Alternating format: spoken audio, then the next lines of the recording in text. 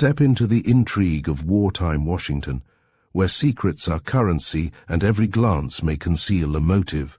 In The Lost Despatch by Natalie Sumner Lincoln, we enter a world of espionage, urgent telegrams and high-stakes deception. As a vital message vanishes, suspicion and danger spread through military circles, and the line between loyalty and betrayal begins to blur. Prepare for a suspenseful tale where quick thinking, hidden agendas and unexpected heroism collide under the shadow of war. Stay sharp. Every detail counts in this race to recover a message that could alter the course of history. Chapter 1. The Pigeon's Flight. It was bitterly cold that December night, 1864, and the wind sighed dismally through the Maryland woods. The moon, temporarily obscured by heavy clouds, gave some light now and then, which but served to make the succeeding darkness more intense. Suddenly the silence was broken by the clatter of galloping hoofs, and two riders leaving the highway rode into the woods on their left. The shorter of the two men muttered an oath as his horse stumbled over the uneven ground. "Take care, Simmons," said his companion quickly, and he ducked his head to avoid the bare branches of a huge tree. "How near are we now to Poolesville?" "About 7 miles by the road," was the gruff reply, "but this short cut will soon bring us there." "And none too soon," he added, glancing at their weary horses. "Still, Captain Lloyd, we have done a good night's work." "I think Colonel Baker will be satisfied," agreed Lloyd. "And friend Schmidt, now that he sees the game is up, will probably turn state's evidence." Lloyd shook his head. "I doubt if Schmidt can tell us much. He is too leaky a vessel for a clever spy to trust with valuable information." "But," objected Simmons, "that is a very important paper you found in his possession tonight." "True, but that paper does not furnish us with any clue as to the identity of the spy in Washington. Schmidt is simply a go-between like many other sutlers. Probably that paper passed through 3 or 4 hands before it was given to him to carry between the lines." "Well, there is one thing certain, Baker will make Schmidt talk if any man can," declared Simmons. "May I ask, Captain, why we are headed for Poolesville?" "Because I am looking for the man higher up. I expect to get some trace of the spy's identity in or around Poolesville." "You may," acknowledged the Secret Service agent doubtfully. "And again, you may not. Poolesville used to be called the Rebs Post Office, and they do say that word of every contemplated movement of McClellan's army was sent through that village to Leesburg by the grapevine telegraph." "Yes, I know," was the brief reply. The two men spoke in lowered tones, as they made what speed they could among the trees. "By the way, Simmons, has it ever been discovered who it was delayed the dispatch from Burnside, asking for the pontoon bridges?" "No, never a trace, worse luck, but do you know?" Drawing his horse closer to his companion, "I think that and the Allen disaster were accomplished by one and the same person." "Those two and a good many others we haven't yet heard of," agreed Lloyd. "In fact, it was to trace this particular unknown that I was recalled from service at the front by Pinkerton and detailed to join the branch of the Secret Service under Colonel Baker. We have either arrested or frightened away most of the informers inside the city," volunteered Simmons after a brief silence. "Besides which, Washington is too well guarded nowadays. 2 years ago was a different matter. Now, the general commanding the Maryland border patrols declares that a pigeon cannot fly across the Potomac without getting shot." Lloyd's answer was lost as Simmons' horse stumbled again, recovered himself, and after a few halting steps went dead lame. In a second Simmons had dismounted and, drawing off his glove, felt the animal's leg. "Strained a tendon," he growled, blowing on his numb fingers to warm them. "I'll have to lead him to the road. It is over there," pointing to a slight dip in the ground. "You go ahead, sir. It's lucky I know the country."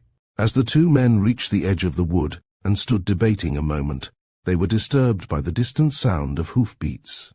"Get over on that side of the road," whispered Lloyd, "and keep out of sight behind that tree. Leave your horse here." Simmons did as he was told none too soon. Around the bend of the road came a horseman. Quickly Lloyd's challenge rang out, "Halt, or I fire." As he spoke, Lloyd swung his horse across the narrow road. Swerving instinctively to the right, the newcomer was confronted by Simmons, who had stepped from behind the tree, revolver in hand. An easy target for both sides, the rider had no choice in the matter. Checking his frightened horse, he called, "Are you Yanks or rebels?" Simmons lowered his revolver. He knew that a Confederate picket would not be apt to use the word rebels. "We are Yanks," he answered. "And you?" "A friend." "Advance, friend," ordered Lloyd. "But put your right hand up." Now, as the rider approached him, "Where did you come from, and where are you going?" "From Harper's Ferry, bearing dispatches to Adjutant General Thomas in Washington, from General John Stevenson, commanding this district." "How did you come to take this cut?" demanded Simmons. "I rode down the towpath until I reached Edwards Ferry, then cut across here, hoping to strike the turnpike." "It's freezing on the towpath." As he spoke, the trooper pulled the collar of his heavy blue overcoat up about his ears until it nearly met his cavalry hat. The clouds were drifting away from before the moon, and a ray of light illuminated the scene. Lloyd inspected the trooper suspiciously. His story sounded all right, but— "Your regiment?" he asked. "The 1st Maryland Potomac Home Brigade, Colonel Henry A. Cole. I am attached to headquarters as special messenger. Let me see your dispatch." "Hold on," retorted the trooper. "First, tell me who you are." "That's cool," broke in Simmons. "I guess you will show it to us whether you want to or not. Seems to me, young man," glancing closely at the latter's mount, "your horse is mighty fresh, considering you have ridden such a distance. We in the cavalry know how to keep our horses in good condition, as well as ride them." The trooper pointed derisively at Simmons' sorry nag, standing with drooping head by the roadside. "None of your lip," growled Simmons angrily. His poor riding was a sore subject. Further discussion was cut short by Lloyd's peremptory order, "Come, I am waiting, give me the dispatch," and, as the trooper still hesitated, "We are agents of the United States Secret Service." "In that case, sir." The trooper's right hand went to the salute, then he unbuttoned his coat and fumbled in his belt. "Here it is, sir." As Lloyd bent forward to take the expected paper, he received instead a crashing blow on the temple from the butt end of a revolver, which sent him reeling from the saddle. At the same time, Simmons, who had hold of the trooper's bridle, was lifted off his feet by the sudden rearing of the horse, and before he had collected his wits, he was dashed violently to one side and thrown on the icy ground. Simmons staggered to his feet, but at that instant the trooper, who was some distance away, swerved suddenly toward the woods, and his broad cavalry hat was jerked from his head by a low-hanging branch. His horse then bolted into the middle of the road, and for a second the trooper's figure was silhouetted against the sky in the brilliant moonlight. A mass of heavy hair had fallen down the rider's back. "By God, it's a woman!"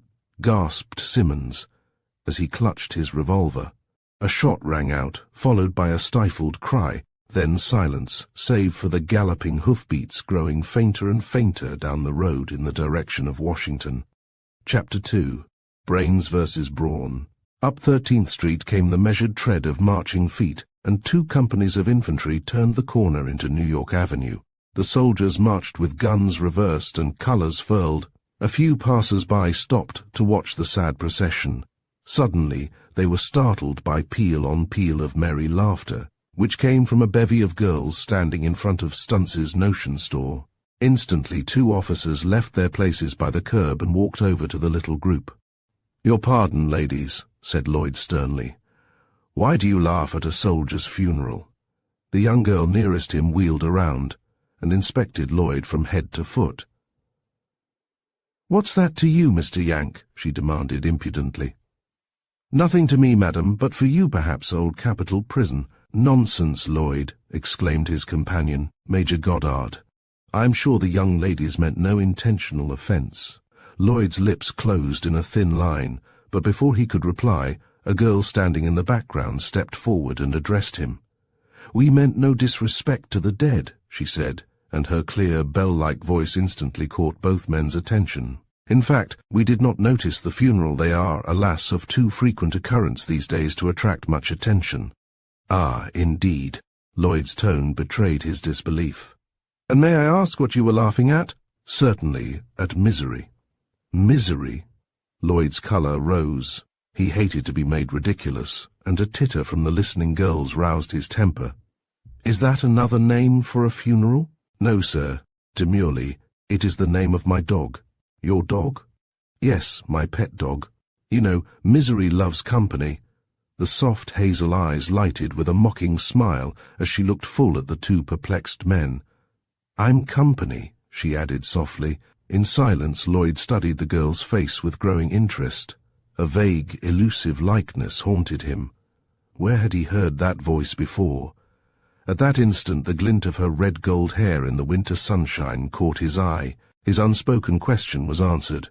"Who's being arrested now?" asked a quiet voice behind Lloyd, and a man, leaning heavily on his cane, pushed his way through the crowd that had collected about the girls. The slight, limping figure was well known in every section of Washington, and Lloyd stepped back respectfully to make room for Dr. John Boyd. It was the first time he had seen the famous surgeon at such close quarters, and he examined the grotesque old face with interest. Dr. Boyd had lost none of the briskness of youth, despite his lameness, nor his fingers their skill, but his face was a mass of wrinkles.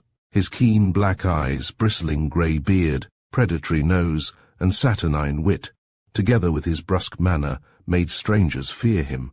But their aversion was apt to change to idolatry when he became their physician. "What, Nancy Newton, you here?" continued the surgeon, addressing the last speaker, "and Belle Carey. Have you two girls been sassing our military friends?" Indicating the two officers with a wave of his hand. "Indeed, no, Dr. John," protested Nancy. "Such an idea never entered our heads, but these gentlemen don't seem to believe me." Major Goddard stepped forward and raised his cap. "The young lady is mistaken, Doctor," he said gravely. "We do believe her, notwithstanding," glancing quizzically at Nancy, "that we have not yet seen her dog." "Misery!" exclaimed the surgeon, laughing. "So my four-footed friend has gotten you into hot water again, Nancy. I might have known it. Here's the rascal now." Around the corner of 12th Street, with an air of conscious virtue, trotted the cause of all the trouble, a handsome red-brown field spaniel. Robert Goddard, a lover of dogs, snapped his fingers and whistled, but Misery paid not the slightest attention to his blandishments. Wagging his tail frantically, he tore up to Nancy and frisked about her. "Misery, give me that bone!" Nancy stooped over and endeavored to take it from the struggling dog. "I cannot stop his eating in the streets." "Oh, he's swallowed it." Misery choked violently and looked with reproachful eyes at his mistress. "You sinner," patting the soft brown body, "come along," that is, addressing Lloyd, "if you do not wish to detain us any longer. You are at liberty to go." Lloyd bowed stiffly. "Hold on, Nancy. If you have no particular engagement, come with me to my office." "I have a bottle of medicine to send your aunt," exclaimed Dr. Boyd hastily. "Good evening, gentlemen," and he bowed curtly to Lloyd and his friend. On reaching F Street, the group of girls separated, and Nancy accompanied Dr. Boyd to his office. "Go into the waiting room, Nancy," directed the surgeon. "It won't take me a moment to write the directions on the label of the bottle." Obediently, Nancy entered the room, followed by Misery, and as the surgeon disappeared into his consulting office, she glanced keenly about her. The room was empty. Quickly she bent over her dog and took off his round leather collar. Another searching glance about the room, then from a hollow cavity in the round collar, the opening of which was cleverly concealed by the buckle, she drew a tiny roll of tissue paper. Opening it, she read, "Find out Sheridan's future movements. Imperative." Nancy dropped on her knees before the open grate, tossed the paper into the glowing embers, and watched it burn to the last scrap. A cold, wet nose against her hand roused her. "Misery, you darling!" She stooped and buried her face in the wriggling body. "My little retriever." Misery licked her face ecstatically. "If I only knew which way Sam went after giving you that message for me, much valuable time could be saved. As it is—" Dr. Boyd's entrance cut short her whispered words. Lloyd and his friend, Major Goddard, watched Nancy and her companions out of sight, then continued on their way to Wormley's hotel, each busy with his own thoughts. The grill room of that famous hostelry was half empty when they reached there, and they had no difficulty in securing a table in a secluded corner. While Lloyd was giving his order to the waiter, Colonel Baker stopped at their table. "Heard the news?" he asked eagerly. Then, not waiting for an answer, They say at the Department General Joe Johnston has been captured. His words were overheard by Wormley, the colored proprietor, who was speaking to the head waiter. "Excuse me, Colonel Baker," he said deferentially. "You all ain't captured General Johnston." "No, sir. I knows Mass Joe too well to believe that." Wormley was a privileged character, and his remark was received with good-natured laughter. Under cover of the noise, Baker whispered to Lloyd, "Stanton has discovered his cipher code book has been tampered with. Meet me at my office at 5 o'clock." "All right, Colonel," and Baker departed. By the time they had reached dessert, the grill room was deserted. Goddard lighted a cigar and, lounging back in his chair, contemplated his host with keen interest. "I can't understand it, Lloyd," he said finally. "Understand what?" replied Lloyd, roused from his abstraction. "Why you became a professional detective. With your social position, talents." "That's just it." "What? My talents? If it had not been for them, I would have gone to West Point with you, Bob. But above all else in the world I enjoy pitting my wits against another's, enjoy unraveling mysteries that baffle others. To me there is no excitement equal to a man-hunt. I suppose in a way it is an inheritance. My father was a great criminal lawyer, and his father before him. When Pinkerton organized the Secret Service Division of the Army in '61, I went with him, thinking I could follow my chosen profession and serve my country at the same time. Besides, with a trace of bitterness in his voice, I owe society nothing, nor do I desire to associate with society people. Goddard gazed sorrowfully at his friend. "Hasn't the old wound healed, Lloyd?" he asked softly. "No, nor ever will," was the brief response, and Lloyd's face grew stern with the pain of other years. "As I told you, Bob, I was detailed here to solve a very serious problem for our government," he resumed, after a slight pause. "Baker has rounded up and arrested all persons suspected of corresponding with the rebels, and sent some to Old Capitol Prison, and others through the lines to Richmond, where they can do us no harm. Most of these spies gave themselves away by their Secesh talk, or by boasting of their ability to run the blockade. But information of our army's intended movements is still being carried out of Washington, right under Baker's nose. It is imperative that this leak be stopped at once, or the Union forces may suffer another bull run. Baker and the Provost Marshal of the district have tried every means in their power to learn the methods and the identity of this spy, but so far without success." "But have you found no trace in your search?" inquired Goddard eagerly. "Until today I had only a theory. Now I have a clue, a faint one, but—" Lloyd paused and glanced about the room to see that he was not overheard. They had the place to themselves, save for their waiter, Sam, who was busy resetting a table in the opposite corner. "I have told you, Bob, how I came to get this wound." Lloyd touched his temple. "When on my way to Poolsville." Goddard nodded assent. "But I did not tell you that before the supposed trooper made good his escape his hat was knocked off, and Simmons saw that the spy was a woman." "A woman!" Goddard nearly dropped his cigar in his astonishment. "How did he find that out?" "Her hair fell down her back when her hat was knocked off." Goddard stared at his companion. "Well, I'll be blessed," he muttered. "I have been looking for such a woman for some time, and until today without success," declared Lloyd calmly. "Did she by chance leave any trace, any clues, behind her in her flight?" "One." Lloyd pulled out his leather wallet.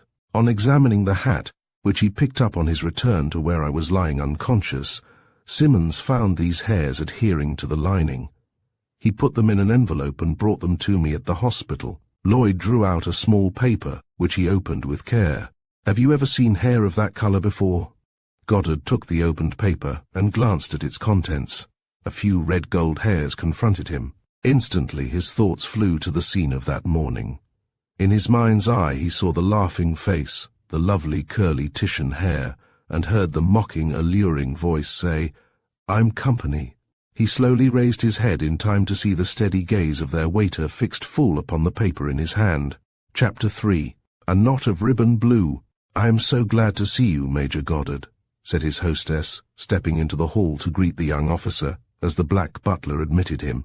"It is a shame you could not get here in time to take supper with us." "You are not half as disappointed as I, Mrs. Warren," replied Goddard, shaking hands warmly. "I was unavoidably detained at the War Department. Do please accept my sincere apologies for my unintentional rudeness. Why, of course, I was sure you could not help the delay, but I must not keep you standing in the hall."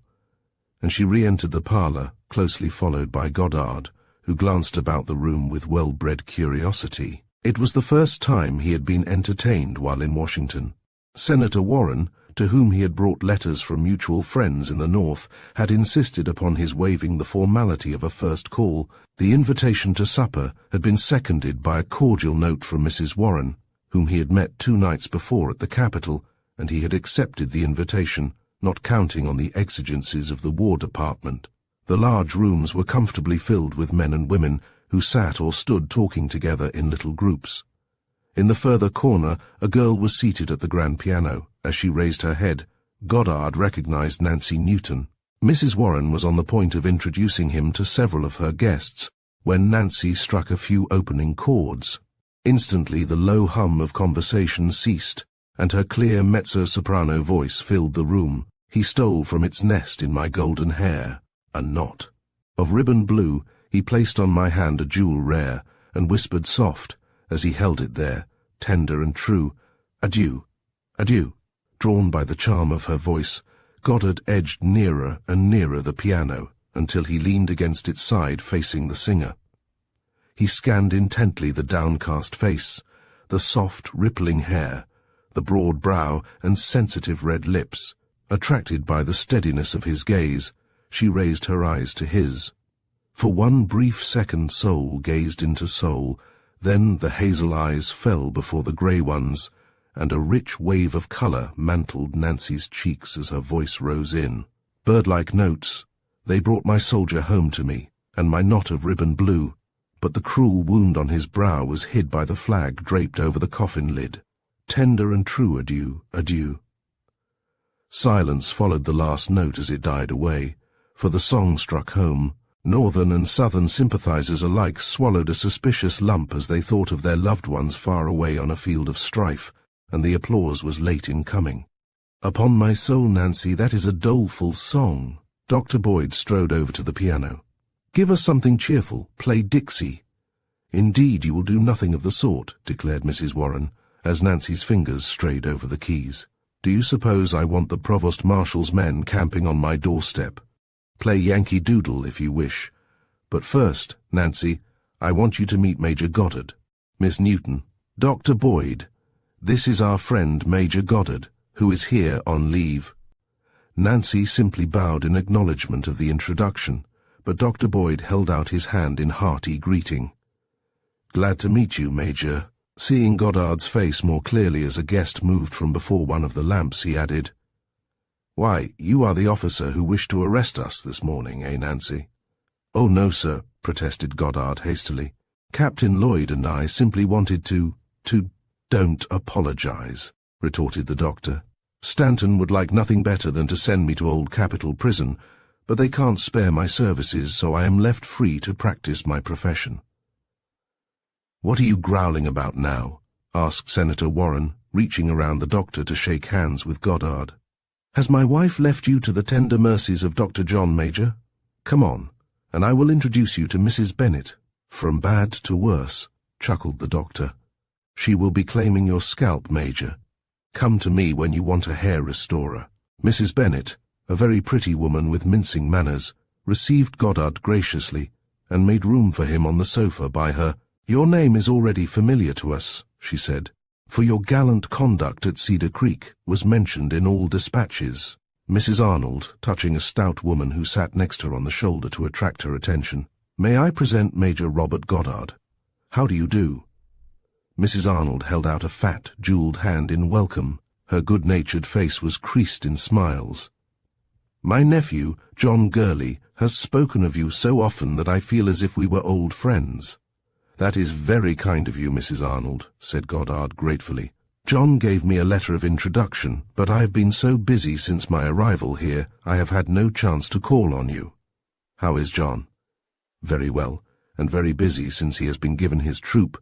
"Is that the handsome boy who was with you on sick leave last November, Mrs. Arnold?"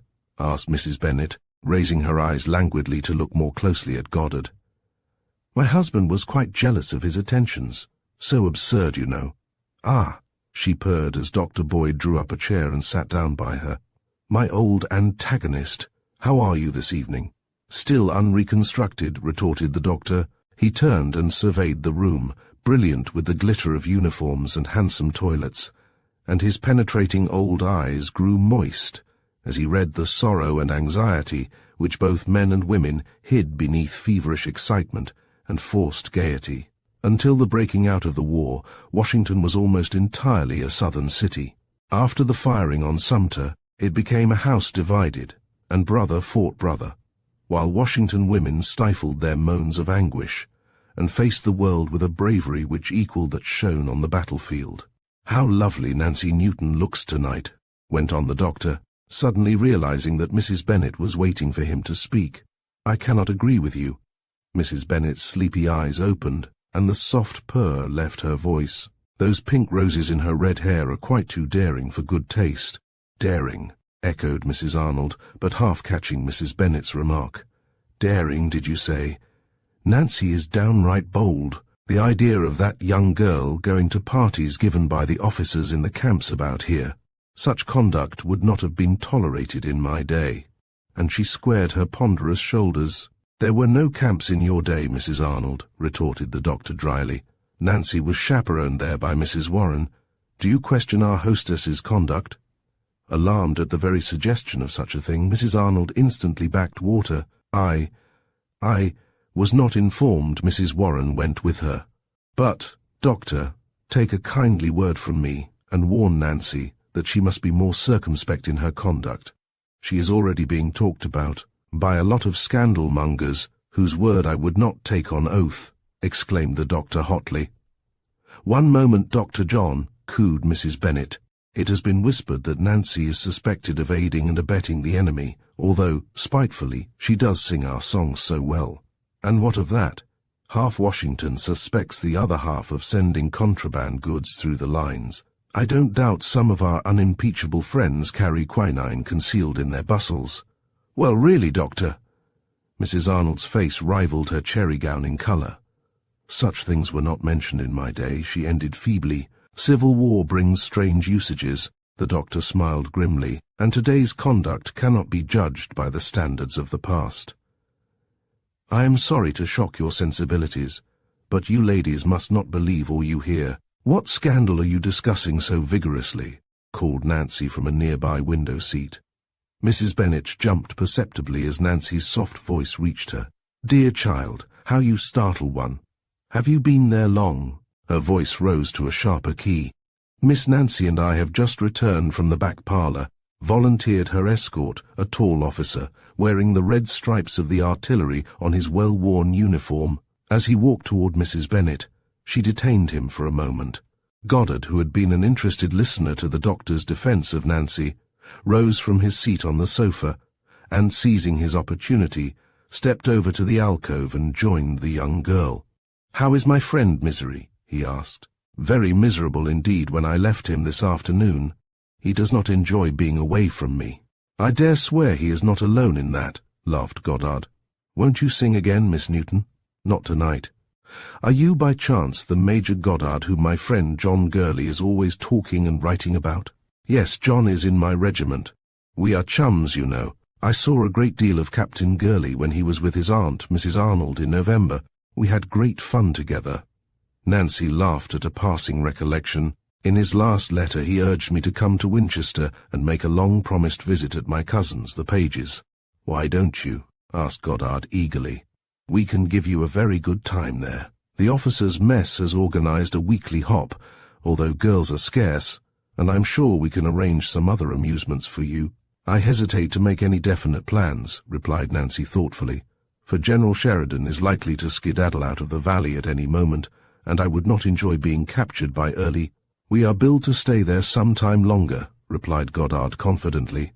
The roads are in no condition to move cavalry and artillery. There really is no prospect of our leaving winter quarters until later on.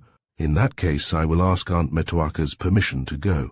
I expect to return day after tomorrow, Miss Newton. It would give me great pleasure to escort you to Winchester, if you can arrange to go as soon as that.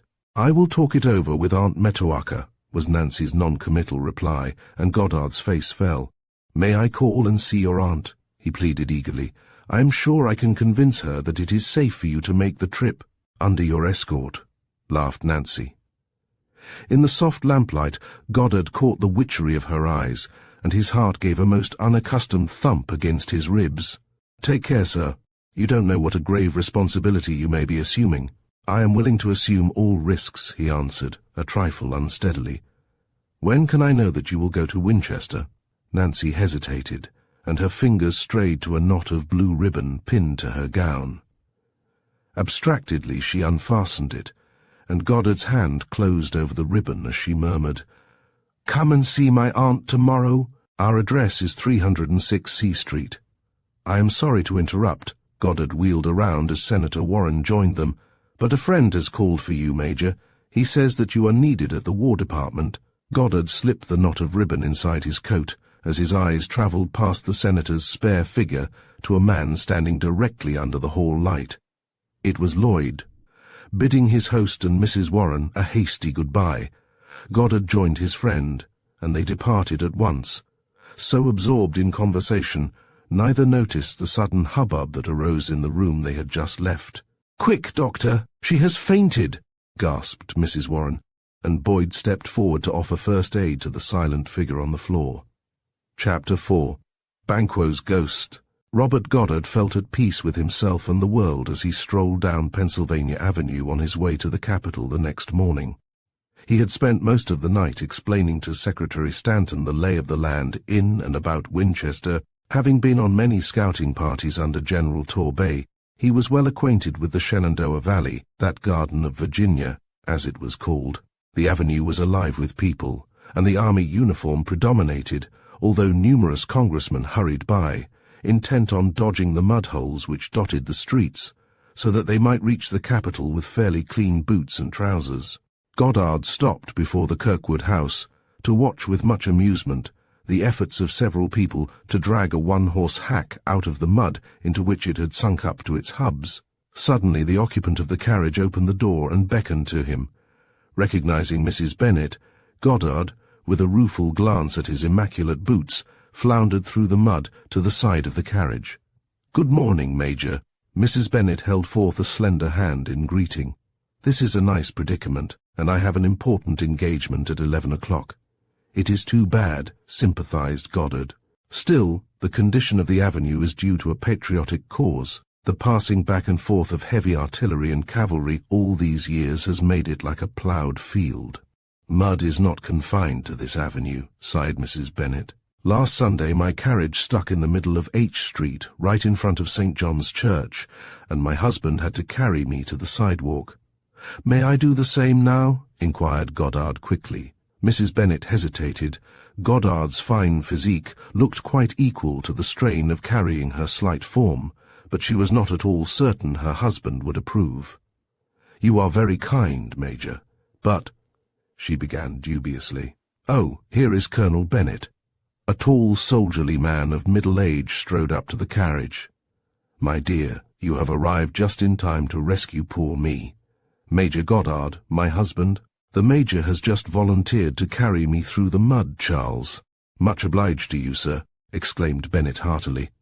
"I was passing and recognized my coachman, so concluded my wife was stuck again. Now, Cora, stand on the step, and I will carry you over to the hotel." And in a few seconds, with Goddard's assistance, Mrs. Bennet was safely deposited on the sidewalk. "It was a shame, Major, that you had to leave Mrs. Warren so early in the evening." Mrs. Bennet straightened her clothes as best she could, while she waited for her husband to return from giving directions to the driver of the stalled carriage. "I hope it was no bad news that took you away." "Oh no, Captain Lloyd came to tell me that I was wanted at the department." "I am afraid I must be running along, Mrs. Bennet." "Will you excuse me?" "Why, certainly, Major." "Many thanks for offering to assist me. I hope you will come and see me before you leave." Thanking her for the invitation, Goddard bade Mrs. Bennet and her husband a hasty goodbye, and resumed his interrupted stroll down the avenue. At the corner of John Marshall Place, he saw two ladies waiting by the curb. As the younger turned toward him, he recognized Nancy, and saw the inevitable misery sitting close at her side. Quickening his steps, he hastened across the street and joined her. "This is better luck than I hoped for," he said, his eyes lightening with pleasure. "I planned to call at your house on my return from the capital, but now—" "Aunt Metoaca." Nancy smiled demurely as she extricated her hand from Goddard's eager clasp. "May I present Major Goddard? The Major has most kindly offered to escort me to Winchester, as I told you last night." Miss Metoaca Newton inspected Goddard keenly as she returned his low bow. First impressions counted with her. Goddard was also taking stock of Miss Metoaca. He decided in his own mind he had never seen a more angular frame, nor so large a nose as her physiognomy presented. "I hope you have given your consent to Miss Newton's trip?" he asked eagerly. "Yes and no." Miss Metoaca's voice surprised him by its thin treble. It did not seem possible that so little sound could come out of so big a cavity. "I don't hold with so much gadding about. 'Twasn't so when I was a girl 50-odd years ago. The way women run hither and yon after Tom, Dick, and Harry is surprising. I declare I am the only virgin in Washington these days."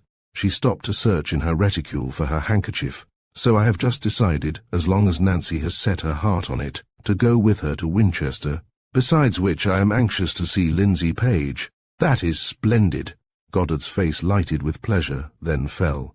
"How about your passes? Shall I ask Secretary Stanton for them?" "Young man, when I want a thing, I go to headquarters for it, so I am on my way to see President Lincoln now. I reckon he will give them to me."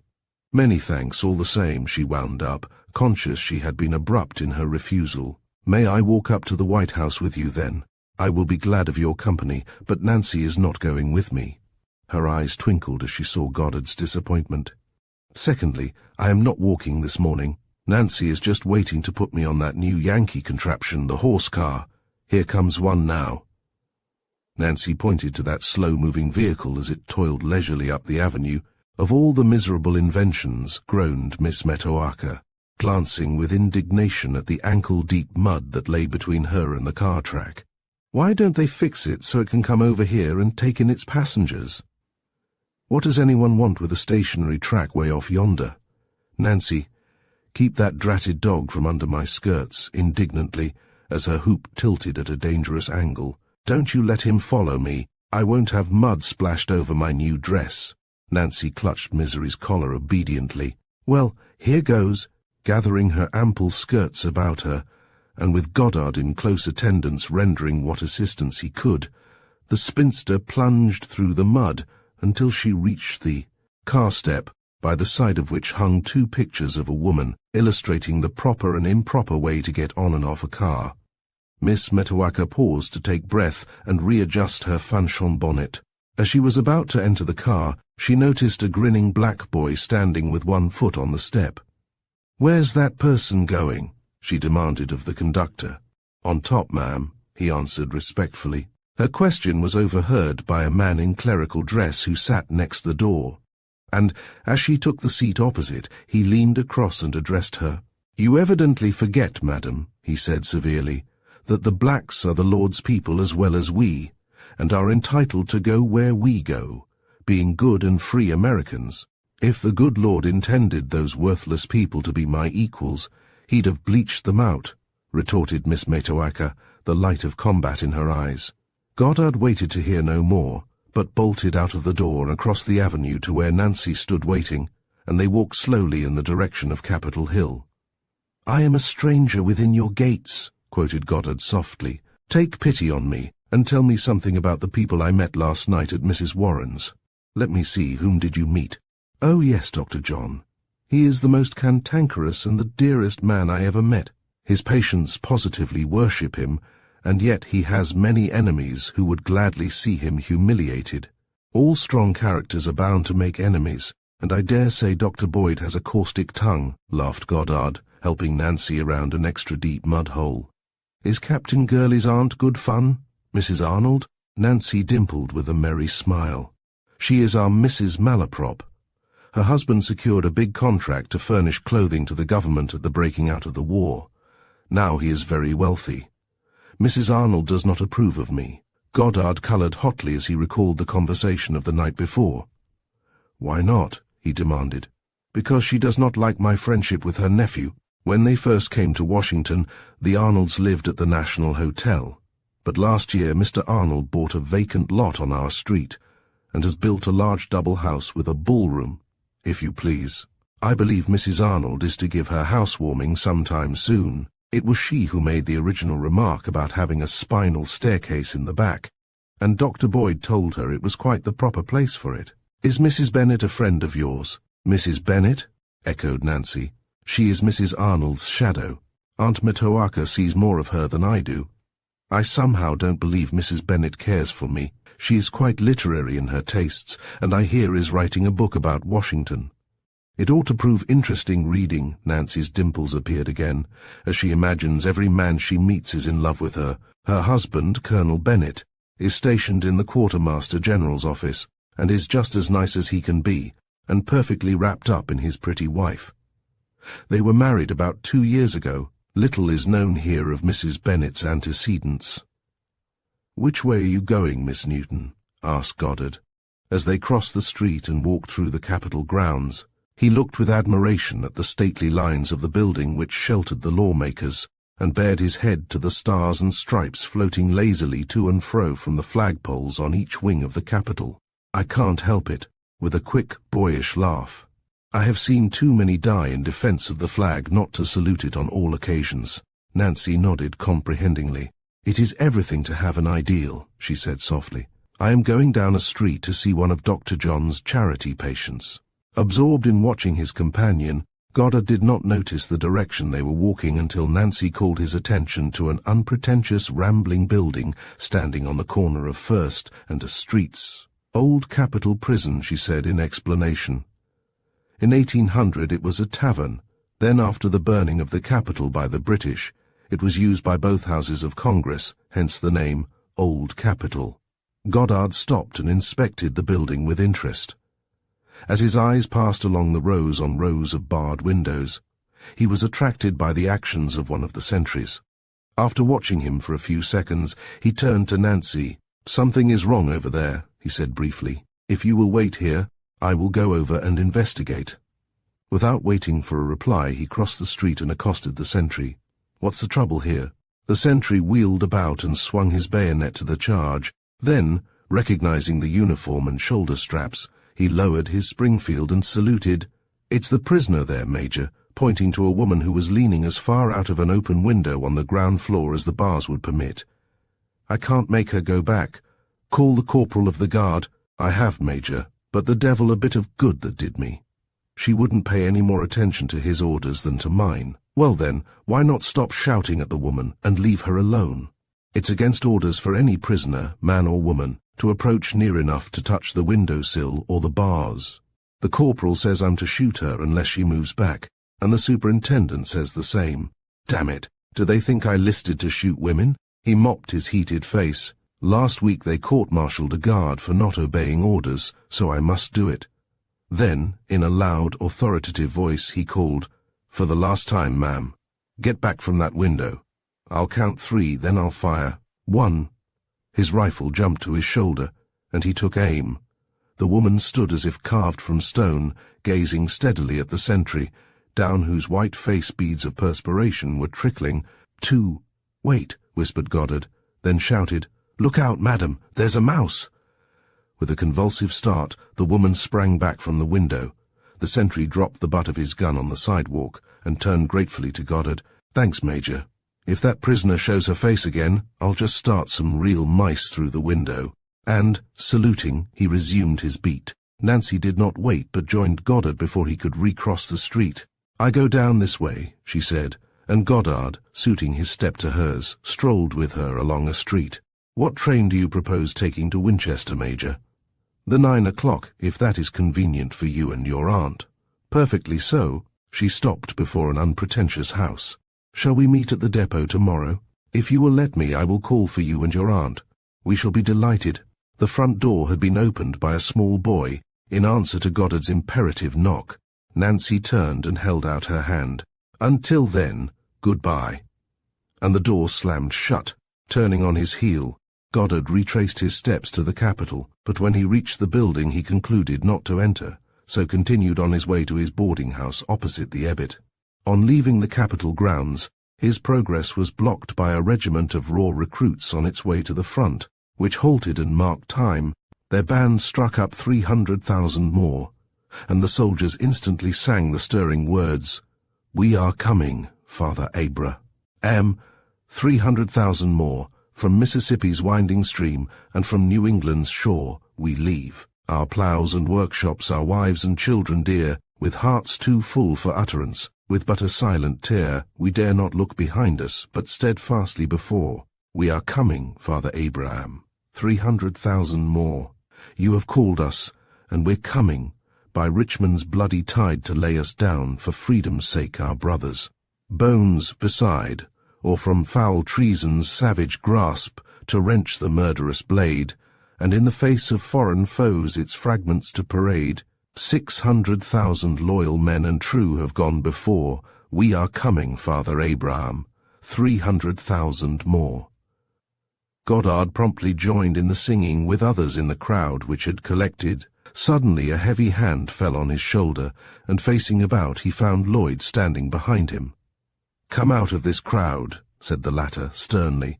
In silence the two men walked up the avenue to 3rd Street, and Lloyd led his companion into that quieter thoroughfare. Looking to see that no one was near enough to hear what he said, he turned savagely on Goddard. "I should arrest you at once." Goddard stared blankly at Lloyd, unable to believe his ears. "On what charge?" he demanded, hotly.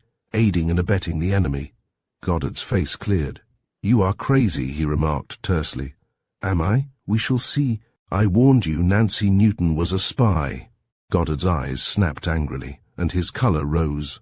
"Suppose we leave Miss Newton's name out of the discussion," he said haughtily. Then, in a more friendly tone, "Here I am, happy and carefree, and you appear like Banquo's ghost and shout your silly theories, which you admit you can't prove, into my ears." "My theories do hold water," was the stern reply. "Better for you, you blockhead, if they didn't."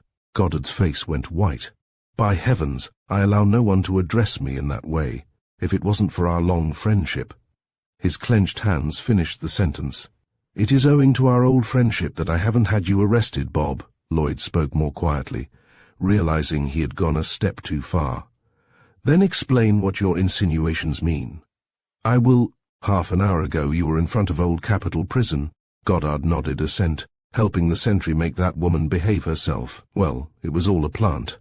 "A plant? Yes.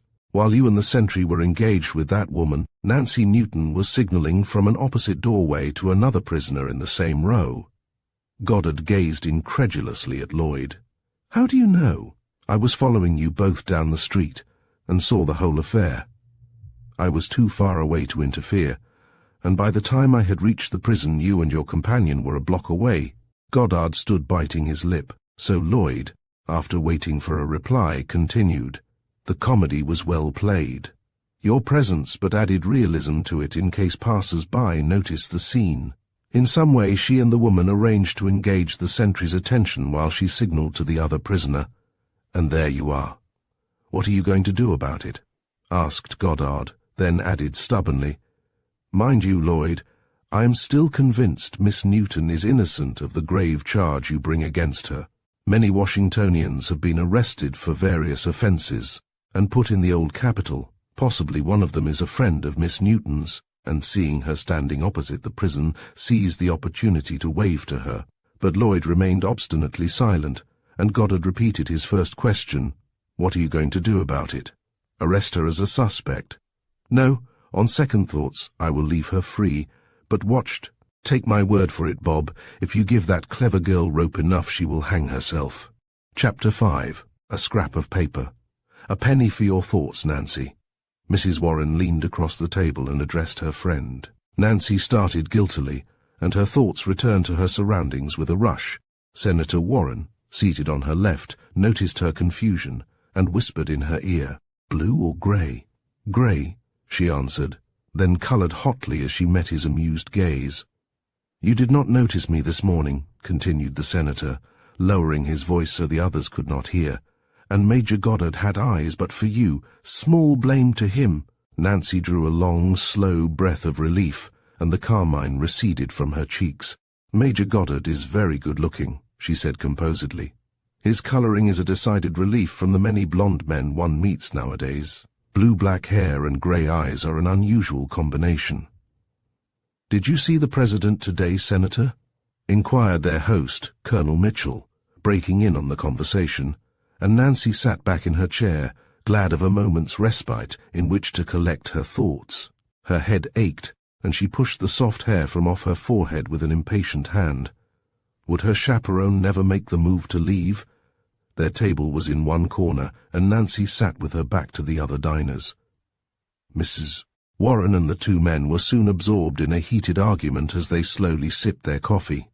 Nancy turned impatiently in her seat and surveyed the animated scene behind her with restless, tired eyes. Washington, filled with strangers from all sections of the country lying north of Mason and Dixon's line, was a city of perpetual unrest. Besides the soldiers stationed in the encircling camps and fortifications, regiments were continually passing through the capital on their way to and from the front. Statesmen, government contractors, and shoddy politicians haunted hotel lobbies and restaurants.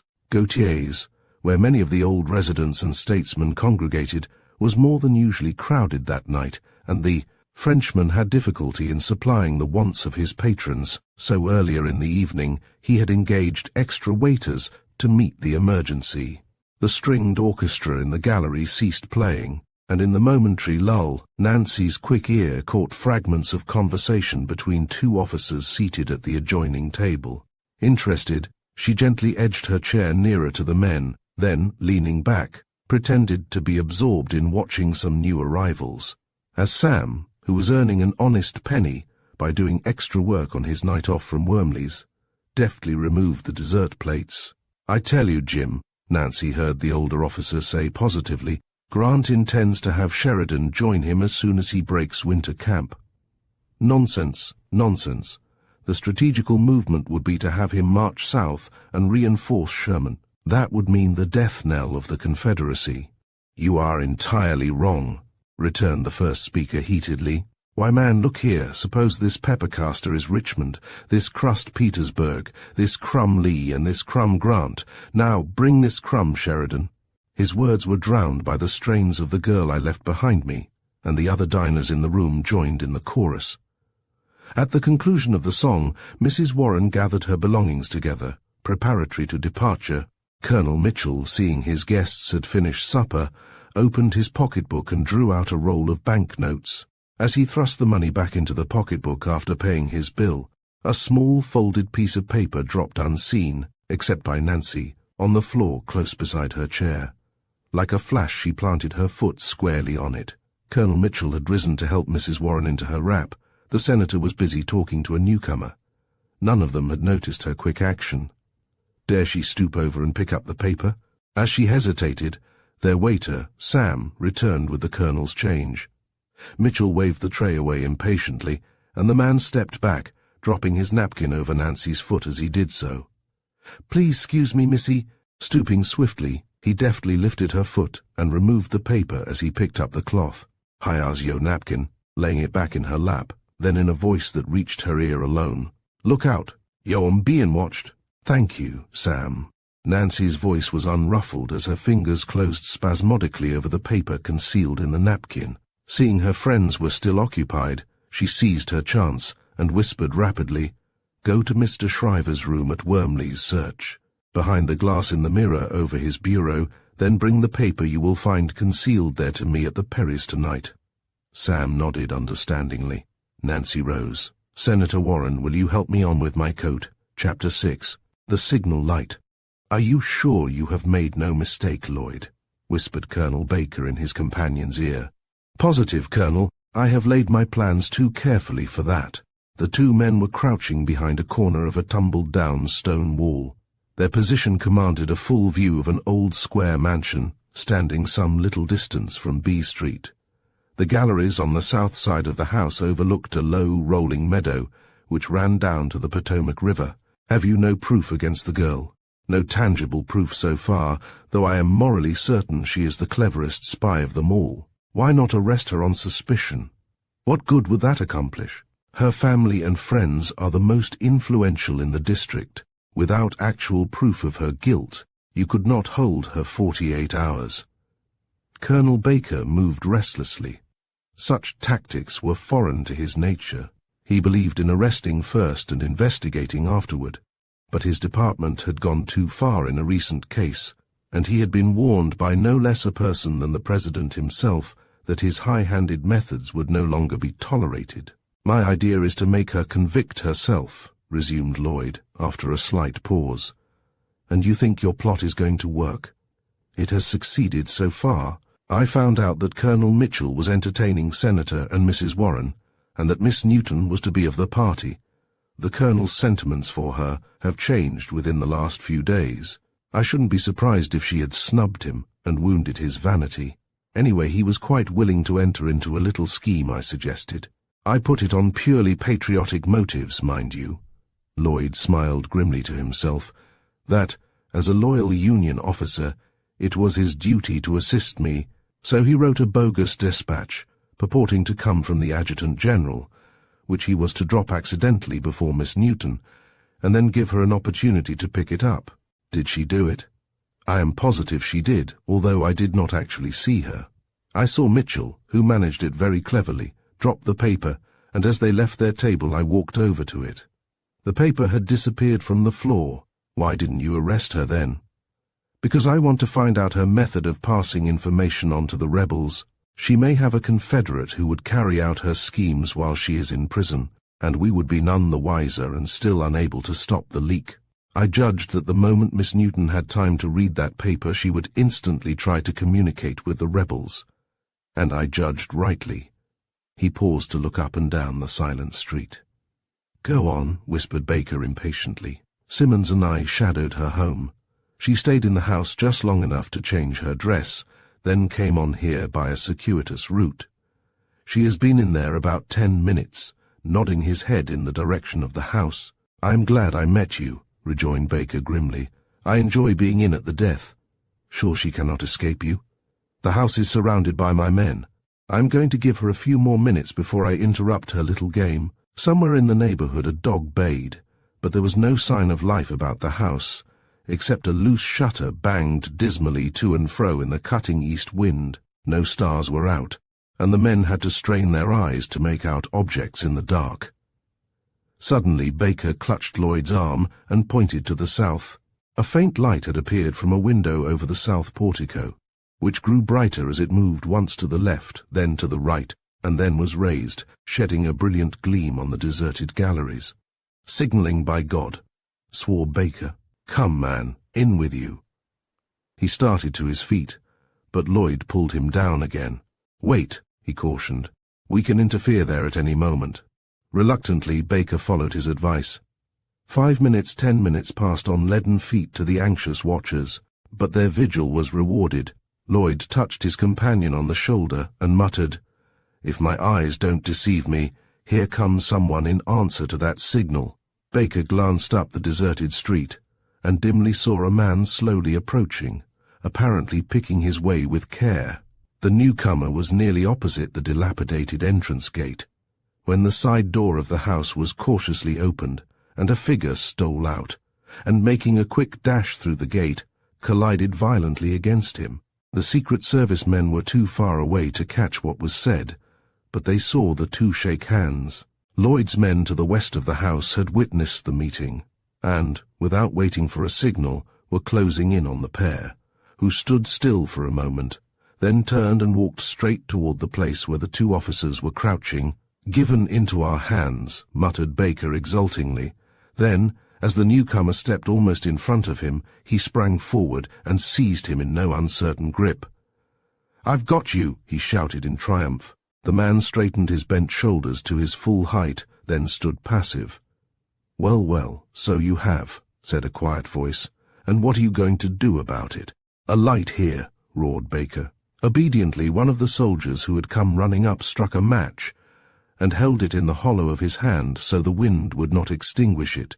As the tiny flame grew brighter, he raised the match, and the light fell full on the face of Baker's prisoner. "Good God, the President!" gasped the colonel, and his hands fell nerveless by his side. Chapter 7. The Mischances of a Night. Baker glanced hopelessly about him, at the president, who pulled his old grey shawl closer around his shoulders to keep out the chill wind, at Lloyd, who stood clutching Nancy by her arms, and at the soldiers who stood grouped about them. For once his feelings were beyond expression. "How long are you going to keep me here?" inquired Lincoln patiently. "And why did you jump at me like a Comanche Indian?" "Not a moment, sir," stuttered Baker. "It was this young lady we were after. We had no intention at all of interfering with you." "And why do you want Miss Newton, Baker?" asked Lincoln. "She is a rebel spy. We caught her signaling tonight." "I deny it," exclaimed Nancy hotly, and she tried to step forward, but Lloyd's strong arm held her back. "Mr. President, hear me just one moment." Lloyd spoke with great earnestness, and Lincoln turned to face him. One of the soldiers had found a half-burnt candle in his coat pocket, and by its feeble rays the president noticed Lloyd's detaining hand on Nancy's shoulder.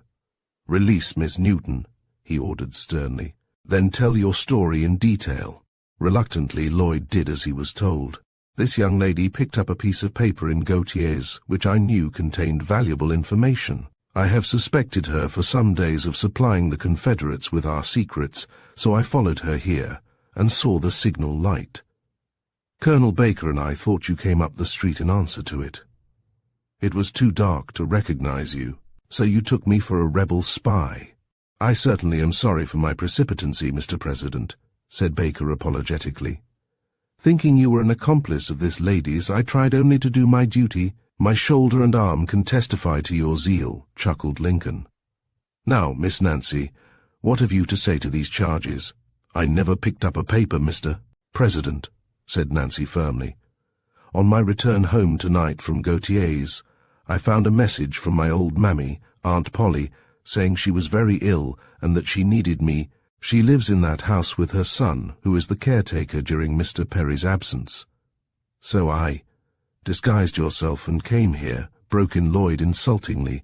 If by disguise you mean I changed my evening gown, I did, for this more suitable street dress. Nancy threw back her head haughtily. I am offering my explanation to the President, not to you, sir. Continue your remarks, Miss Nancy, directed Lincoln quietly. Why, that is all, Mr. President. After changing my gown, I came here. By side streets, again interposed Lloyd. By side streets, because the more direct route is crowded with noisy men and women, answered Nancy calmly. I found Dr. Boyd here with Aunt Polly. Lloyd uttered another exclamation, but Nancy refused to pay heed. He advised that we move Aunt Polly into a room facing south, as it would be warmer and more cheery for her in the daytime.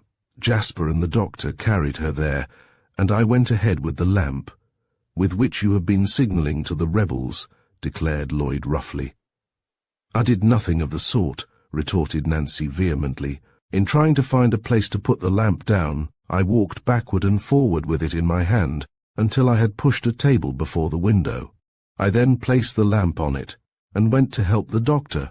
He told me my presence was no longer needed and advised me to go home, as Aunt Metoaca would be alarmed by my long absence.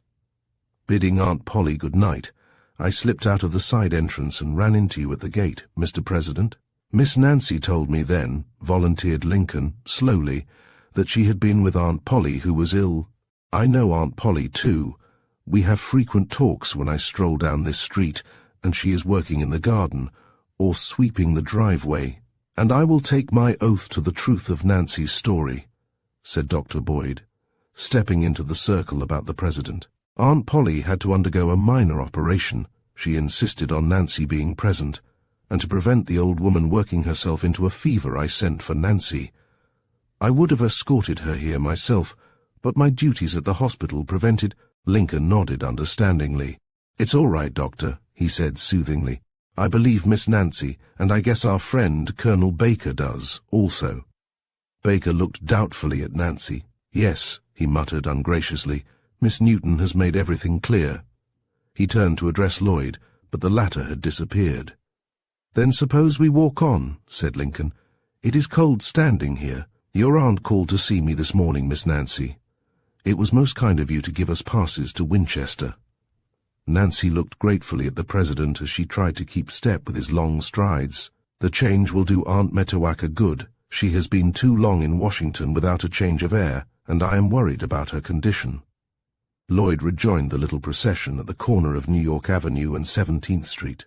To the right gleamed the lights of the cavalry corral on the ellipse back of the White House, and on the left were the buildings of the Quartermaster General's depot. Lloyd drew Baker to one side and whispered, "Apparently the girl has covered her tracks this time." Simmons and I entered the house, and the darky, Jasper, and his mother repeated the same tale to me. We searched the house, but could find nothing suspicious. On leaving, I stationed a guard about the grounds, for I am convinced she did signal to someone who may try to enter the house later on. "Better give it up," growled Baker, whose temper had been sorely tried by his own exploit. "Never." Lloyd's teeth came together with an ominous click. "I will trap that girl if it takes me months." The president and Nancy led the way up 17th Street to Pennsylvania Avenue, and down that thoroughfare toward the White House. Lincoln stopped when he reached the entrance to the War Department. "I am going in here to read the latest dispatches," he said. "Good night, Doctor. Miss Nancy, when do you go to Winchester?" "On the early train tomorrow, or rather, this morning." "Good night, Mr. President." "Good night, and a safe journey to you." The president watched Nancy and Dr. Boyd out of sight, then turned to Baker. "Don't take it to heart, man. I rather enjoyed your springing at me. It was a new sensation." "Indeed, Mr. President, you should not go out at this time of night without a guard," remonstrated Baker earnestly. "Then such a thing would never have happened. It is not safe for you to walk about without proper protection." "Baker," said the president reminiscently, "you remind me of the little girl who had just been told of the omnipresence of God, and was so upset that she turned angrily upon her pet dog, saying, 'Go back in the house, Peggy. It's bad enough having God tagging round without you.'" Good night. Baker and Lincoln disappeared inside the War Department. Chapter 8. A Voice from the Past. Some hours later, Dr. Boyd stepped inside his hall and softly closed the front door. Quickly removing his hat and heavy cloak, he went directly into his back office and felt about in the dark for his matchbox. It was not to be found in its accustomed place, and an angry exclamation escaped the doctor. Apparently Martha Crane, his trusted old housekeeper, had taken advantage of his absence and tidied up his desk, an act of vandalism which always reduced Boyd to a state bordering on frenzy. "Can I help you, sir?" Dr. Boyd's right hand sought his hip pocket, and he faced in the direction from which the voice came. The intruder guessed his intention and spoke hastily. "For God's sake, don't shoot, sir. Sam," and to confirm his statement he struck a match and held it so that his features were visible by the flickering flame. "Well, come in and light this confounded burner," exclaimed the doctor testily, as his fingers slowly relaxed their hold on his weapon. "Next time don't announce your presence so dramatically, Sam, or you may get hurt." "Yes, sir." The man stepped with alacrity through the doorway which led to the front office, and applied his half-burned match to the gas jet over the doctor's desk. "Miss Martha done told me to wait in dar. Confound the woman." The doctor seated himself in his armchair and contemplated the neatly arranged papers and ornaments on his desk in despair. "Where is she?" "Done gone out," announced Sam briefly. "I told her I'd be 'sponsible for the house till she come back." "Where were you tonight, Sam?" "Miss Nancy expected you to meet her at the Perrys." "I went dar, sir, but I seed a lot o' be men a-hangin' round watchin' de place, so I just come on here, thinking perhaps Miss Nancy might be with yo. I done got to Papa she wanted. Miss Nancy leaves at 9 o'clock for Winchester." "Golly, den I must git right round and gib her dis here Papa." Sam started for the door. "Stop," commanded Boyd. "The Newtons' house is also watched by Secret Service agents. I saw them sneaking about the yard when I left Miss Nancy an hour ago. If you go there at this hour you will be arrested instantly." Sam scratched his woolly head in perplexity. "I reckon if I jes go to de back alley and whistle for Misery Day one notice dis old man," he volunteered hopefully after a moment's thought. "What good would that do you? I'll jes slip to Papa in de dog's collar, and he'll take it to Missy same as he brings her messages to me." Boyd shook his head. "It is too much to risk on a dog's sagacity now that suspicion is directed toward Miss Nancy. Den suppose I meet Missy at de train and slip de papa in her hand. Unfortunately, she is shadowed wherever she goes. Sit down a moment, Sam, and let me think. The doctor stroked his chin reflectively. I'm afraid if I go to their house on the pretext of giving Miss Metoaca medicine, I will be searched. And if that paper is incriminating, we will all swing together. Here, let me read the message, and then I can repeat it to Miss Nancy at the station. No, sir, excuse me, sir, but this here papa was to be delivered to her personally. I am the best judge of that. Give me the paper at once. No, sir, reiterated Sam obstinately. Colonel Newton told me I was to do exactly what Miss Nancy ordered. Case he willed me to her for he died, and I's her servant now, same as I wore his body, servant. Confound your stupidity, growled Dr. Boyd. At that moment a sound from the basement reached his quick ear. Signing to Sam to remain where he was, Boyd tiptoed out into the hall and over to the back stairs. The kitchen door creaked dolefully as it was pushed open by an old woman who walked heavily along the lower hall toward the stairs, carrying a lighted candle. The doctor drew a sigh of relief. Glad you have returned, Martha, he called softly. Please bring some ice water into my office on your way to bed. Sam was plucking nervously at his old hat when the doctor re-entered the office. "'Tain't case I don't font to gib you dat papa, sir," he began confusedly, edging toward the open hall door. "But de colonel, he brunged me up to obey his orders, same as he done Miss Nancy. His word wore law to every one on de plantation. I reckon I's Jessie's got to find some way o' be reachin' Miss Nancy." "You won't have to reach far," volunteered a familiar voice from the doorway. Sam wheeled about and a gasp escaped him. "You? Nancy?" The doctor gazed incredulously at the stooping, grey-haired woman who hobbled into the room and closed the door. For answer, Nancy straightened her bent shoulders and removed the grey wig.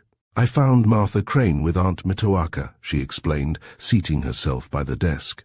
"She told me that you were here, Sam, and having failed to meet you at the Perry's, I decided to try and catch you here before you left." "But where on earth did you get that disguise?" demanded the doctor. "I borrowed the clothes from Martha. Fortunately, with padding, they fit me quite well. She also lent me the key of your basement so that I would not attract attention by going to the front door." "The wig," Nancy laughed. "I used that in some tableau at one of the sanitary fairs last year. It came in very handy, for the Secret Service men thought I was old Martha and let me pass unquestioned." "No wonder your makeup is perfect," declared Boyd heartily. "Have you secured the paper for me, Sam?" asked Nancy. "Yes, Missy." Sam took a small slip of paper from an inside pocket and handed it to her. Nancy studied the closely written lines intently. "Important?" inquired the doctor, breaking the long silence. "Very." She carefully refolded the slip. "This contains the key to Stanton's private cipher code." A low whistle of surprise escaped Boyd. "How did you get it?" "Arthur Shriver, who, as you know, was a clerk in his office, copied it, but before he could get it to me he was arrested on suspicion," explained Nancy. "I heard he was confined in one of the front rooms in the old Capitol prison, and so arranged to have the sentry's attention diverted while I questioned Arthur by prearranged signals. Did the plan work?" "It did. Arthur told me where he had hidden the paper, and I sent Sam tonight to get it for me." "Well, well." The doctor sat back and contemplated Nancy admiringly. "There's another message written on the back of that paper." Nancy turned it over, and her eyes widened in surprise as she read aloud the hastily scrawled words. "Mrs. Bennet is a Union spy. I have just overheard an interview between her and Stanton." "That woman!" ejaculated the doctor. "That cat." "Feline scratch." Nancy shrugged her shoulders disdainfully. "Stanton is fighting the devil with fire. Be careful, Nancy, don't undervalue your opponents," cautioned the doctor. "I flatter myself I am a match for Mrs. Bennet," retorted Nancy, "and forewarned is forearmed." "Strange," muttered Dr. Boyd. "Very strange. Do you recollect the—" "I shall turn this paper over to you, Doctor," broke in Nancy impetuously, "to take through the lines, along with a dispatch which I also secured tonight." Boyd shook his head. "Impossible. I cannot leave the city now." "Why not?" "Because I have a capital operation to perform at 10 o'clock. Nancy gazed at him in consternation. "Why, Doctor, You have always said that when the cause needed your services you would not fail, nor will I, when the cause really needs me. But at present you are better equipped to carry these messages through the lines than I." Nancy fingered the table ornaments for a moment in silence, then raised her troubled eyes to her listener's face. "I have sent my last dispatch," she announced quietly. "What?" The doctor could not believe his ears. "Why?" "Because I refuse to deceive people any longer. I was brought up to believe a lie an abomination of the Lord, and I have been a living lie for 3 long years." "You have developed a New England conscience," growled Boyd. "Do you think all the virtues belong north of Mason and Dixon's line?" retorted Nancy hotly. "For shame. I beg your pardon." The old surgeon bowed toward her with stately courtesy. "Do be reasonable, child. This operation I am to perform means not only life to the patient, but much to science. Besides, I doubt if the authorities would allow me to leave Washington today. Now, your plans for leaving the city are already made. Therefore it will be a very simple, easy matter for you to carry those papers into Virginia. You will run little risk." "I'm not hesitating on that score," broke in Nancy. "I would give my life gladly for the bonny blue flag in the open. It is the underhand methods, the spying, the deceit, that burn like a red-hot coal." Nancy paused, then continued more quietly. "There is such a word as—" She drew out another slip of paper from the bosom of her dress and tossed it, together with the paper already in her hand, on the table. "You must find another messenger. Missy, what yo talking about?" Nancy and the doctor both started. They had forgotten Sam's presence. "Is yo going back on yo Gibbon word yo a Newton?" The girl's face whitened. She started to speak, but the man gave her no opportunity to do so. "Has yo done forgot dat Sunday night?" he asked, leaning forward across the table in his earnestness. "Dat night when I fotched yo from Newton Manor to Massa's bedside?" His voice deepened, the musical voice of the emotional African. In Nancy's mind, distinct and vivid, rose the memory of that wild ride through the night to her father, the gay, handsome father whom she idolized. Then, in thought, she again knelt beside the rude bed in the silent tent, clinging to a feeble hand, which had not the strength to return her pressure. "Missy," Sam's voice brought her back to the present. "Massa done brunched you up to ride, and shoot, and swim case he wanted a boy so bad.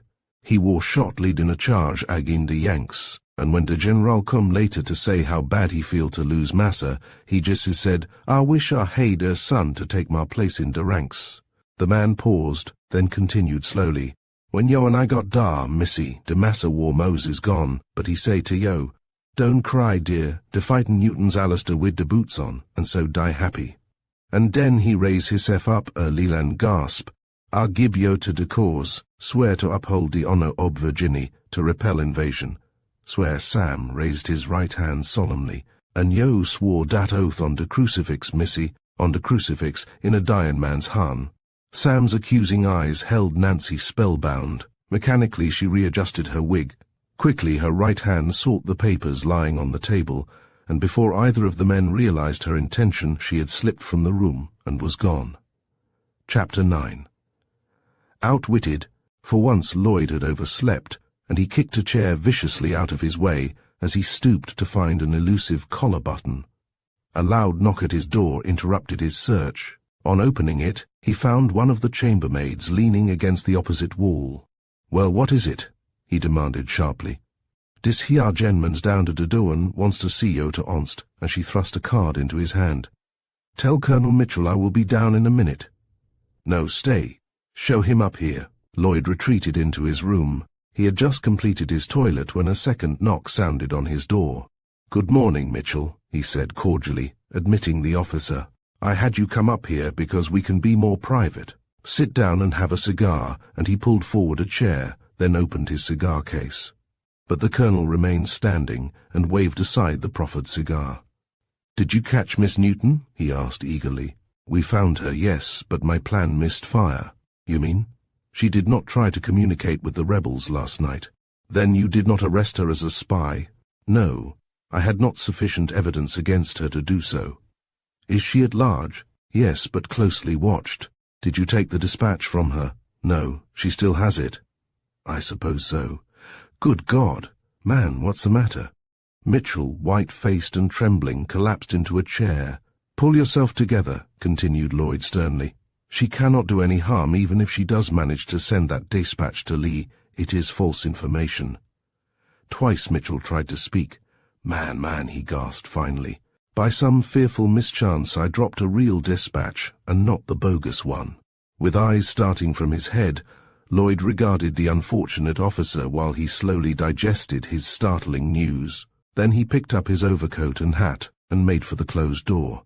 "To think I let that girl go into Virginia under the President's pass with that dispatch in her pocket. Damnation!"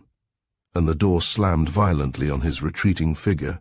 Goddard rose bright and early that morning. He did not awaken Lloyd, for he had bidden him goodbye the night before, so after scrawling a few lines to his friend thanking him for his hospitality, and leaving the note on the bureau, he hastened down to the Newtons. Nancy and her aunt did not keep him waiting long, and with the help of their butler, he got them into the waiting hack, tossed in their numerous hand luggage, and jumped up by the driver. On their arrival at the depot, he found they had but 3 minutes in which to catch the train, so he unceremoniously bundled Miss Metoaca and Nancy through the gates and to the train, while the hackman brought up the rear with 2 carpet bags and a lunch hamper. They found they had the car practically to themselves, so Miss Metoaca picked out the cleanest seat and insisted that all the luggage be put by her side where it would be directly under her eye. Then she announced she was going to take 40 winks, as she had been up most of the night and needed sleep.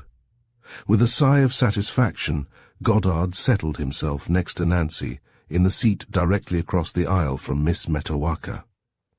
As the train pulled out from the depot, a man swung himself aboard the back platform and slipped into a seat in the rear of the last car, unseen by Goddard. "You look tired," said Goddard, glancing keenly at Nancy's pale face. "I am, for I spent most of the night with a sick servant. But you, Major Goddard, don't look any too fresh yourself," replied Nancy quickly. It was true. Goddard had spent a sleepless night. He would not believe Lloyd's charge against Nancy. After all, she was not the only girl or woman with red gold hair in the world. Lloyd had nothing to go upon but theories, no absolute proof, and an innocent act might easily be construed into a guilty one by a suspicious mind. Perhaps Lloyd's wish had proved father to the thought. He showed extraordinary animosity toward Nancy. All the chivalry of his nature revolted at the Secret Service officer's cold-blooded scheme to ensnare her, and Goddard determined in his own mind she should have fair play. "Are you a Washingtonian by birth, Miss Newton?"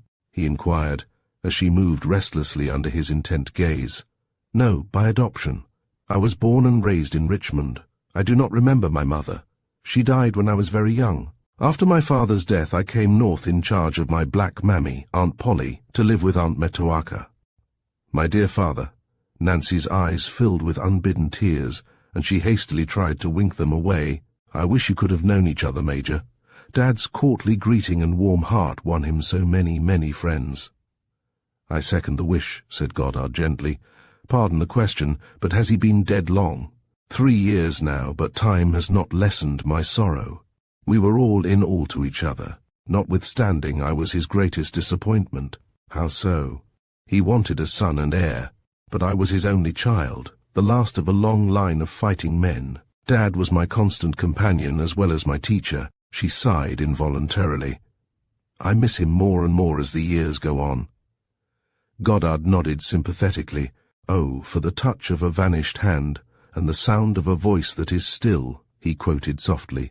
Nancy started, and, as her lips quivered, Goddard added more lightly, "I have a fellow feeling with you, for I am an orphan too, Miss Nancy, but I cannot say I had so agreeable a guardian as you have. Aunt Metoaca has been both mother and father to me. Bless her dear kind heart." And Nancy glanced with deep affection at the nodding grey head on the opposite seat. "She and Dr. John Boyd are the only friends I have—" "Oh, come, you know you have legions of acquaintances." "Yes," interpolated Nancy swiftly. "It is my fault. I do not make friends easily, and lately—" "Yes, and lately," asked Goddard, as she hesitated, "I have noticed a change in my acquaintances. "Oh, nothing tangible, but there is a coolness in their greeting, and I hear innuendos. What do you care? Women will say anything when jealous, which I suspect is the cause of their behavior. Hasn't your mirror told you that?" And Goddard smiled, as he looked with admiration at her winsome face. "It is not always the women who throw the first stone, Major." Again Nancy hesitated. "There is a man in Washington. He chose to consider himself in love with me, and because I did not encourage his suit, he insinuates. The beast! Why don't you tell him he is a liar and a coward? Because I am only a woman. I wish you would give me the right to protect you," whispered Goddard, carried away by the wistful appeal in her large, eloquent eyes. "Major Goddard," Nancy drew back, frightened by the intensity of his manner. "This is very wrong. You forget we have not known each other long." "I'm getting on as fast as I can," retorted Goddard sturdily, his heart thumping as he saw her confusion. "Miss Newton, Nancy, I mean every word I have said.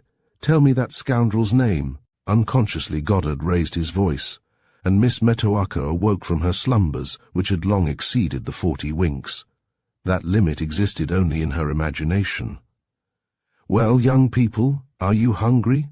To attract Goddard's attention, she prodded him with her umbrella. "Suppose we open our lunch basket." Reluctantly, Goddard rose and assisted Miss Metoaca in handing the sandwiches, cakes, and cold coffee to Nancy. They did full justice to the good things provided by Miss Metoaca's excellent cook, and lingered over the improvised lunch table. Finally, Nancy commenced putting the remains of the lunch into the hamper, just as the train reached the railroad bridge which spanned the Potomac at the juncture of the Shenandoah River. As the train came to a stop before the depot at Harper's Ferry, their car was surrounded by a squad of soldiers, and a lieutenant of infantry swung on board the forward platform and consulted with the conductor. "There's the party," said the latter, pointing through the open door to Miss Metoaca and Nancy, who were sitting together. The officer stepped into the car and addressed them. "Miss Newton?" he asked, touching his cap. "And Miss Nancy Newton, from Washington." "Yes, sir," said Miss Metoaca. "What then?" "I have orders to detain you both in Harper's Ferry. Kindly follow me," and he turned as if to leave the car. "By whose order, and under what charge?" asked Goddard hotly, stepping in front of the two indignant women. "Are you Major Goddard, of the United States Cavalry?" demanded the younger officer. "I am. General Stevenson received orders by telegraph from Washington to detain these ladies here on their arrival." "I do not know the charge, Major," replied the lieutenant courteously. "How long do you propose keeping us here?" asked Nancy, slowly recovering from her astonishment. "Until further orders are received from Washington." "I haven't the faintest intention of staying here," announced Miss Metoaca, with rising indignation. "We have passes from President Lincoln to go to Winchester, and to Winchester I am going." The lieutenant shook his head. "These orders supersede your passes. You will both have to come with me." "Indeed?" Miss Metoaca settled herself comfortably in her seat. "Then, young man, you will have the pleasure of carrying me, for I do not intend to walk out of this car until I reach my proper destination." The lieutenant was equal to the occasion. "Go forward, conductor," he ordered, "and tell the engineer to back this car on a siding in the yard. Then uncouple it from the train. Sergeant, conduct these passengers," indicating the men who had gathered about them, "into the next car." "Wait," called Nancy, and the conductor stopped.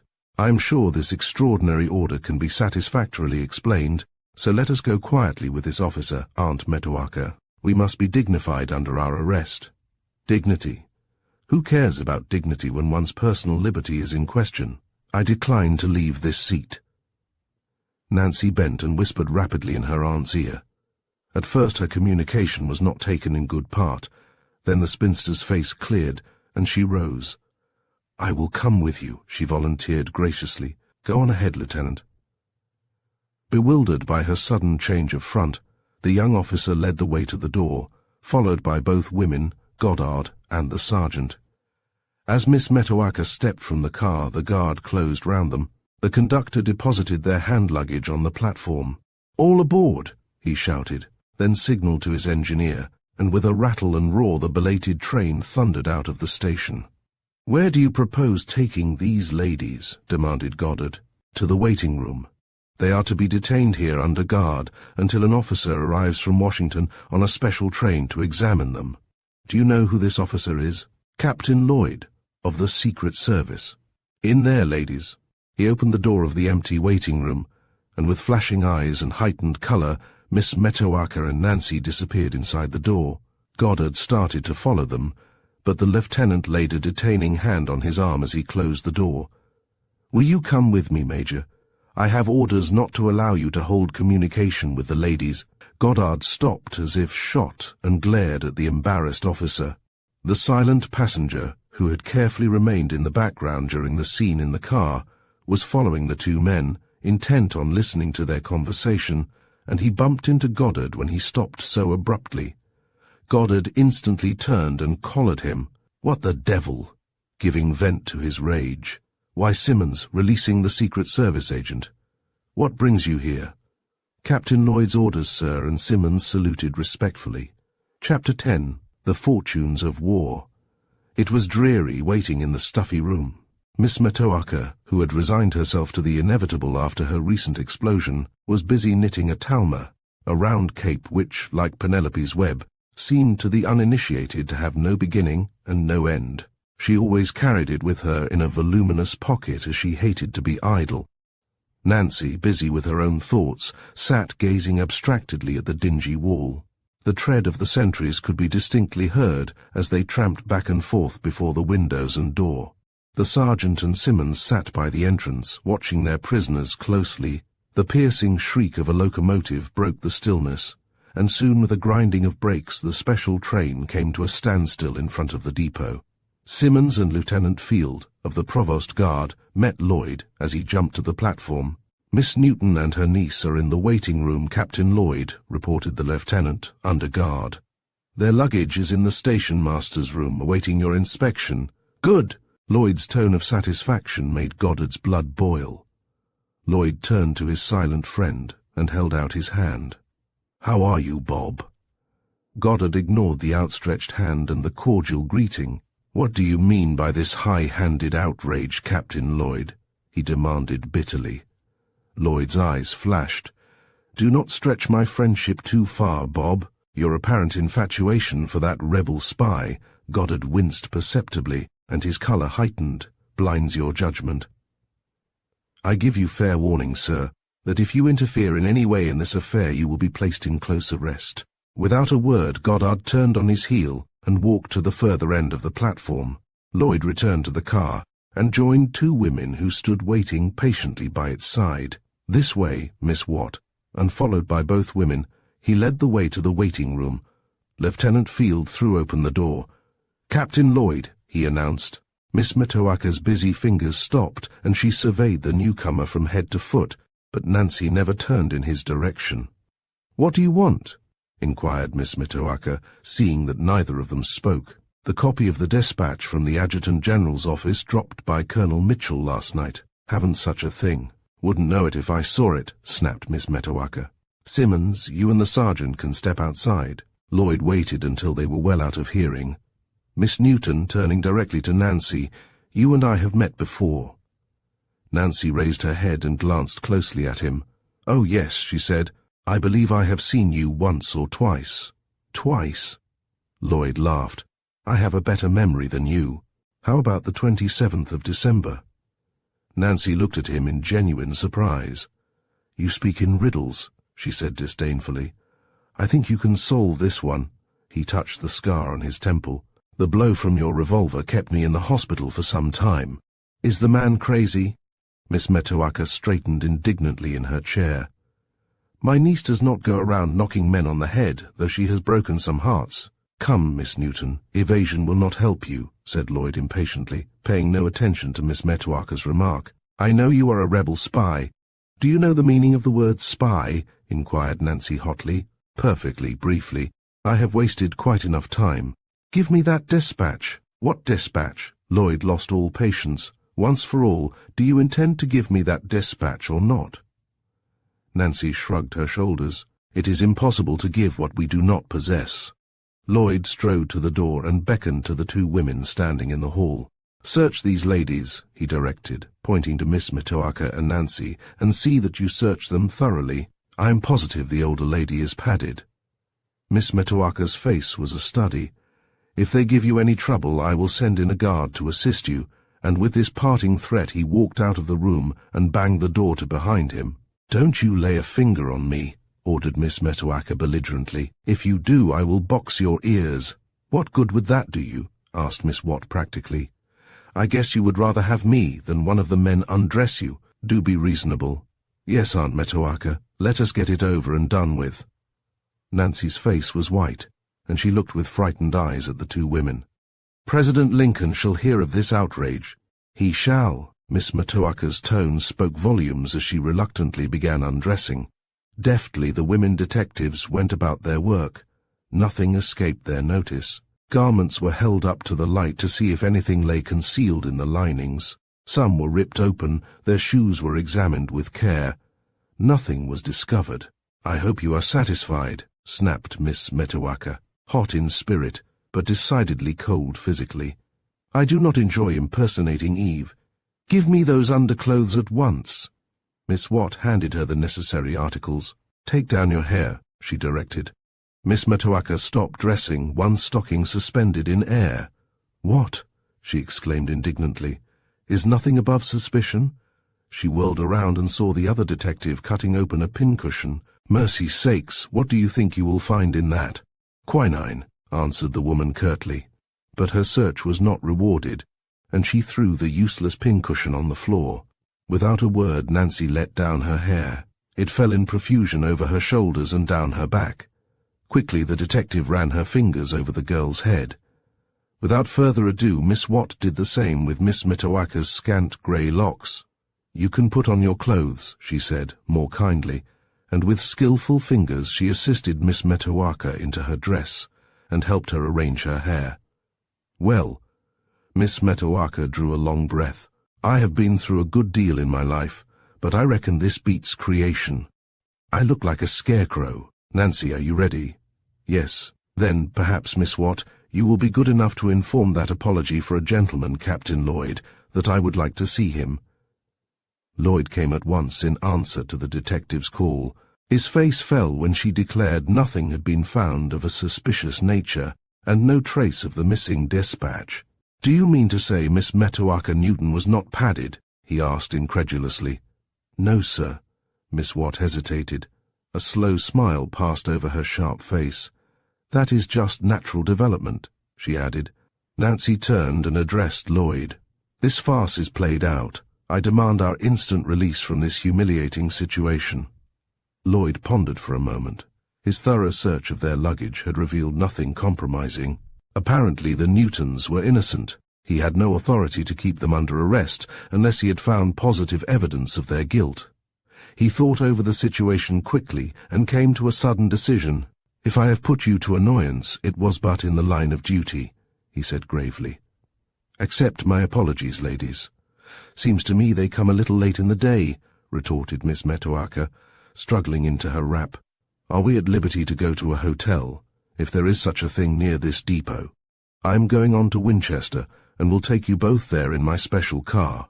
Lloyd led the way to the platform. "Miss Watt, a train leaves for Washington in half an hour, which you and your companion can take. On your arrival, report at once to Colonel Baker. They found Goddard waiting at the steps of the car. I hope you suffered no indignities, Miss Metoaca," he asked, assisting her up the high steps. Then, without waiting for an answer, he turned eagerly to Nancy, who coloured hotly as she placed her hand for 1 second in his before entering the car. Chapter 11. Who Laughs Last? The trip to Winchester was uneventful. The country through which they passed had been made desolate by the contending armies, and Nancy gazed sad-eyed at the ruined homes and wasted fields. War, grim war, had devastated the entire valley. Miss Metoaca spent most of her time repairing the rents made in her wardrobe by Miss Watt and her assistant, and she ignored Lloyd's existence with studied insolence. Goddard tried to engage Nancy in a low-toned conversation, but she did not respond to his overtures, so, tired and worried over the whole situation, he went to the farther end of the car and found what comfort he could with a cigar. The station master and regular detail of soldiers were at Stevenson's depot when the special train reached its destination. On inquiry, Goddard learned from the officer in command of the detachment that the usual escort had come from Winchester for the mail and supplies brought by the regular train, which had arrived several hours ahead of them. Captain Gurley was very much excited when the conductor told him the Mrs. Newton, whom he had come to meet, were detained at Harper's Ferry, continued the officer. He had to return to Winchester. He said he would ride back here, or send an escort for you if he learned by wire to Harper's Ferry that the ladies would reach here tonight. Is there any conveyance I can get to take these ladies over to Winchester? Inquired Goddard. Old Miss Page sent her mules and road wagon, volunteered the station master, for them. Captain Gurley left your hoss hitched under the shed across the street, Major, thinking if you came through sooner than he could get back you'd want him. I reckon you'll find Miss Page's worthless boy asleep in the shed, too, 'cause I told him he couldn't loaf round here. I will stay with the ladies, Bob, said Lloyd. You and Simmons go for your horse and the mules. Goddard turned over an empty crate. Better sit on this, Miss Metoaca, he advised, noting the lines of fatigue in the spinster's haggard face. There is room for you too, Miss Nancy. Simmons, come with me. And the two men hastened across the road to the tumbled-down shed. Goddard's mare, Brown Betty, welcomed him with a whinny of delight, and he stopped a moment to caress her. The mules, harnessed to an open two-seated wagon, were hitched beside his horse, but there was no sign of the driver. You will have to drive them, Simmons, said Goddard, pulling the blanket off his mare and tightening the saddle girths. Here, Sergeant, as that worthy approached, help back these mules out into the street. It took some moments to induce the mules to move at all, but by dint of much whipping and shouting the animals were finally made to mind. Once out of the shed, Simmons had no difficulty in driving up to the depot, where Goddard soon joined him, leading his horse. The darky has disappeared, he explained briefly to Miss Metoaca, as he helped her and Nancy into the back seat and covered them with the warm laprobes that were in the bottom of the wagon. Captain Lloyd. Miss Metoaca leaned forward with the inborn breeding inherited from generations of gentle blood. You appear to have no way of reaching Winchester except by foot. May I offer you the fourth seat in this wagon? Lloyd coloured as he raised his hat. Thank you, madam. He caught Nancy's mocking smile and murmured, Is it to be an armed truce? Why look on me as an enemy? She retorted calmly. Without answering, Lloyd seated himself by Simmons, and they started slowly off. Goddard stayed a moment to exchange a few more words with the officers stationed at the depot, then put spurs to his mare, and soon overtook the rest of his party. The winter day was drawing to a close, and dusk was falling as they left the last cluster of houses behind them. The mules were old and poorly fed. It was impossible to get them to move faster than a jog trot. They had gone some distance when Goddard saw a small detachment of cavalry approaching, leisurely walking their horses along the road from Winchester. Their blue uniforms reassured him, and he rode forward to meet the sergeant and recognized on nearer view the insignia of his corps on the latter's uniform. Did Captain Gurley send you to escort these ladies? He asked, as the sergeant spurred up and saluted. Yes, Major. Goddard turned and beckoned to Simmons, who had stopped some yards in the rear. What do you mean by letting your men straggle so along the road? He demanded sharply. Have them close up.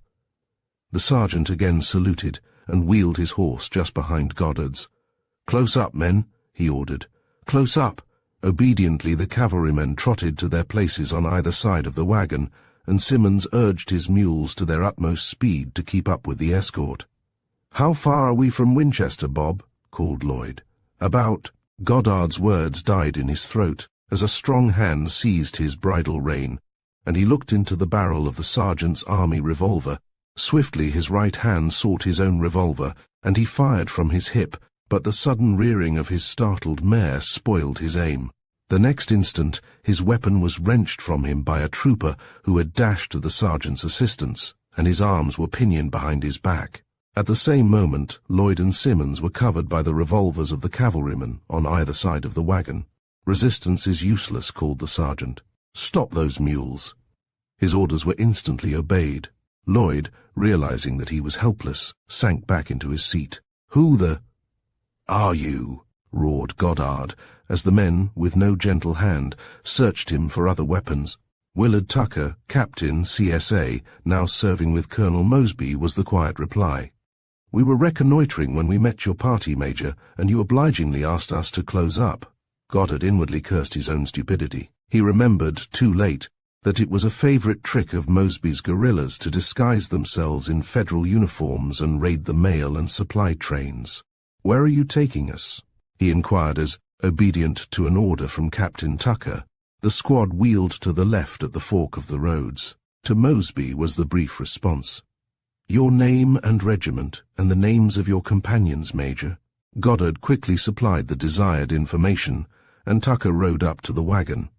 "I am sorry to inconvenience you, ladies," he said, "but I must take you with me to headquarters." Miss Metoaca and Nancy had sat spellbound, watching Goddard's capture with startled eyes.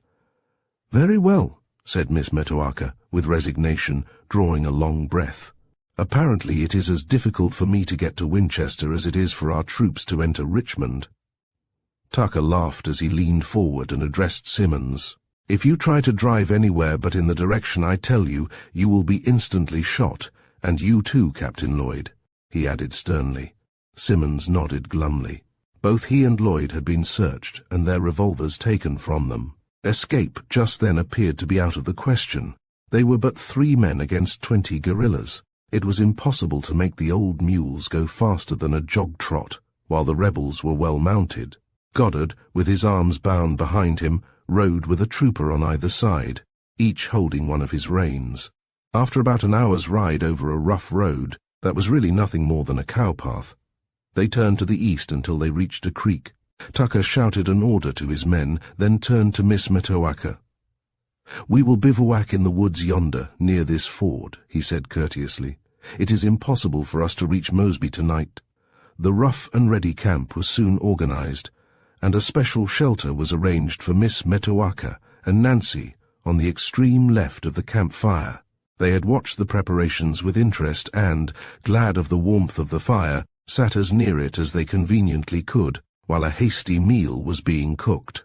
From the first moment of their capture, Lloyd had watched Nancy like a lynx. Not a movement of her hands had escaped him.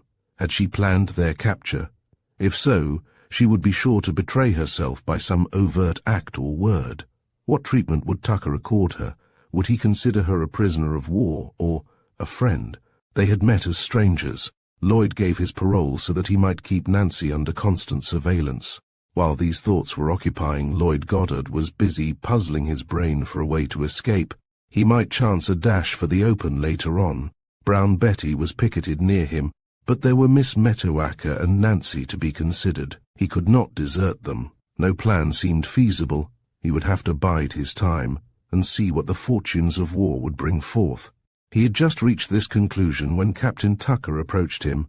"If you will give me your parole not to attempt escape," he said, "I will have your arms freed." Goddard thought quickly. "I promise, until tomorrow morning," he agreed reluctantly. Tucker called one of the guerrillas, and with his assistance released Goddard, who rubbed his stiff arms until the blood again circulated freely. "Come over by the fire and have some supper," suggested the rebel captain, and with a muttered word of thanks Goddard hastened to join his friends. Nancy made room for him beside her. "Don't be so downhearted," she whispered, handing him a piece of corn pone. "Our fate might be worse. I feel sure we will escape somehow." "You are a brave girl to take it that way," he answered, and his eyes kindled with admiration.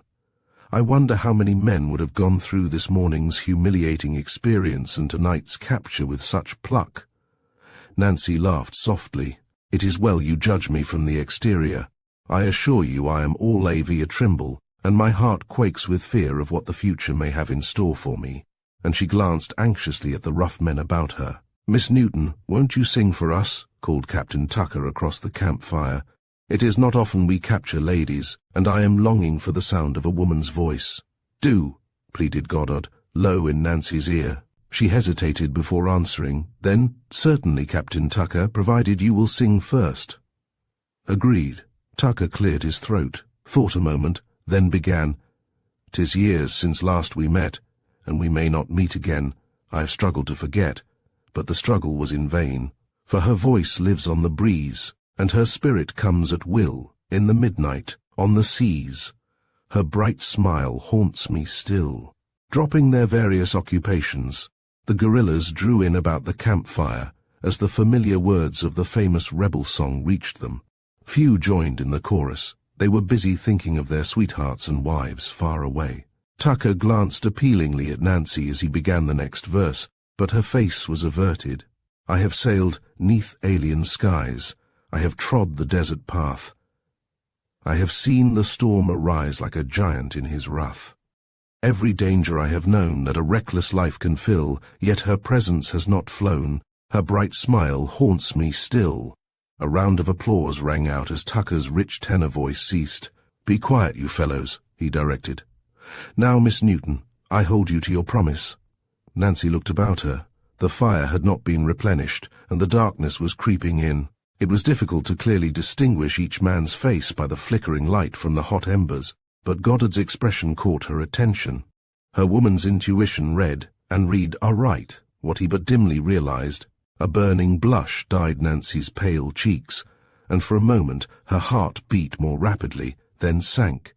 She was a rebel, a spy, here, are not hated, Yankee, a gallant, honorable foe. She must not encourage him. That should not be charged against her when the reckoning came. The old words, he who breaks, pays, recurred to her. Let hers be the pain, not his. She forgot my old Kentucky home. Instead came the words, take back the heart that thou gavest. What is my anguish to thee? Take back the freedom thou cravest, leaving the fetters to me. Take back the vows thou hast spoken, fling them aside and be free.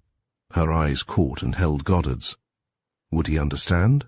Smile o'er each pitiful token, leaving the sorrow for me. Drink deep of life's fond illusion. Gaze on the storm cloud and flee swiftly, through strife and confusion, leaving the burden to me. Not a man stirred as her glorious voice died away. Goddard's eyes fell, and he prodded the ground viciously with nervous fingers. His mouth was set in stubborn lines. No one spoke. Goddard roused himself. One quick, compelling look at Nancy, and his fine baritone voice took up the song she had left unfinished. Then, when at last, overtaken, time flings its fetters o'er thee, come, with a trust still unshaken, come back a captive to me. Come back in sadness or sorrow, once more my darling to be. Come as of old, love, to borrow glimpses of sunlight from me. Love shall resume her dominion, striving no more to be free, when on her world-weary pinion flies back my lost love to me. Good, Major, good, exclaimed Tucker heartily as the applause rang out. Do sing again, Miss Newton, Miss Metoaca answered for Nancy. Not tonight, Captain Tucker. We have had a trying day and are completely worn out. With your permission, we will go to our tent. Of course, Miss Newton, exclaimed Tucker, springing to his feet. You and your niece are at liberty to walk about the camp, provided you do not approach the picket line. Thanks. Miss Metoaca's tone was dry. Coming, Nancy. Good night, gentlemen, and she stalked to her temporary shelter with as much dignity as the uneven ground permitted. Nancy rose, bade Tucker a courteous good night, and accompanied by Goddard, followed her aunt. Good night, Major, she said, and turned to enter the canvas shelter. Goddard took her half-extended hand in both of his. One moment, he implored, in so low a tone that she barely heard the words. Did you intend that song to have an especial meaning for me? Did you? Nancy simply bowed her head in an affirmative. Goddard drew a deep breath. His eyes scanned her face yearningly. No man or circumstance shall part us, he said grimly. You forget, sir, that it is my privilege to choose my friends and acquaintances. The accent on the last word was unmistakable. Goddard paled under his tan. Do you dislike me? He demanded. Yes. Goddard could not see the effort the monosyllable cost her. In bitter disappointment he dropped her hand. As Nancy turned abruptly away, she tripped over the root of a tree. Instantly Goddard caught and steadied her. Her soft hair brushed his cheek. One breathless moment, he clasped her in his arms and showered kisses on the face pressed against his shoulder. Desperately, Nancy wrenched herself free and disappeared inside the tent. With shining eyes and bounding pulse he rejoined Tucker and Lloyd by the campfire. Some hours later Goddard awoke from an uneasy sleep. At first, bewildered by his surroundings, he lay without moving. Then gradually the occurrences of that day recurred to him. His thoughts flew to Nancy, and raising himself on his elbow, he glanced in the direction of her improvised shelter, some distance to his left. In the stillness the snores of the sleeping men sounded clearly. Surely it had not been that which had awakened him. As his eyes grew accustomed to the darkness, he saw dimly the outlines of a man's figure approach Nancy's tent and disappear behind it. He was wide awake on the instant.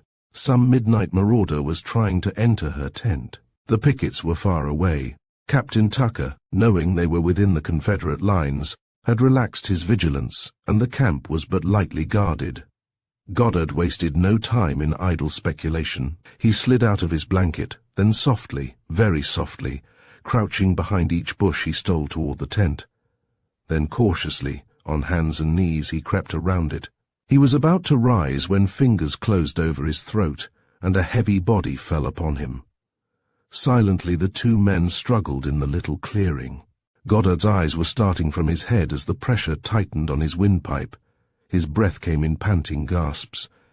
With strength born of desperation, he tore the gripping hands away, and the fresh air rushed into his stifled lungs. "Lloyd! Lloyd! Help!" he gasped. His weak voice did not carry far, but the figure above him stiffened. "My God! Is it you, Bob?" whispered Lloyd. "We have been fighting each other." He slid off Goddard's body and assisted him to sit up. What in blazes did you jump on me for?" demanded Goddard in a hoarse whisper, tenderly feeling his aching throat. "I did not know it was you, Bob. I have been dozing off and on, and suddenly heard a faint noise in this direction. Thinking it might be Tucker trying to communicate unseen with Miss Newton, I stole over here. When you came creeping around the corner there, I sprang on you. Have you still got that bee in your bonnet?" whispered Goddard scornfully. "When will your persecution of that girl cease? Your search this morning proved she hadn't any despatch. Besides, you did not actually see her pick up that said despatch in Gautier's. You simply jumped to that conclusion because the despatch was not on the floor when you reached their table. Anyone might have picked it up. Now, we both have proof that she has not communicated with Tucker. We mistook each other for him, that is all. Let's go back to our blankets." His advice was good, and Lloyd followed it. Inside the tent, a girl, sad at heart, crouched against the canvas. Her fingers felt around the empty hole in one of her pear-shaped earrings.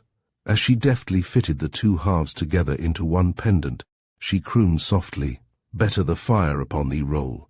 Better the blade, the shot, the bowl, than crucifixion of the soul. Maryland, my Maryland." Chapter 12. The fight, a tea, the ford. The sentry slackened his walk and rubbed his sleepy eyes. It was almost time for his relief. He glanced behind him at the motionless figures lying around the ashes of the campfire. If it had been a bivouac of the dead, the silence could not have been more profound. Even Lloyd had dropped into the heavy sleep that comes in the early hours of the morning. The guerrilla gazed for a moment at the other sentries, dim shadowy forms in the early dawn, then continued on his way. He had almost reached the evergreen which marked the end of his patrol, when a faint, very faint sound in the woods to his left caused him to wheel in that direction. Surely something moved among the trees. Instantly his challenge rang out. "Who goes there? Halt, halt, or I fire." A flash, a loud report. Tucker sprang to his feet as the camp awoke. "Up, men, up," he roared. "Secure the prisoners, then mount." Goddard, who had jumped up, stood bewildered for a second, then dashed toward Nancy's tent. A burly guerrilla clutched him by the shoulder, but Goddard sent him reeling back with a well-directed blow and continued his race to the tent. He must shield Nancy. "Stop, Goddard," thundered Tucker. "Remember your parole." "No parole holds in the presence of a rescue," panted Goddard. Lloyd, this way, man." Frightened by the sudden commotion and firing, Nancy stepped out of the tent, followed by Miss Metoaca, and paused, uncertain where to go or what to do. To his horror, Goddard saw a guerrilla seize her roughly and push her toward the plunging, frightened horses. Miss Metoaca screamed. With a bound, Goddard threw himself forward and grappled with the man, who knocked Nancy roughly to one side the better to tackle the Union officer. Reeling backward and forward, the two men fought locked in a close embrace. The guerrilla grasped an old pistol in his right hand and tried desperately to use it, but Goddard kept its muzzle turned skyward and gradually forced the man's arm, folded, against the other's chest. Suddenly the guerrilla tripped and stumbled backward, carrying Goddard down on top of him as he fell. A flash, a deafening report. The red-hot flame seared Goddard's face and forehead, and he sank into oblivion. Tucker, whose right arm dangled helpless by his side, tried desperately to rally his men. They had sought what shelter they could, and were returning the enemy's fire frantically. "Secure the prisoners," he shouted again and again. Then to horse. Before his orders could be obeyed, the Federals came crashing, bounding through the trees. The guerrillas sent a volley into the advancing men, then turned and dashed for their horses. One moment of wild confusion, and they were in full flight, pursued by the cheering Federals. Tucker, seeing it was hopeless, dug spurs into his horse and raced after his men. Bob, where are you?" bellowed a stentorian voice, and a tall figure came sprinting toward the campfire. "Here," called Nancy. She was crouching by Goddard's body. Captain Gurley sped in the direction of her voice. "Nancy," he gasped. "Safe, thank God. But where's Bob?" "Here." Nancy again bent over the motionless man. I am afraid he is dead." The hopeless misery of her voice was not noticed by Gurley, who had dropped on his knees beside Goddard. "This light may help you." Miss Metoaca reappeared on the scene with a candle in her hand. "The daylight is too dim in these woods to tell what is the matter with the Major, so I went to get this candle out of my bag." "Why, John, where did you drop from?" "Winchester," was the brief reply, as Gurley examined Goddard's condition. "Belden, one of Colonel Young's spies, saw your capture. He followed you some distance to discover which road you took, then returned to the cantonment and reported. I was ordered in pursuit, and brought Belden with me. He knows this country by heart, so we were able to steal up on the camp and surprise the guerrillas." "It was splendidly done," declared Lloyd, who had silently approached in time to hear Gurley's last remarks. "I cannot express my thanks and admiration for your gallant rescue." Seeing Gurley's start of surprise and suspicion, he hastened to add, "I am Captain George Lloyd, of the Secret Service." Then in another tone, "Is Bob badly hurt?" "Can't tell yet," grunted Gurley. Nancy was gently wiping the powder-stained and bleeding face with some water which Simmons had brought her. "I think he is only stunned. Apparently the bullet did not penetrate. These are only flesh wounds," touching Goddard's face tenderly. "The powder has burned off his eyebrows too. Miss Metoaca, have you any clothes which I can use for bandages?" Without answering, the spinster hastened to her tent. She returned in a few moments with the necessary article and, pulling the edges of the wounds together, Gurley bandaged them as best he could. "Won't a sip of this do him good?" inquired Miss Metoaca, unscrewing the stopper of a small flask. Lloyd forced some of the brandy down Goddard's throat. Quickly the stimulant took effect, and his eyelids fluttered faintly. "He will come round all right," said Gurley, much relieved. "How soon can you and Nancy be ready to start for Winchester, Miss Metoaca?" "We are ready now," was the prompt reply, "for we did not undress or unpack our bags last night." "Good. Then we will leave at once, for we must get back inside our lines as quickly as possible. Mosby will hear of this skirmish, and may send a superior force after us. By the way, Miss Metoaca, did you ride or drive from Stevenson's depot?" "Drove in an open two-seated wagon." "In that case I will put Major Goddard in the wagon with you. And you, Captain Lloyd? If you will permit me, I will ride Major Goddard's mare, that is, if she hasn't been stampeded, or carried off by the guerrillas. Simmons, my assistant who drove the ladies, can surely drive them back." "All right." Gurley nodded curtly. "I see no objection to that plan. Will you assist the ladies in getting their belongings into the wagon? I must see if there are any casualties among our men. Orderly, stay here with Major Goddard, and let me know instantly if he regains consciousness." The troopers were returning from their fruitless pursuit of the guerrillas, and they congregated about the lieutenant, who was busy examining the prisoners. 9 prisoners, Captain, he reported, as Gurley strode up. Wounded, but not badly enough to prevent their riding. 5 guerrillas were killed, and 3 of our men. They are lying yonder, pointing to a clump of trees. Were any of our men wounded? 3 have flesh wounds, nothing serious. Then bury the dead as quickly as you can. Is Major Goddard dead? Inquired the lieutenant anxiously, not waiting for his superior to finish his sentence. No, indeed, cheerily, simply stunned by the explosion of an old pistol before his face. Sergeant, take some men and carry Major Goddard over to that wagon standing by the roadside. Simmons had removed one of the long cushions belonging to the back wagon seat, and the men carefully lifted Goddard on it and carried him as gently as possible and placed him in the wagon. Sit here, Nancy, directed Gurley, and hold on to Bob, otherwise I am afraid he will fall out. Nancy sprang into the wagon and made Goddard as comfortable as she could. Miss Metoaca, who had been occupied in putting her luggage under the seat, clambered into the vehicle and sat down by Simmons. The mules had been hitched to the wagon by the sergeant and 2 troopers. "All ready, Miss Metoaca?" asked Gurley, tucking the Laprobe around the spinster. Bugler, sound, boots and saddles. As the call ended, man after man filed out into the path leading his horse, and the ranks were rapidly formed by Sergeant Crane. A few swift orders, and the troop started on their return trip to Winchester, the wagon, followed by the mounted prisoners, in their midst. Chapter 13. For the Cause. Captain Gurley pushed open the rickety gate impatiently, and strode up the walk to Page Hall with jingling spurs and clanking sabre.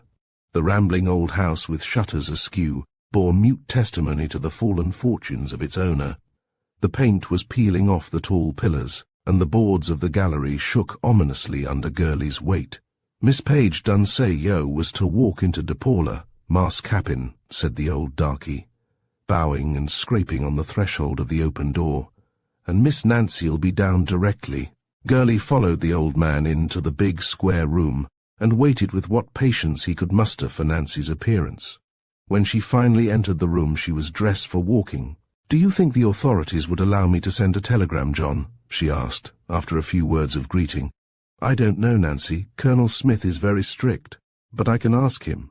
"Is it important?" "Aunt Metoaca has just received a letter from our cousin, Mrs. Green, saying that her house was burned to the ground, and she is homeless. So Auntie wants to telegraph her to go to our house, and that we will return to Washington at once." Gurley's face fell. "Oh, don't say you are going away. I am sorry about Mrs. Green's misfortune, but surely your servants can take care of her in your absence. Mrs. Green is a cripple, and we fear the shock and exposure at the time of the fire may make her ill. Aunt Metoaca also feels that she should be with her cousin, in case she is financially embarrassed by her loss. I will escort you to the telegraph office, Nancy, and try and arrange to have your despatch sent at once. But I call it beastly hard luck," grumbled Gurley, as they sauntered through Miss Page's garden and into the main street of the town. "I have hardly seen a thing of you. You spend your entire time with Bob Goddard." Reading to him, supplemented Nancy calmly. "It is the least I can do, John, when you think that he was injured in trying to protect me.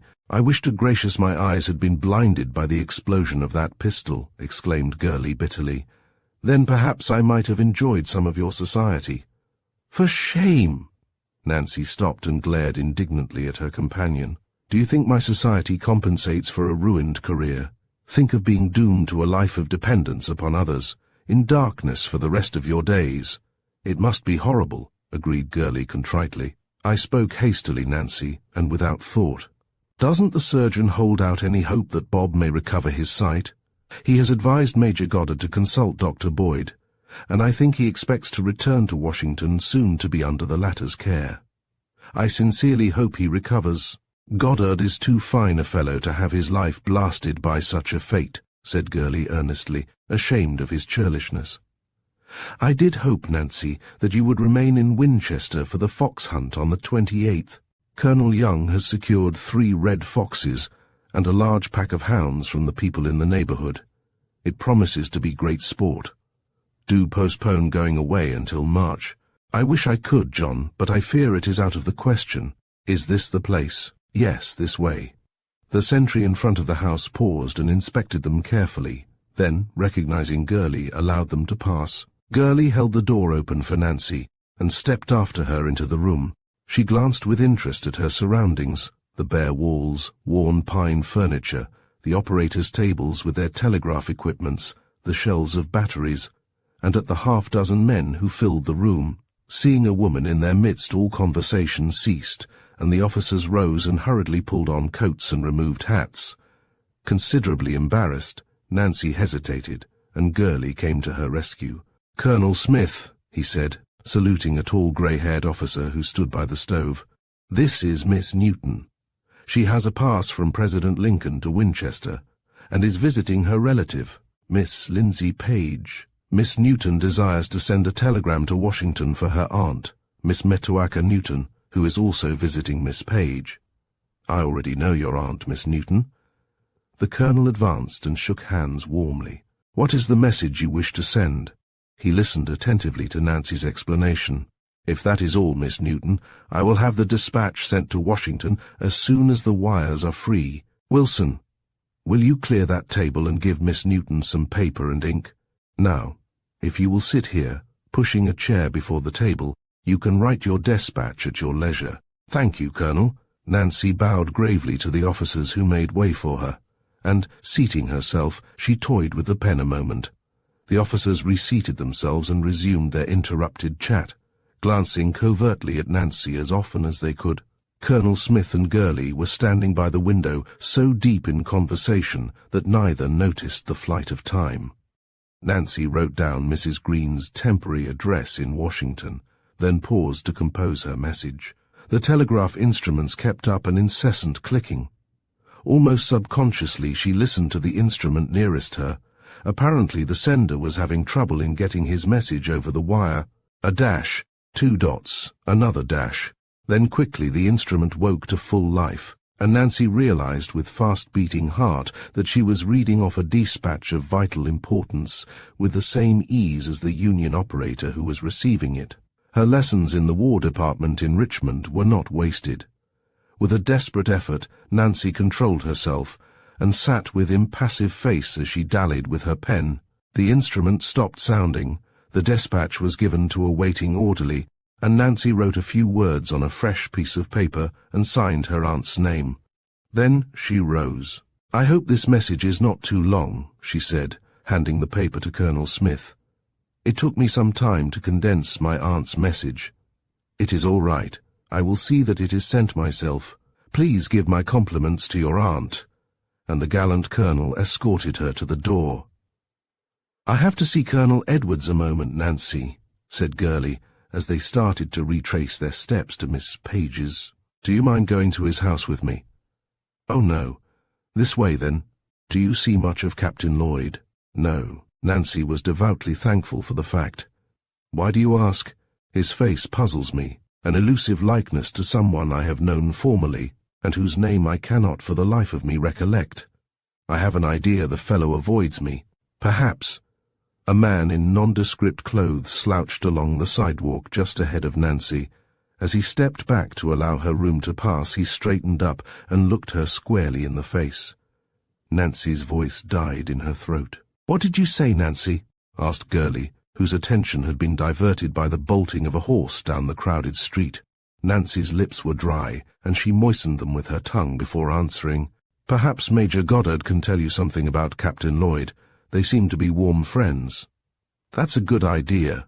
I will ask Bob the next time I see him alone."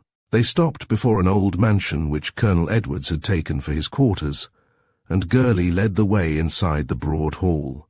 "Now, Nancy, if you will wait in this side room, conducting her across the hall, no one will disturb you here. Don't be long, John." "I won't." And Gurley carefully shut the door behind him as he went out. Nancy walked over to the window, raised the curtain, and looked out into the street. The stranger in nondescript clothes was standing in front of the house, talking to the corporal of the guard. He produced a soiled paper, at sight of which the corporal signed to him to enter.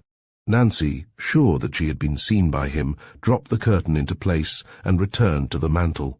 She drew out a piece of paper and a small pencil, and leaning on the mantel, wrote rapidly. She had just finished when the hall door was cautiously opened, Quickly she crumpled the paper in her hand. Then, seeing the intruder's face, she stepped into the center of the room. The man entered and closed the door gently behind him. "George," Nancy's voice was no more than a whisper. "Are you mad? Suppose you are recognized. It is not likely to happen. Don't be so worried, Nancy." The Confederate moved swiftly to her side and caught her outstretched hand in both of his. "One of Young's spies was captured inside our lines. I am using his pass and his clothes. Believe me, I am running no unnecessary risks. Tucker told me you were here. I laid my plans carefully so as not to involve you if my disguise is penetrated. Have you any news for us?" "This dispatch has just come for Sheridan. It is of vital importance." Nancy unrolled the paper. "It is in cipher. I have not had time to translate it, so just jotted down the words and put the key at the bottom." "Good." The Confederate took the paper and concealed it about his person. "General Lee has recommended arming the blacks." "What?" "It has become a military necessity briefly. Columbia has surrendered to Sherman, we have evacuated Charleston, and the Yanks under General Gilmore are occupying the city. All the ammunition and provisions stored there and in the vicinity were destroyed." Nancy uttered an exclamation. "We are in such straits we cannot find money to replace the loss," went on Pegram bitterly. "Our currency," he shrugged his shoulders expressively, "in Richmond gold is 4,400% premium. The women and children are suffering daily privations there which—" "George, can't you take me with you to Richmond?" broke in Nancy passionately. "I will gladly endure all and every privation, for I am sick, as sick, of worming secrets from trusting friends and spying upon those who shelter me." George Pegram looked at her aghast. "Nancy, Nancy, what are you saying?" Then, glancing more keenly at her, "You are overwrought, child. You won't feel the same after a good night's rest." "Rest, did you say? I feel as if I could never rest in peace again. I tell you, George, I am living under the shadow of the gallows. At night I dream the noose is fastened about my throat, and wake myself feeling for the rope. Poor child," he stroked Nancy's hair soothingly. "You have done us inestimable service. Lee told me that he had the greatest admiration for your ability and pluck." Nancy smiled wanly. "Thanks, George, for telling me that, but I fear my days of usefulness are over. I am already suspected. Captain Lloyd, of the Secret Service, is dogging my footsteps, waiting and watching for a fatal slip on my part, so far without success. But you know the fate of the pitcher that went too often to the well. I will back your quick wits against any man's. But I never thought to find you lacking in courage, Nancy." Stung by his tone, she drew back. "How dare you say such a thing? I am not afraid to face danger. It's this life of deceit that is killing me. The end justifies the means, Nancy. Remember your oath to a dying man." "I have remembered, proudly, and in keeping it have forgotten sex, and played the part of a man. But, more calmly, I can be of little use now that I am suspected. You are wrong, Nancy. We are fighting against time now. Soon, very soon, the Confederate States of America will be recognized by the foreign powers. Lee has come to the conclusion that Petersburg and Richmond must be abandoned, that only in the mountainous regions upon the borders of Virginia and North Carolina can the war be protracted. He wishes to get his army safely out of Petersburg. Therefore, it is imperative that we know Grant's plans so that we can checkmate them. Your place is in Washington, Nancy. Your father gave his life for the cause. Would you do less? He died an honorable death, while Nancy's voice broke, then in a different tone. "You must go, George. Every moment may increase your danger. Tell General Lee I am still fighting for the cause." "For the cause?" echoed her companion. "It claims us all. God bless you, Nancy." He threw his arms about her and, stooping, pressed his lips to her white cheek, then stood transfixed as the hall door swung slowly open, disclosing a Union officer facing them on the threshold. Nancy's lips moved, but no sound escaped her. Her terrified eyes stared unblinkingly at the newcomer.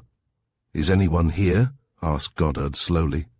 Nancy's muscles relaxed and she leaned limply against the Confederate. She had forgotten that Goddard was blind. A slight pause, then she spoke. "It is I, Nancy Newton.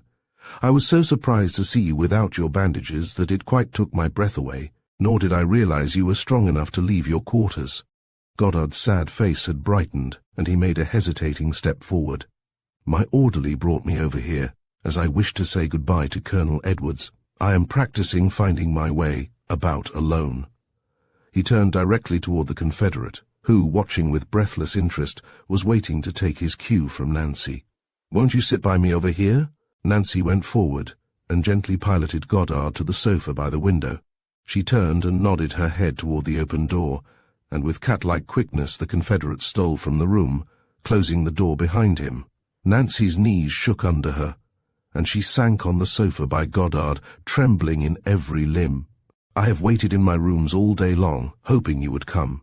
Goddard reached over and felt about for Nancy's hand, and she placed her cold fingers reluctantly in his. "Are you having a chill?" he asked, alarmed. "Oh, no, my hands are always cold," with well-simulated lightness. Then she hastened to change the subject. "I'm glad you are so much better. Thanks. Dr. Scott is very much encouraged by my improvement and insists on my going to Washington tomorrow. He says I must see Dr. Boyd. And he is right, I know." Goddard hesitated. "I should have gone last week, but I could not bear to leave you." Nancy flushed warmly. "Aunt Metoaca and I return to Washington on the same train with you, so you see we will not be separated yet." "God! How I wish it could be never, my darling." The words seemed wrung from Goddard. His face laid bare his secret. Then, pulling himself up abruptly, I ask your pardon, Miss Nancy, pay no heed. For the moment I forgot. My blindness. What I would ask in happier circumstances cannot be spoken now." Nancy's answer was drowned in the sudden rush of feet outside, and the shout, "Corporal of the Guard, this way!" The door was dashed open, and Lloyd, followed by a file of soldiers, strode into the room. "Arrest?"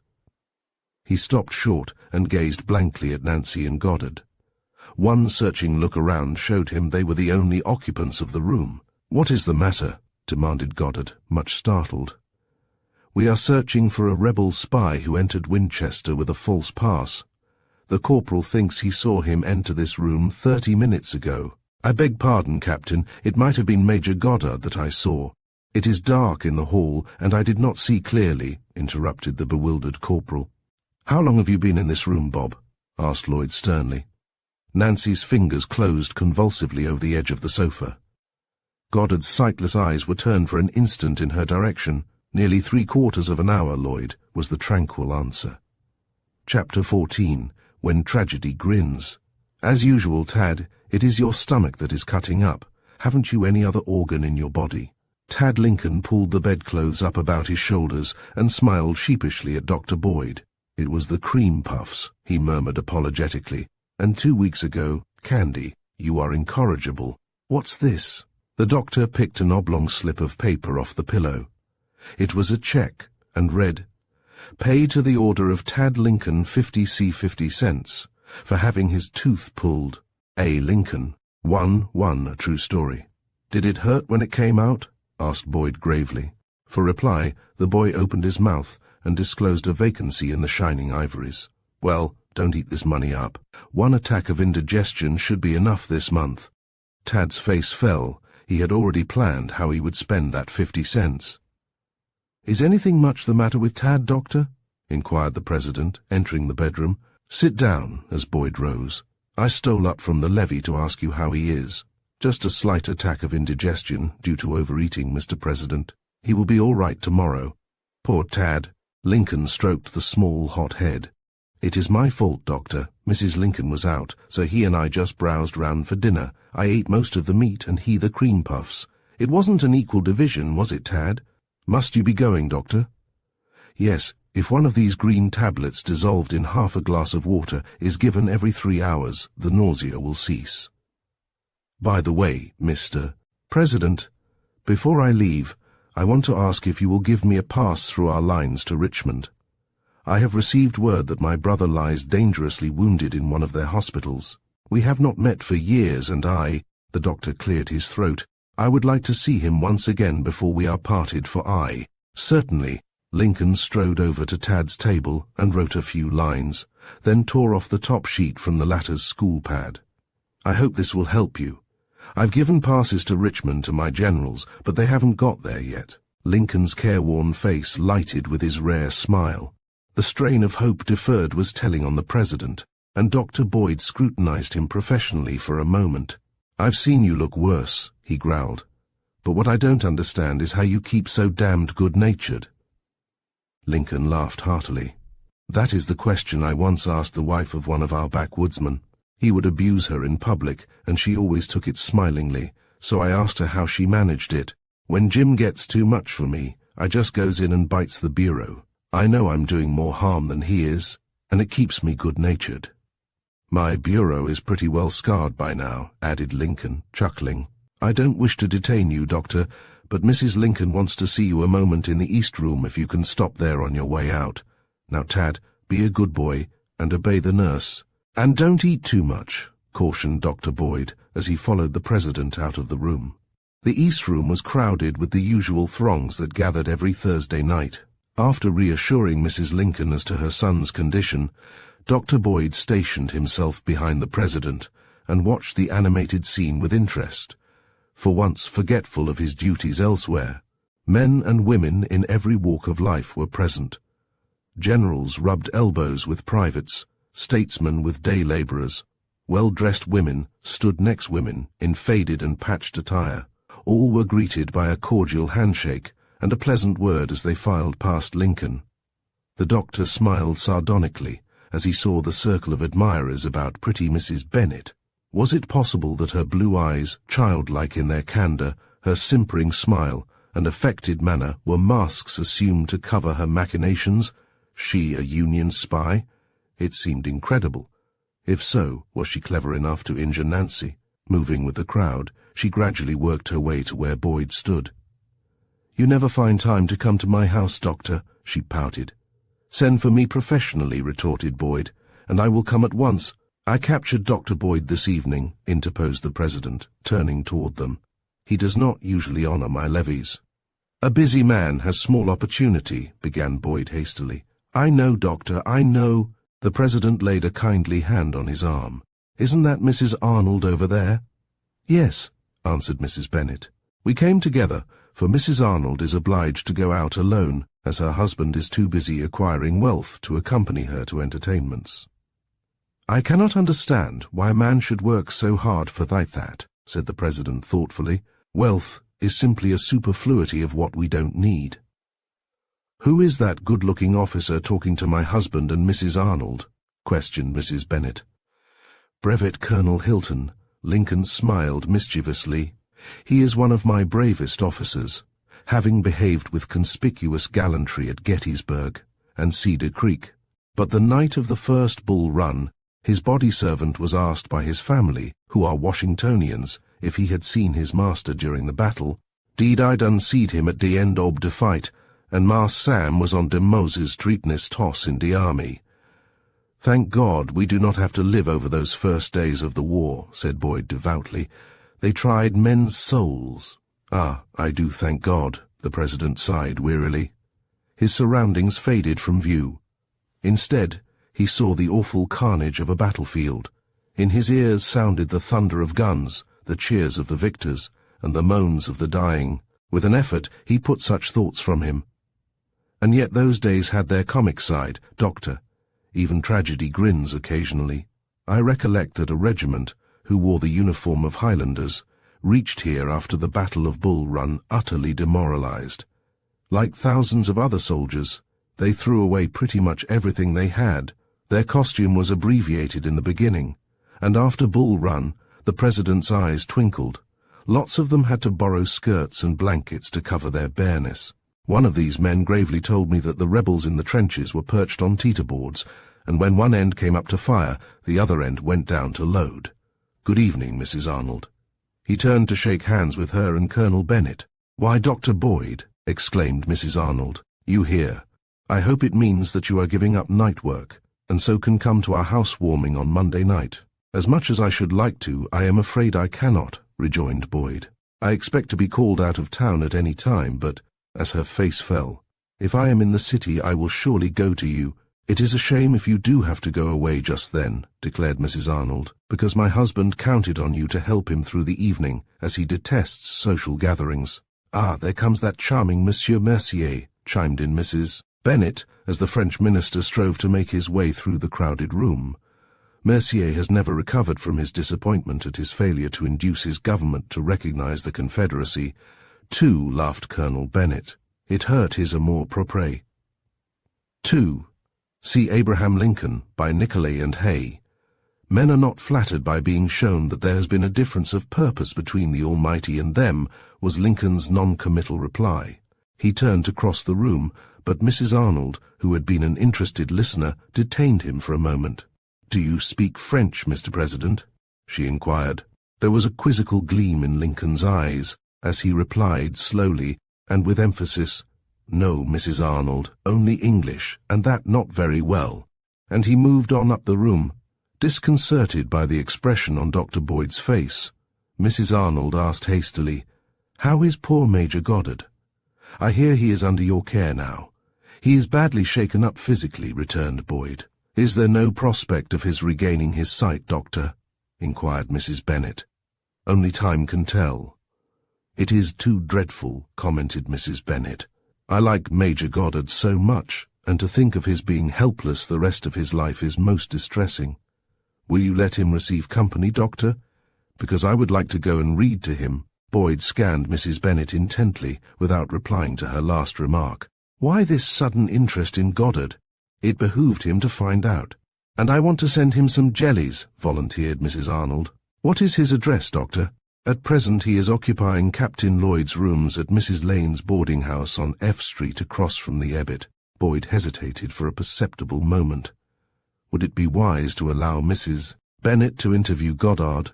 Would she be able to worm any information about Nancy's adventures in Winchester from the Major? "Perhaps Captain Lloyd would not like our calling," suggested Mrs. Arnold, breaking the slight pause. "Oh, Lloyd is not in town now, though Goddard expects him back some time next week." "Did Major Goddard make the trip from Winchester alone?" asked Mrs. Bennet in surprise. "No. Miss Newton and her niece looked after him, with the assistance of a man they called Simmons. I met them at the station, and took Goddard to his rooms, and engaged an attendant for him, as he cannot get about without a body servant now." "From last accounts, Nancy Newton has behaved abominably to John," began Mrs. Arnold angrily. "She is a miserable flirt." "You mustn't run down my friend Nancy," said Lincoln, who had returned in time to hear the last remark. "She and Tad are great chums. He is devoted to her." "I was only going to say," stammered Mrs. Arnold, "that Nancy has treated my nephew very shabbily, first encouraged his suit, then threw him over in the most bare-faced manner for Major Goddard." Chapter 15. Nemesis. "Come up, Simmons, come up," called Lloyd from the head of the stairs. The old-coloured cook, protesting under her breath at having to mount to the second story to announce visitors, had not waited to take a message to Simmons, but returned at once to her domain by way of the back stairs. Lloyd's voice was so imperative that Simmons took the steps 2 at a time, and arrived breathless at the top to find Lloyd, booted and spurred, and covered from head to foot with a thick layer of mud, waiting impatiently for him. "I have caught her, Simmons," he cried exultingly. "By God, I've caught her this time." Then, more calmly, "I have absolute proof here," tapping his chest, "that she is a rebel spy. Come in, and I will tell you about it." And half dragging Simmons into his sitting room, he slammed the door. "It's been a long chase and a stern chase, but I have won at last." He dropped heavily into an armchair, and signed to Simmons to take the one opposite him. "That is splendid," said Simmons with satisfaction. "I was afraid something had happened to you, Captain, and have just been over to the bureau to find out if they had news of you. They told me they knew nothing of your whereabouts, so I stopped here to ask Major Goddard if he could tell me where you were." "Was Colonel Baker at the bureau?" "No, sir. He is in Baltimore, but will be back tonight." "What has Miss Newton been doing since her return to Washington?" "Nothing of a suspicious character. I hear that she is going to Mrs. Arnold's ball tonight. Well, we will put an end to her masterly inactivity." Lloyd chuckled so vindictively that Simmons glanced at him in surprise. "You seem to hate Miss Newton, Captain." "Hate? Well, perhaps that is too strong a word, Simmons, though I can be a good hater of those who have wronged me. Miss Newton's cleverness put me on my mettle. I cannot say I enjoyed being outwitted by a girl, but I could forgive her that. What has roused my dislike, my bitter dislike, is that she has turned Major Goddard against me. I can never forgive her for that. He has been my lifelong friend, now he avoids me, and it cuts deep. Lloyd spoke with intense feeling. How comes it then that you have the same rooms here? Probably Major Goddard is planning to move to another boarding house. I have not seen him since my return. Mrs. Lane told me he had gone for a drive, accompanied by his attendant. I am glad he is out, for I do not relish telling him Miss Newton will be arrested tonight. I prefer to have him learn it from someone else. You say you have absolute proof of her guilt? Questioned Simmons. Absolute. She will not slip through my fingers this time. As I told you in Winchester, Simmons, I was convinced that Major Goddard, to shield Miss Newton, told a deliberate lie when he said he had been in that room over half an hour. I was sure she had seen and talked with that rebel spy, so I wasted no time making further inquiries at the house, but with Colonel Young's permission, took Belden and started in pursuit of him. Belden knows that country like a book, and he guessed the route the rebel would take. We had 2 of the best horses in the cavalry, and to cut a long story short, we headed him off and forced him back toward our lines. His horse was almost spent when we came up with him. It was 2 to 1. He died bravely. We found his name on an envelope, George Pegram, Virginia Cavalry, and this paper. Lloyd unbuttoned his coat and drew out a leather wallet. Here it is. See, he opened a small crumpled paper. Not only the cipher message verbatim, as received that afternoon in Winchester, but the key to our code. It is damning evidence, and it will hang her. He folded the paper, replaced it in his pocketbook, which he slipped back in his inside coat pocket, then resumed his story. We were returning to Winchester when we almost ran slam-bang into some of Mosby's guerrillas. To avoid them, we had to go miles out of our way. Twice we were nearly captured by scouting parties of Early's forces. Then some of Lomax's cavalry chased us still deeper inside the rebel lines. It took us 4 days to reach Snicker's Gap, and so on to Washington. Since I last saw you, I have been constantly in the saddle without rest and without sufficient food. Lloyd's face was drawn and haggard, and his eyes inflamed and heavy from lack of sleep. Seeing Simmons' look of concern, he added, Mrs. Lane brought me up a cold lunch. I intended going at once to see Colonel Baker, but, as he is away, I will let you apply for the necessary papers to arrest her. I must get some sleep. I cannot stay awake another moment. Stay, as Simmons hastened to the hall door. You meet Colonel Baker, tell him what I have told you, and have him arrest the girl, and send a messenger to me when she is taken to the provost marshal's, and I will join you there. He stretched himself and yawned. Be sure and send for me, Simmons, he called, for I shall sleep like the dead. All right, Captain. I will have you called. Lloyd went thoughtfully back into his sitting room, stood for a moment undecided, then walked through the communicating door into the next room. The 2 single beds, bureaus, table and chairs but partially filled the bedroom, which was unusually large. There were 2 side windows and 2 doors, one of which opened directly into the back hall, and the other into the sitting room. Lloyd did not trouble to undress. He kicked off his muddy boots and tossed them into a corner of the room, removed his coat and hung it on the back of a chair, then threw himself on the outside of one of the beds, drawing a quilt over him. His head had hardly touched the pillow before his regular breathing testified that he had fallen into the heavy slumber of utter exhaustion. Mrs. Arnold's ball was in full swing when Nancy and her aunt arrived. Nancy did not look well, to Miss Metoaca's concern, who tersely advised her to pull herself together or else stay at home. If she had followed the latter course, Miss Metoaca would have been bitterly disappointed, for she greatly enjoyed going to parties and watching Nancy's bellship. Nancy much preferred staying quietly at home. Dull care dogged her footsteps. Goddard's pathetic face haunted her memory. Do what she could, go where she would, she could never banish from her mind his halting, passionate words spoken on that never-forgotten day in Winchester.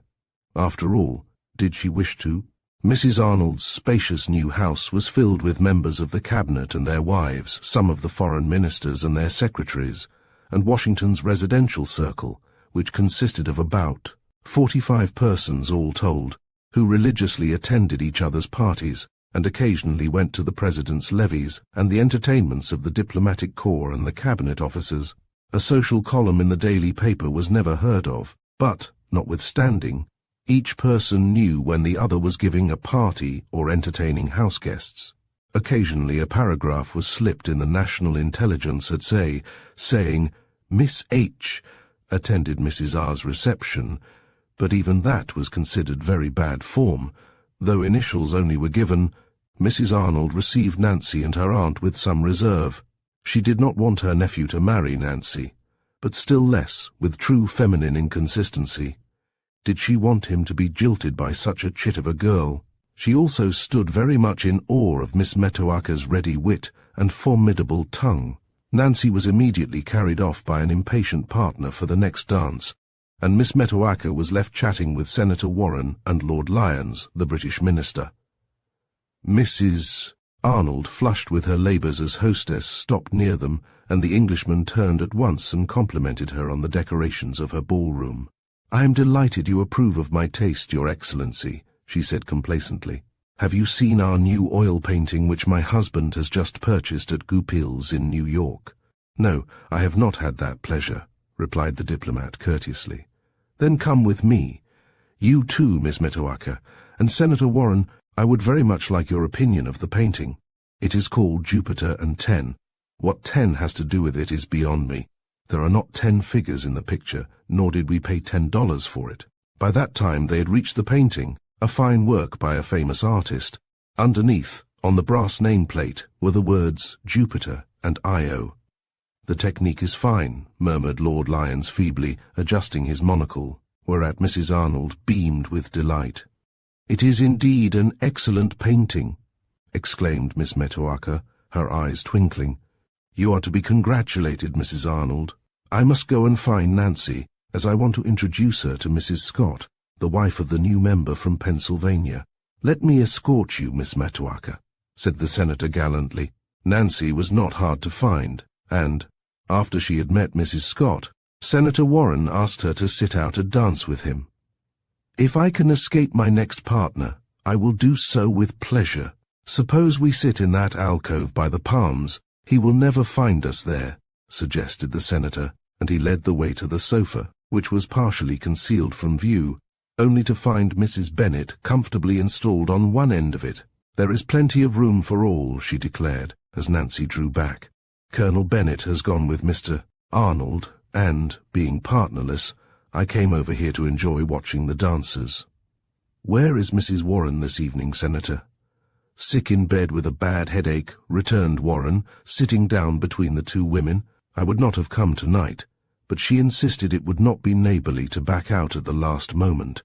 So, like an obedient American husband, you sacrificed yourself," laughed Nancy, her small foot keeping time to the dreamy strains of the waltz, brightest eyes.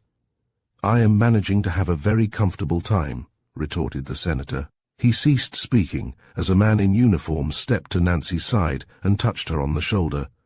"Miss Newton, you are to come with me." Nancy turned quickly, and her face whitened. The sword of Damocles had fallen. "What do you mean, Baker?" demanded Warren sharply. "That Miss Newton is under arrest, Mr. Senator. I advise the young lady to come quietly." Nancy rose. "I shall make no scene," she said haughtily. "Go on, sir, and I will follow." "I prefer that you should go first," said Baker quickly. "One moment," interrupted Warren. "Where are you taking Miss Newton?" Baker hesitated. "I insist on an answer. Senator Warren was a power on Capitol Hill, and the Secret Service officer did not care to offend him. She is to be taken to the War Department." "Secretary Stanton wishes to interview her," he answered at last. My dear," ejaculated Mrs. Bennet, who had sat speechless with surprise. "This is too dreadful. Can I not accompany you, or my husband? We know the secretary well, and will use our influence to secure your immediate release." "Miss Newton goes with me, ice alone," interposed Baker harshly. "I will allow no outside interference. and he looked significantly at Mrs. Bennet. "Many thanks, Mrs. Bennet." The older woman coloured hotly under her scrutiny, and Nancy's suspicions were instantly aroused. Had she and Lloyd planned her arrest? "I will not trouble you, however, to exert your influence in my behalf, because I am convinced I shall be set free the moment I have talked this affair over with Secretary Stanton. Senator Warren, will you take Aunt Metoaca home and explain to her about this ridiculous arrest? I will, and will join you afterward at the War Department. There is undoubtedly some explanation, and, as your friend, I will investigate the matter at once." Nancy impulsively extended her hand. She could not voice her thanks.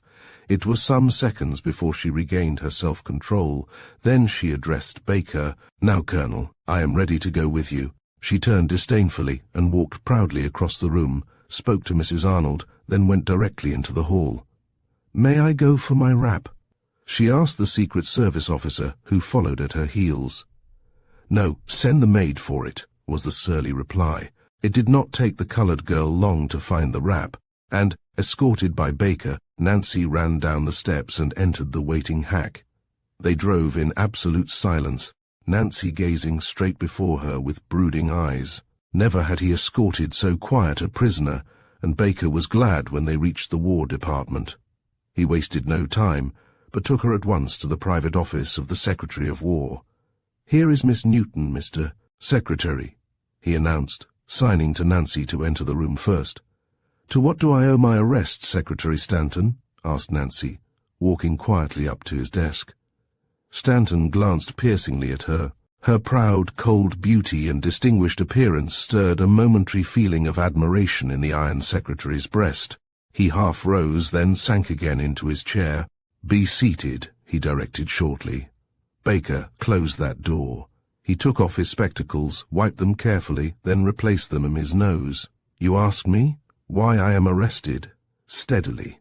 "Isn't that an unnecessary question? No. I am not a mind reader. You need not strain your imagination. Do you know Major George Pegram, of the Virginia Cavalry?" "I do. He is my cousin. He was—" Stanton stopped and eyed Nancy intently, but she sat as if carved from stone. Not by cry or sign did she betray the shock his words gave her. "Major Pegram was killed last Wednesday, when trying to get through our lines about Winchester." "Poor fellow!" Nancy's tone was keyed to express simply natural sorrow and regret. "I am sure his death became him." Stanton looked baffled as his bombshell exploded without apparent effect. Was there no vulnerable spot in her armour of iron self-control? After a moment he continued his examination. "Your cousin was killed by Captain Lloyd of the Secret Service, who took from his dead body the cipher dispatch which you secured under the noses of a room full of my officers at Winchester." He paused to let the meaning of his words sink in. Nancy thought for a second, then shook her head. "I fail to recall any such incident." "You have a poor memory," retorted Stanton. "Possibly it will be improved when I show you the dispatch in your handwriting." Nancy's face never altered. "May I see the dispatch?" The secretary paid no attention to her question. "There is no use denying it any longer, Miss Newton. I know you are a rebel spy. Indeed. And may I ask on what grounds you base so serious a charge?" "No, madam, you may not. That will come out at your trial. I had you brought here that I might find out how you secured the key to our secret cipher code." Nancy started to reply when the door opened and the President, followed by Senator Warren, walked quietly in. "Good evening, Miss Nancy." The President bowed gravely to her. "Keep your seat. Now, Stanton, what's all this about?" And he threw himself into a vacant chair. The Secretary, surprised by Lincoln's entrance, pulled himself together. He was not pleased by the interruption. "I was examining Miss Newton, Mr. President, as to how she gained possession of the key to our cipher code. Pardon me if I suggest that it would be better to conduct the interview in private." And he glanced significantly at Warren. "What do you mean by that insinuation, Mr. Secretary?" demanded Warren hotly. Now, interposed the President patiently. "Nobody has insinuated anything, Warren. It is perfectly proper that the Senator be present, Stanton. You forget he is a member of the Military Commission in Congress. And I am also here as Miss Newton's legal representative," added Warren warmly, still ruffled by Stanton's manner. Nancy shot him a grateful glance, but Stanton frowned. He did not like the turn things were taking. "What is Miss Nancy accused of?" inquired Lincoln. "Of being a rebel spy." Lincoln's face grew grave. He inspected Nancy keenly as his mind flew back to the scene before the deserted house on B Street. "It might be." "And what have you to say to that accusation, Miss Nancy?" he asked sternly. "I deny it." "The girl lies," declared Stanton. Nancy's eyes flashed her indignation, and she turned squarely and faced the secretary. "The Honorable Secretary," she said with biting scorn, "has 3 times announced that I am a rebel spy. Is it not time that he produce evidence to prove that Unhent is not lying?" Stanton turned purple with suppressed wrath. To be bearded by a slip of a girl, and before the president. "Blustering will not help your cause," he snarled. "You have made a serious charge," interrupted Lincoln thoughtfully. "I agree with Miss Nancy, Stanton, that it is time you produce your evidence against her." The secretary wheeled on Baker. "Where is Captain Lloyd?" Lincoln, who was covertly studying Nancy, saw her move ever so slightly, and her eyes dilate. "I sent word to him that I was bringing Miss Newton to see you, instead of taking her to the provost marshal, and to join us here. I think this is he coming now, as the sound of hurrying footsteps sounded outside in the corridor." Baker stepped to the door and pulled it open. "Come in, Lloyd." But the man who entered was not Lloyd. He breathed heavily, as if spent with running, and despite the cold winter night, beads of perspiration trickled down his face. "Simmons," exclaimed Baker. "Did you go for Captain Lloyd as I ordered?" Simmons nodded, gazing past Baker with frightened eyes at Nancy. "Then why didn't he return here with you?" "Because—" Simmons took a long breath. "Because he's dead." Chapter 16. A tangled skein. The president and his companions sat looking at Simmons in stupefied silence. Secretary Stanton was the first to speak. "Dead," he thundered. "Who killed him?" "I don't know, sir." "What killed him?" "I don't know, sir," reiterated Simmons stupidly. "Was he shot or stabbed?" "Neither, sir." "Well, damn my soul." The exasperated and hot-tempered secretary clutched the inkstand with the evident intention of hurling it at Simmons. "What did he die of?" "I don't know, sir." Simmons passed a trembling hand over his pale face. "He was just lying there in bed, dead." "Had Captain Lloyd been ill?" asked the president. "No, Mr. President, not to my knowledge. He appeared to be in good health and spirits when I left him this afternoon, only exhausted from 5 days in the saddle. He told me he was going to lie down and rest, and that I was to send for him after I had seen Colonel Baker, who was then in Baltimore, and arranged for this lady's arrest." "Take that chair, Simmons," said the president, "and tell us all you know of this affair." Obediently, Simmons pulled forward the chair indicated and faced the president, much perturbed in mind. "I met Colonel Baker, as Captain Lloyd directed, and gave him the information he had been waiting for. We came here, and after consulting the secretary, Colonel Baker ordered me to bring Captain Lloyd to this room. When I reached Mrs. Lane's boarding house, I went directly up to the captain's sitting room. I rapped and rapped on his door, but could get no response." Simmons paused impressively, and 5 pairs of eyes watched him almost without blinking. The captain had told me he was a heavy sleeper, so, thinking I would have to shake him awake, I tried the doorknob. It turned, and I entered. The room was dark except for the moonlight which came through the front windows. I saw that the communicating door leading to the captain's bedroom was open, so I went over to it and called Captain Lloyd's name. Not getting any answer, I walked into the room. It was pitch dark, and the next thing I knew I had tripped and fallen over a body.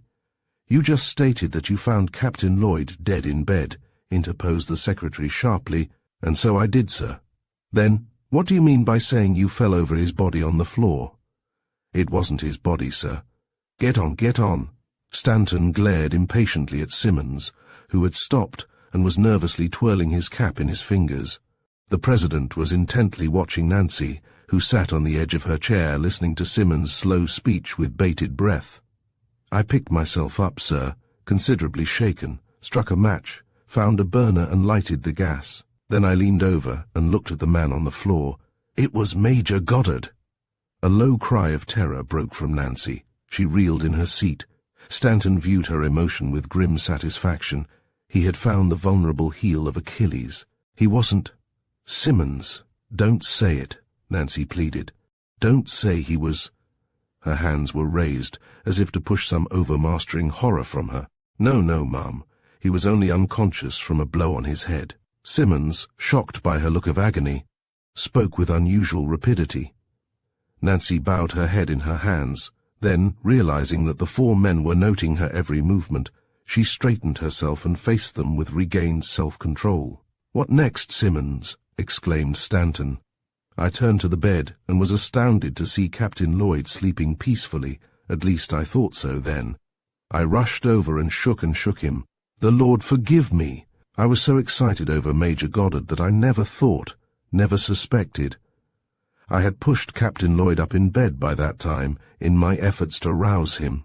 To my unutterable horror, he fell back in my arms a dead weight, and my hand accidentally touched his cold face. I quickly unbuttoned his shirt and placed my ear over his heart, but could detect no action there, nor any pulse when I clutched his wrist. It took me a few minutes to collect myself. Then I called the landlady, Mrs. Lane. She sent one of her boarders for the provost marshal. When he arrived, I turned the rooms over to him and came on here to report to the secretary. "Did you send for a physician, Simmons?" asked Lincoln. "Yes, Mr. President." Dr. Ward reached the boarding house a few minutes before the provost marshal. He declared Captain Lloyd had apparently been dead for some hours, and that Major Goddard was unconscious from a blow on the head. "Did he make an examination as to the cause of Captain Lloyd's death?" inquired Stanton. "No, Mr. Secretary. He said that the captain was beyond his help, and that Major Goddard needed immediate attention. He dressed the major's wound at once, and then I helped him lift the still unconscious officer onto the other bed." "Had Major Goddard regained consciousness before you left?" "No, Mr. Secretary. He had lost a great deal of blood, and Dr. Ward said it might be hours before he came to himself. The doctor seemed to fear concussion of the brain," he added thoughtfully. A low sigh escaped Nancy. Only the president noticed her agitation. The other men had forgotten her presence, so absorbed were they in Simmons' story. "The provost marshal stationed a guard about the house," resumed Simmons. Before the secretary could frame another question, he placed Mrs. Lane and her whole household under arrest pending an investigation. "He did right," was Stanton's brief comment. "The affair is certainly mysterious. Did the room look as if there had been a fight?" "No, Mr. Secretary. There was a good deal of blood collected on the floor about Major Goddard's head, but not even a chair was overturned. When I first reached him, Captain Lloyd lay as if asleep, covered by a bed quilt." "Strange," muttered Stanton, and he looked at the president, who sat tilted back in his chair, hands clasped behind his head, gazing through lowered lids at the scene before him. As Lincoln made no comment, and Warren was equally silent, he continued his questions more briskly. "Undoubtedly Major Goddard will satisfactorily explain what took place in the room before Captain Lloyd's death, and who his assailant was, as soon as he regains consciousness. Now we have a more pressing matter to attend to tonight." With a wave of his hand, he indicated Nancy. "This afternoon Captain Lloyd showed you a paper, a cipher dispatch, written by this young lady." "I protest," interrupted Nancy vehemently, "against such a base accusation. Taken by him from Major George Pegram, a rebel spy, did he not?" continued Stanton, paying no heed to Nancy. "Yes, Mr. Secretary, he showed me such a paper," admitted Simmons. "Did it occur to you, Simmons, to take possession of that paper before it fell into other hands?" "It did, sir." "Good, give it to me." And Stanton stretched out an eager hand. I can't, Mr. Secretary," stammered the Secret Service agent. "I searched all the captain's belongings before the provost marshal arrived, but the pocketbook containing the dispatch had disappeared." Chapter 17. In Close Confinement. Stanton's face hardened, and he wheeled on Nancy. "Where is that paper?" he demanded curtly. "I do not know." The secretary's eyes were the first to fall before the girl's steady gaze. "I have wasted quite enough time with you," he snapped. "Baker, conduct Miss Newton to Old Capitol Prison and have her placed in close confinement. Wait." Senator Warren rose. "Your pardon, Mr. Secretary, but so far you have produced no direct evidence to prove your charge against Miss Newton. Therefore, I demand her immediate release. It is impossible to grant your request. Miss Newton is too dangerous a character to leave at large. She will have an opportunity to prove her innocence of the charges against her before a military commission." "Charges?" said Nancy inquiringly, as she picked up her wrap in obedience to a sign from Baker. "Charges, did you say, Mr. Secretary? Your threats multiply with lightning rapidity. Charges, madam, sternly, as a rebel spy, and as such, conniving at the death of Captain Lloyd and stealing the paper which proves your guilt." "It is monstrous," cried Nancy hotly. "Simmons' own words prove Captain Lloyd died naturally in his bed. As to the paper, I have repeatedly told you I know nothing of it. It may be simply a fabrication of this man's excited imagination. You have only his word against mine that it ever existed." "Very true, madam, but I prefer to take his word." Stanton's tone of overbearing finality made Nancy clench her hands with rage. She turned appealingly to Lincoln. "Mr. President, in the name of justice I ask for fair play." Lincoln unlocked his big bony hands, brought his chair softly down on its 4 legs, and rose awkwardly. "There is much to be explained, Miss Nancy, and Secretary Stanton is right in the stand he is taking," he said unwillingly. "How gladly would he have spoken otherwise? I cannot interfere." Nancy blanched and bit her lips to hide their trembling. Nothing escaped the President, and his worn, unlovely face grew tender. "I give you my word, you shall have a fair and impartial trial. Warren, go with Baker and see what you can do to soften Miss Nancy's imprisonment." "Thanks, Mr. President." But he had turned back to the desk and did not see Nancy's half-extended hand, or hear her faltering voice. Her hand dropped to her side, and choking back a sob, she followed Senator Warren and Baker out of the room. Nancy had only a confused idea of what followed: the drive to the Provost Marshal's office, his questions and cross-questions, the signing of papers. All were but the hazy outlines of some fearful nightmare from which she must soon awake. She was hurried from the Provost Marshal's and into the carriage again. The rapid hoof-beats of the horses kept pace with the pounding of her heart. "Here we are, Nancy." Warren touched her on the shoulder as their carriage stopped in front of the old Capitol prison. Baker sprang out and beckoned to a soldier standing before the doorway. Nancy followed the Secret Service officer more slowly and paused as the guard gathered about her, to gaze at the twinkling stars and fill her lungs with the cold, fresh air which fanned her hot cheeks. "Come!" Nancy shuddered involuntarily as Baker's hand closed over her arm in no gentle grip. "This way." And they entered a wide hall. A number of soldiers lounged on the benches which lined the walls on both sides. Recognizing Baker, they rose and stood at attention. "This way, Colonel," said the corporal of the guard. "Superintendent Wood is still in his office," and he preceded them down the hall. Nancy answered apathetically all the questions the superintendent shot at her. "Room number 10, second floor, women's section," said the latter to an orderly as he closed the register and filed his papers away. "See that clean bedding is taken there at once." The soldier saluted and hastened out of the room. "Now, Miss Newton, follow me." He led her into a smaller apartment where a stout woman and 2 colored assistants stood waiting. "The matron has to search you. Let me know when you have finished," he directed, and banged to the door. Nancy submitted quietly to the ordeal. Her thoughts were elsewhere. She hardly noticed what the others did. She was soon told to put on her clothes, and the matron, leaving her under the watchful eyes of the other women, stepped out of the room. In a few minutes she returned and beckoned Nancy to the door. She found Senator Warren and the superintendent waiting in the hall. "I sent to your aunt for some necessary clothes for you, Nancy, and the superintendent here says they will be brought to you as soon as my messenger returns with them, after they have been examined by me," put in Wood gruffly. "Your quarters are in Carroll Prison, where the women are confined." He pointed up the dirty staircase, and Nancy, preceded by the corporal of the guard, climbed wearily up them and turned down a long corridor. The corporal stopped before an open door midway down the hall and signed to her to enter. Senator Warren, who had accompanied her by Wood's permission, stepped forward. "I must perforce leave you here," he said. Then, seeing the hunted look in Nancy's weary eyes, he added pityingly, "Don't be so worried, child.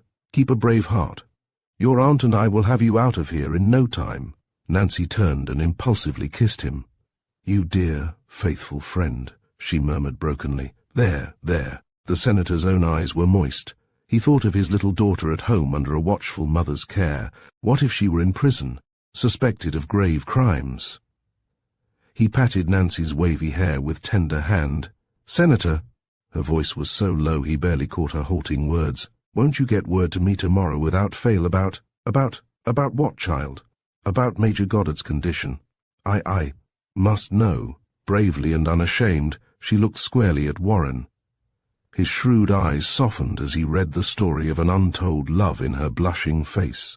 1 second more, and the door slammed to, the bolt was shot, and Nancy, with wide, curious eyes, stood gazing at her new surroundings by the aid of a half-burnt candle. The room was small and unspeakably dirty. A wooden cot with its straw mattress stood in the corner, farthest from the window. A broken-down washstand with a tin basin was in another corner, and a wooden chair without a back occupied the center of the room. While Nancy was taking stock of her furniture, the door was opened, and a bundle of clothes tossed unceremoniously inside. She waited until she heard the door relocked, then took up her belongings, which were well tumbled by the inspection they had undergone. There were some pegs in the walls, and Nancy hung her wrap on one of them, then walked over to the window. Her room looked out on a court formed by the wings of the buildings. A high platform wide enough for 2 men to pass each other had been erected on the top of the fence at the back, and she caught the gleam of the moonlight on the sentries' bayonets as it was reflected back by the burnished steel. There was no curtain of any kind in the window. The dirt on the window panes was her only protection against prying eyes, so Nancy pushed the stool over by the bed, piled her extra clothing on the foot of the bed, and carefully blew out the candle before undressing. It was a relief to get her clothes off, and she sat on the edge of the bed, listening to the sentry's unceasing tramp up and down the corridor. Suddenly the silence was broken by the sentry's call from outside. "Post No. 1, 2 o'clock, and all's well." As the call sounded from post to post, Nancy threw herself face down on the hard mattress. "Bob, Bob," she moaned, "what evil fortune led you into that room?" Chapter 18. When Doctors Disagree. The next morning all Washington was agog over the news of Nancy's arrest as a rebel spy, and Captain Lloyd's sudden death. All day long Miss Metoaca's butler kept trotting to the front door in answer to the frantic ringing of the bell, and to every anxious inquiry he invariably replied, "Miss Turkey's only toll-able, thank you," and she begs to be excused.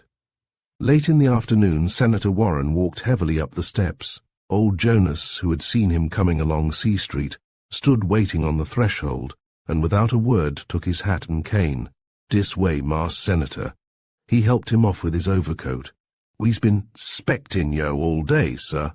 Miss Metoaca, hollow-eyed and weary, dropped the shawl she was pretending to knit, and rose quickly when she caught sight of Warren. "What news?" she asked, scanning his face anxiously. The senator motioned her to resume her seat and drew up a chair by her. He hesitated perceptibly for a second, then answered her query with another, "Have you seen Nancy?" "No. I went to the old Capitol prison the first thing this morning, and saw Superintendent Wood. He told me I would have to get a permit from the Judge Advocate General before he could allow me to talk with Nancy. I immediately went to see Judge Holt, and he curtly refused my request. Then I went to the President, who told me he would talk it over with Stanton. I knew what that meant, so did not waste any time waiting, but came straight home." Warren nodded his head gravely. "That is about what I expected. Nancy is in close confinement, charged with the most serious offense possible in war times. I doubt if I, her legal representative, am allowed to see her until this mystery is a little more cleared up. Stanton is already wrought up over the fact that the key to his cipher code is known outside of his office. He will move heaven and earth to discover how Nancy secured the key to the information she is accused of giving to Pigram. She can expect no leniency there. Baker also is determined to prove that she stole the recovered dispatch from Lloyd. He insists she is implicated in some way in the captain's mysterious death." Miss Metoaca drew a long breath. It looks as if the odds were against Nancy having a fair chance to prove her innocence, she sighed. Have you any idea when she will be brought to trial? When I saw him just now, Judge Holt was busy selecting officers to serve on a military commission. I was told it would be a court-martial. Not necessarily. Warren drew out a sheet of paper. I asked Judge Holt about it, and he gave this copy of the 82nd Article of War, enacted in 1862, which reads, "All persons who in time of war or of rebellion against the supreme authority of the United States shall be found lurking, or acting as spies in or about any of the fortifications, posts, quarters, or encampments of any of the armies of the United States, or elsewhere, shall be triable by a general court-martial or by a military commission, and shall, on conviction, suffer death." His voice unconsciously deepened on the last solemn word, and Miss Metoaca's face went grey. "I wish you men were not so fond of plain language," she exclaimed irritably. "Please remember they have not yet proved anything against Nancy." "Quite true, but you must also recollect, Miss Metoaca, that a military commission will accept evidence which a civil court would throw out." "But, Senator, the despatch which Stanton claims Nancy wrote cannot be found. Therefore, it is impossible for them to bring it up as proof against her." "I am not so sure of that." "Tut! They have only Simmons' word that such a paper ever existed." "True, but Simmons is a man whose word can be relied on. His story will be accepted as direct evidence, and it will, I fear, be hard to shake his testimony." "Have you learned anything that throws light on Captain Lloyd's death?" inquired Miss Metoaca, after a slight pause. Warren moved his chair nearer the sofa, and glanced about to see that he was not overheard. "The mystery deepens," he said gravely. "By order of the President, I was allowed to hear the result of the autopsy held this morning." "What was it?" demanded Miss Metoaca breathlessly. "After a prolonged and careful examination, the surgeons declare that they could find no wound or mark of violence on Captain Lloyd's body, nor any trace of poison in his system. Therefore, they were forced to believe, in the absence of any particular symptom or pathological appearance, that he died from some cause, or causes, to them unknown." Warren paused in the rapid reading of his notes in his memorandum book, then resumed dryly, "In my state, the country people would describe Lloyd's death as a visitation of God." "Well, Providence might have been worse employed," said Miss Metoaca abruptly, and her face cleared. "Doesn't the autopsy settle that preposterous charge against Nancy?" "I have not finished telling you all that I heard from the surgeons," went on Warren patiently. "They also said that it was just possible that the last 5 days in the saddle without sufficient food or sleep might have produced heart failure, but they judged that extremely unlikely." "I don't call that bad news," broke in Miss Metoaca. "Seems to me that statement clears Nancy absolutely. Unfortunately, Dr. Ward contends that the symptoms would be the same if Lloyd had been suffocated by some anesthetic, chloroform, for instance." "Suffocated!" ejaculated Miss Metoaca, half rising in her surprise. "What nonsense! They would have detected the smell of chloroform." "Not necessarily," again returned Warren. "Lloyd had been dead some hours before they found him. Secondly, one of the windows was open top and bottom, which ventilated the room. The chloroform probably evaporated quickly and left no telltale odor behind." "And do you mean to tell me that those idiots believe on such flimsy evidence as that Nancy killed Lloyd?" exclaimed Miss Metoaca wrathfully. "Do you believe a young, delicate, high-strung girl like Nancy could commit such a cold-blooded murder? Nancy's sex will not protect her when the passions of men are roused. Do you suppose that a suspected spy will not be an object of hatred in these days?" Miss Metoaca nodded sullenly in agreement. She knew the opprobrium and scorn which were heaped on rebel sympathizers in Baltimore and Washington, and realized the justice of Warren's comment. "This is not the day of miracles," continued the senator, "and it is stretching probability to the breaking point to believe that Lloyd died from natural causes at the very moment when his death would be of benefit to Nancy. In addition to this, there is the disappearance of that important dispatch." Miss Metoaca made no remark, so Warren resumed his argument. The first and most important thing in solving a murder mystery is to find a motive for the crime. When that is once established, the means are easy to prove. The thing that will militate the most against Nancy is the untimeliness of Captain Lloyd's death. The military commission will undoubtedly believe that Nancy, realizing that Lloyd could prove she was a rebel spy, resorted to murder to silence the one man whose evidence would hang her. I greatly fear, Nancy will have a hard time convincing the commission that, if not actually the criminal, she did not connive at Captain Lloyd's death. It is an outrage. Fumed Miss Metoaca, I am willing to stake my immortal soul that Nancy had nothing to do with the captain's mysterious death, nor with the disappearance of that miserable dispatch. My wife and I also believe in Nancy's innocence, declared Warren warmly, and I give you my solemn word of honor, Miss Metoaca, that I will do everything within my power to assist her. God forever bless you. Miss Metoaca leaned forward and impulsively clasped his hand in both of hers. You give me renewed courage. Tell me, as Warren's eyes strayed to the clock on the mantel, have you heard how Major Goddard is getting on? I stopped at Mrs. Lane's this morning, but the corporal of the Provost Marshal's guards stationed about the house refused to admit me. Fortunately, I met Dr. Ward on his way out from seeing Goddard, and he told me that the Major had regained consciousness, but was very weak and unable to talk. I drove at once to the old Capitol prison, and induced Wood to promise to tell Nancy that Major Goddard was recovering. I hope the message gave her some comfort. Poor girl. Senator. Miss Metoaca lowered her voice until she almost whispered, Major Goddard and Nancy were thrown together day after day while we were in Winchester. We both felt so sorry for him, and Nancy used to talk or read to him continually during his convalescence. I watched them both, and it gradually dawned on me that the Major worshipped the ground Nancy walked on. Now, is it not possible that he overheard Lloyd tell Simmons he had secured a paper which might hang Nancy? Yes, agreed the senator, seeing she paused for a reply. Men have thrown worlds away before now to win a woman's love, went on Miss Metoaca so rapidly that her words tumbled over each other. God knows I don't want to turn suspicion against an innocent man, but do you not think it possible that Major Goddard killed his friend and secured the paper, finished Warren, as she hesitated. Possible but not probable. Why not? Demanded Miss Metoaca heatedly. It is more probable than that Nancy should have committed the murder. Men have done many mad deeds for love, pursued Warren, paying no attention to her interruption, but they cannot accomplish the impossible. You think Goddard stepped into that bedroom, chloroformed Lloyd, and then stole the wallet containing that dispatch? Miss Metoaca nodded her head without speaking. How could a blind man do all that and not overturn one thing in the room? Asked Warren quietly.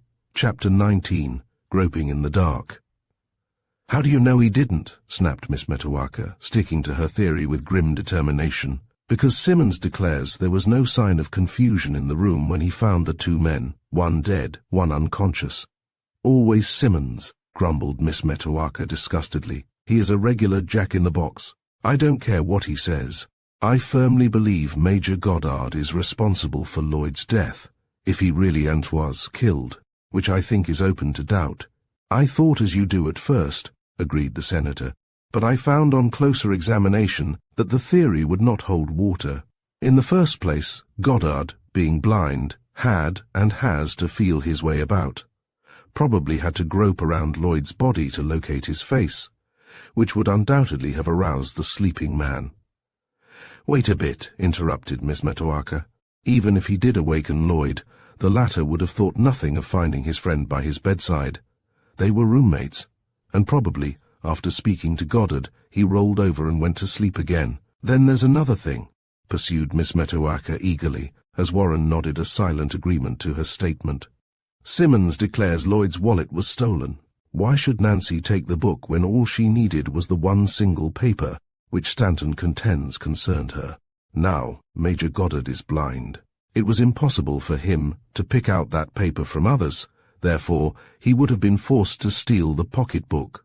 That appears plausible, admitted Warren, but it is dust, as plausible to suppose that Nancy, fearing she would be discovered in Lloyd's room, did not dare to stop and open the pocketbook there, and so took it away with her.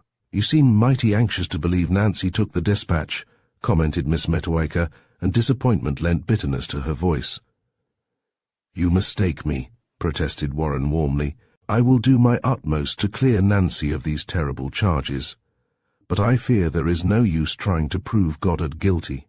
After Simmons discovered the pocketbook was missing, he and Dr. Ward searched Goddard's clothing, as well as the room, but found no trace of the book or the dispatch. "Have you formed any theory as to how Major Goddard came to be lying in the room unconscious?" inquired Miss Metoaca.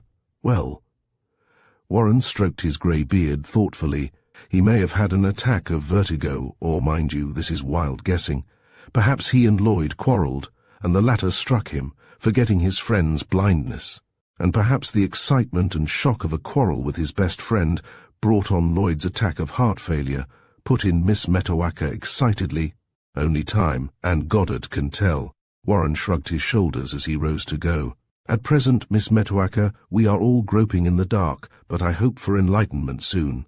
When will the military commission hold the trial?" Miss Metoaca followed Warren into the hall.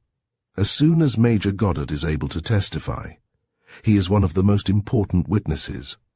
Now, Miss Metoaca, do stop worrying." Warren was shocked by the change in the spinster's worn face, which he saw more clearly in the light from the open door.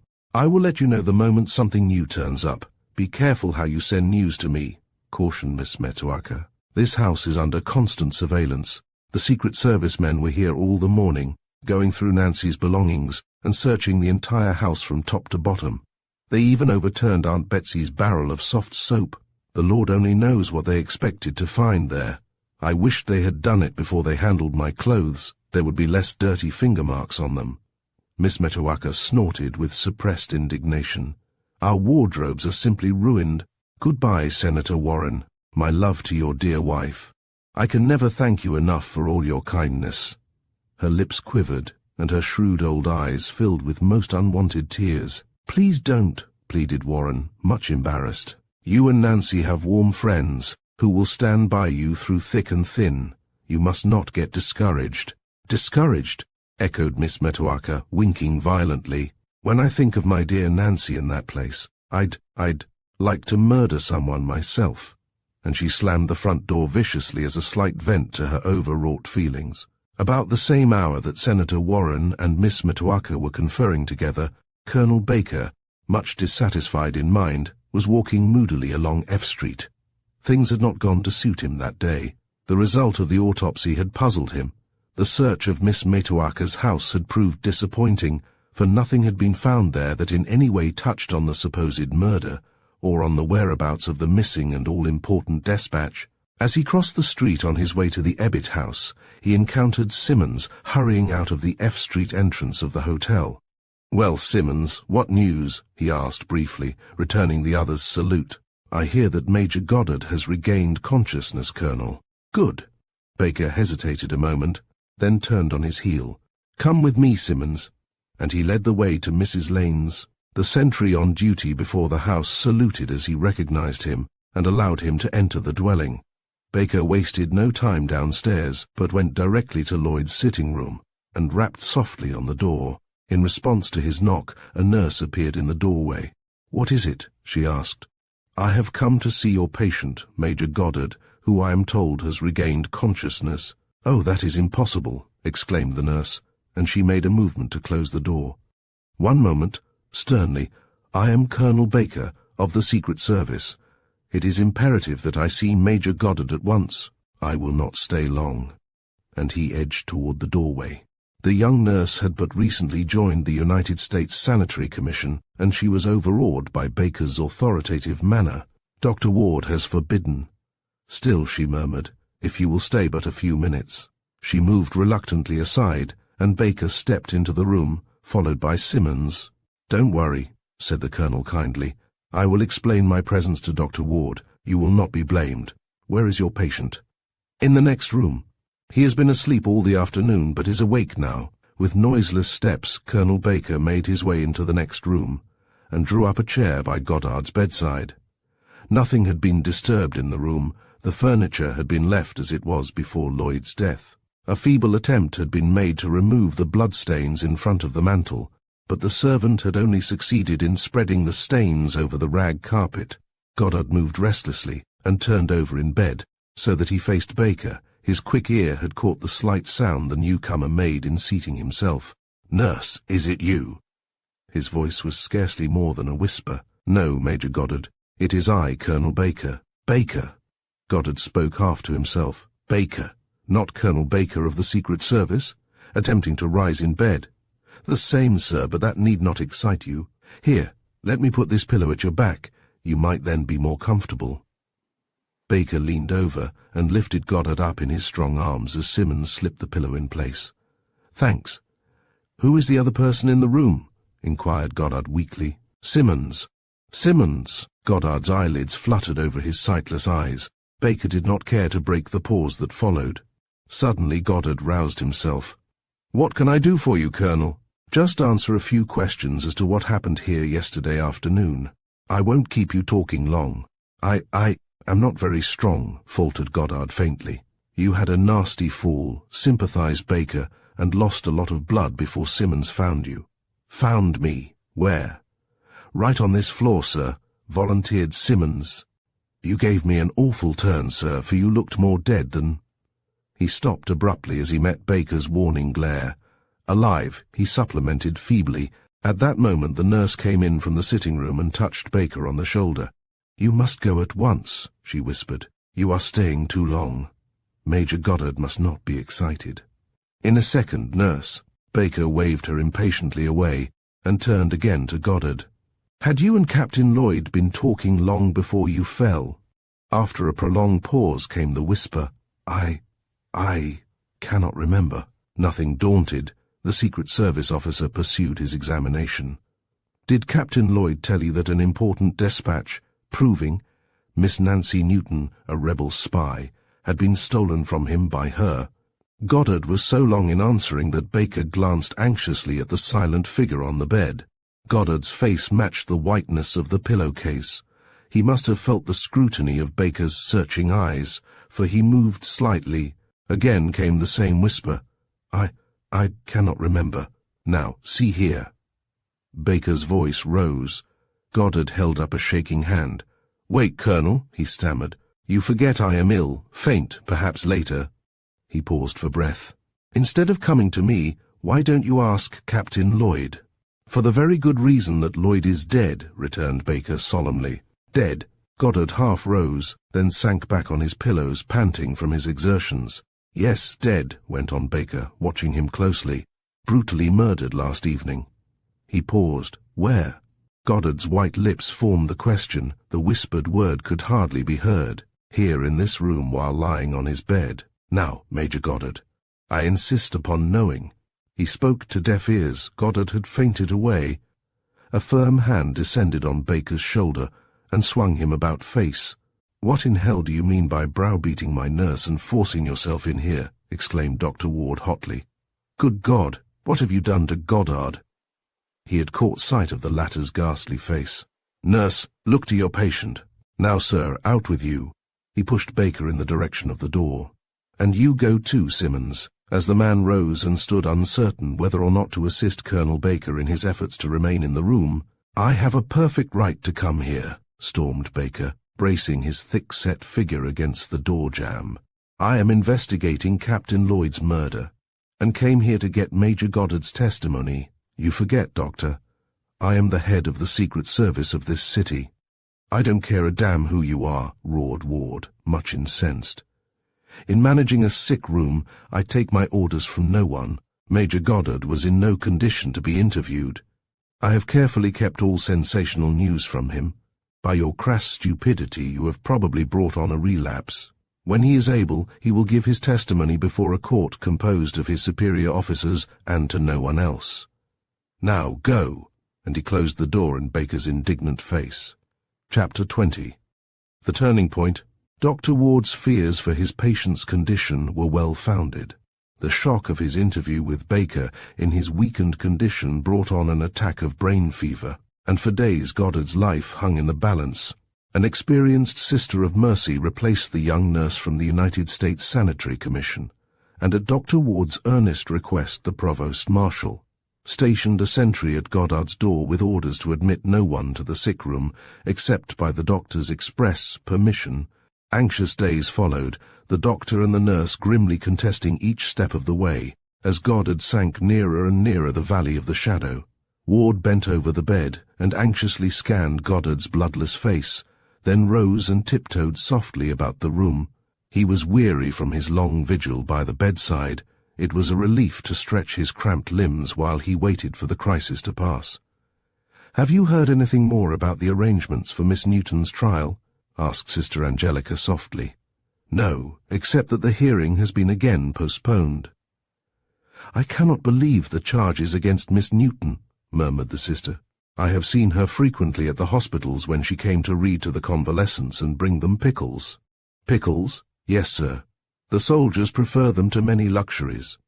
I have seen Miss Newton do many kind and generous acts. It is incredible that she should have planned and carried out so deliberate and cold-blooded a murder. Judge Holt asked me today." The doctor's hurried whisper was interrupted by a sound from the bed, and he hurried to his patient. Goddard lay on his back, gazing with unseeing eyes at the ceiling, one thin arm tossed across the pillow. "Nancy," he whispered. "Nancy." "He is always calling her name," murmured Sister Angelica. "Poor fellow, poor girl." "Aye," muttered Ward under his breath. "God help them both, one here and one in prison." "Nancy." Goddard's weak voice seemed to gain in strength. "Don't cry, dear. I am coming." A feeble smile lighted his face. He turned slightly, his eyes closed, and, with a sigh like a tired child, he slept. Ward's hand sought Goddard's pulse. He touched the white cheek. The skin was cool and moist. Turning to the nurse, his eyes dancing with delight, he whispered, "The fever is broken. At last Major Goddard is sleeping naturally." Sister Angelica's fervid "Thank God" was lost in the folds of the sash curtain as she pulled up the shade and let the daylight enter the sick room. The days passed on leaden feet for Nancy. The suspense and close confinement told even on her splendid constitution, and she grew but a shadow of her former self. The prison food was not inviting.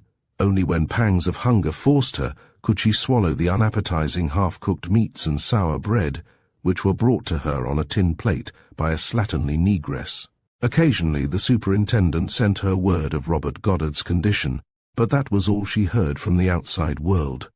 The negress, who tidied her room and brought her meals, had received orders not to speak to the prisoner, and the soldiers on guard at the prison were, with few exceptions, Germans, who did not understand or speak much English. Sometimes Nancy actually ached to hear the sound of friendly voices. The only break in the daily monotony was the 9 o'clock inspection of prisoners, which occurred each morning. As well as at night, Nancy spent most of her days standing near the window and gazing with wistful eyes at the other prisoners, who were allowed fresh air exercise in the courtyard under the watchful eyes of the sentries. The horrors of the long, sleepless nights were added to by the presence of rats, who scampered noisily back and forth across the bare floor. Nancy had discovered one on her bed the second night of her imprisonment, and her screams brought the guard on the double quick. "What is the trouble?" he demanded, dashing open the door. He levelled his Springfield full at the girl, and she heard the click of the hammer. Another soldier came in, carrying a lantern, and Nancy, huddled in one corner of her cot, hastily drew the bedclothes about her. "Rats! Look!" And she pointed to a grey body disappearing down a hole in one of the corners of the room. "Ah, Himmel! Day is all over," remarked the guard stolidly as he lowered his rifle. "Dare is no use to holler. We can do nuddings." "Do you mean to say I have to lie here while those vile creatures run over me?" exclaimed Nancy wrathfully. "Yeah. Go tell Superintendent Wood I wish to see him at once, imperiously." 9. Both soldiers spoke at once. "And you call yourselves men?" ejaculated Nancy scornfully. "We fight mit Siegel for de Union," retorted the sentry, retreating to the hall, "and not mit rats." He shut the door and shot the bolt in place. Nancy was once again in solitary confinement. To Miss Metoaca and Senator Warren the days fled by all too quickly. Try as they did, they could find no evidence, no clue that would benefit Nancy, or prove another guilty of the crime she was charged with. Secretary Stanton was deaf to all appeals that Nancy's captivity be lightened, and that her aunt be permitted to see her. Treason shall be punished, he declared. Miss Newton will be given an opportunity to clear herself of the charges against her before a military commission. Until then, she must remain in solitary confinement. Miss Metoaca refused to be cast down by her rebuffs, and doggedly persisted in her efforts to obtain Nancy's freedom. She took no part in the city's mad, rejoicing over the fall of Richmond. She was too sick at heart over her niece's threatened fate. On the afternoon of the 8th of April, she was taking off her wraps in her own room in a thoroughly discouraged frame of mind. She had just called on Dr. Ward, who had courteously but firmly refused to allow her to see Goddard. "What is it, Jonas?" she demanded crossly, in answer to a timid knock on her door. "Mrs. Arnold and Mrs. Bennet, and down in DePaula, Miss Turkey." No person had ever been able to pronounce Miss Metoaca's name, and she had been accustomed from childhood to being called Miss Turkey by her domestics. "Dey done seed yo come home, and I's jes' 'bliged to show dem in." Miss Metoaca considered for a moment. Nancy had confided her suspicions in regard to Mrs. Bennet to her aunt in February. Should she receive her now? She had called repeatedly since Nancy's arrest, but Miss Metoaca had always excused herself. This time she was inside the house, perhaps already spying around. Miss Metoaca came to a sudden resolution. "Tell the ladies I will be right down," she called to the waiting servant, and, true to her words, she joined them without further loss of time. "My dear Miss Metoaca," began Mrs. Arnold pompously, but the look in the spinster's red eyes went straight to her heart, and she threw her arms impulsively about her in a warm embrace without completing her sentence. "It is good of you to come," said Miss Metoaca, touched by Mrs. Arnold's greeting. I was feeling very downhearted." "And no wonder," purred Mrs. Bennet, wiping her eyes with a dainty handkerchief. "You have borne a great deal, Miss Metoaca, and have our deepest sympathy." "You crocodile," thought the spinster, as she said aloud. "It is cruel, cruel. Nancy never committed that crime, and never." Mrs. Arnold and her friend exchanged doubtful glances. "Have you been allowed to see your niece?" inquired the latter, as Mrs. Arnold seemed at a loss for words. "No, and I am convinced the food and clothes I send her never get past the inspector's office." "Have you appealed to the president?" "Have I?" Miss Metoaca's tone was eloquent. "I have tormented that poor man nearly to death." "Did he give you no comfort?" asked Mrs. Arnold. "Usually President Lincoln is only too anxious to sign pardons. He doesn't seem to be in this instance," dryly. "He insists that an open trial will be the best thing for Nancy. Murder is evil," he said. "Evil cannot stand discussion. The more the mystery is discussed, the quicker you will discover clues leading to the murderer. What kills the skunk is the publicity it gives itself. What a skunk wants to do is to keep snug under the barn, in the daytime, when men are around with shotguns." "Is Sam working for you now?" inquired Mrs. Arnold, after a slight pause. "Sam?" echoed Miss Metoaca, her surprise causing her to raise her voice. Seeing Mrs. Arnold was flurried by the apparent effect of her innocent remark on Miss Metoaca, Mrs. Bennet answered for her. "My husband and I met Nancy conversing with the Sam about 6 o'clock on the afternoon that Captain Lloyd died." Miss Metoaca was intently studying the speaker's face, but she could learn nothing from the innocent blue eyes raised so confidingly to hers. "Nancy told us then that Sam, who has often waited on me, was anxious to secure a place in a private family. And so," broke in Mrs. Arnold, "as I am in need of another manservant, I came to inquire about Sam." "Now that is too bad," exclaimed Miss Metoaca, rallying her wits to her aid. "I wish I had known before that you needed a servant, Mrs. Arnold. Sam came to me and asked me to find him a place, so I sent him over to my cousin, Mrs. Hillen, in Baltimore, as she wanted a good butler."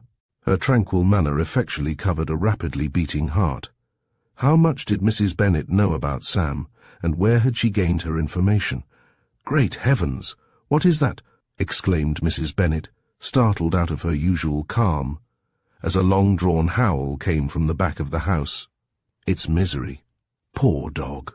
He is grieving his heart out for Nancy. I suspect Jonas has forgotten and shut him in the pantry." Miss Metoaca made a motion to rise. "Sit still, dear." Mrs. Bennet detained her by a gesture. "I will go and release Misery. and before the perturbed spinster could stop her, she had tripped gracefully out of the room. "Here is Senator Warren," remarked Mrs. Arnold, catching sight of him through the window as he came up the steps, and Miss Metoaca, all else forgotten, hastened to the front door. As Warren greeted her, the shrill voices of newsboys shouting, "Extra! Extra!" sounded down the street and, with a muttered word of apology, he waited on the steps until a newsboy saw his beckoning hand and rushed up with the paper. Miss Metoaca and Mrs. Arnold, who had joined her, read the flaring headlines over Warren's shoulder. Stirring news from the front. Lee overwhelmed. Grant crushing him on the EAST. Sheridan on the west. Warren raised his hat reverently. "The end is in sight. Thank God, thank God. Oh, I do thank God. This cruel war." Miss Metoaca choked and turned to Mrs. Arnold, who was weeping softly. "Let us go inside." And she led the way into the hall, where Warren detained her. "I only came to tell you that the military commission meets day after tomorrow, the 10th, to try Nancy." Miss Metoaca drew a long breath. "Anything is better than this suspense." Warren nodded understandingly. "I am to see Nancy tomorrow. The judge advocate has furnished me with a copy of the charges. Did Ward allow you to talk with Goddard?" "No." "How strange," exclaimed Mrs. Bennet, who had rejoined them, dropping the extra which she and Mrs. Arnold were busy reading. "I hear the Major is almost well again. Do you know, warming to the subject, I consider Dr. Ward is acting very mysteriously in regard to Major Goddard's condition." "Indeed? In what way, Mrs. Bennet?" Warren pricked up his ears. "By his persistent refusals to let anyone into Major Goddard's sick room. And I am not the only one who thinks so." She paused impressively, then went on.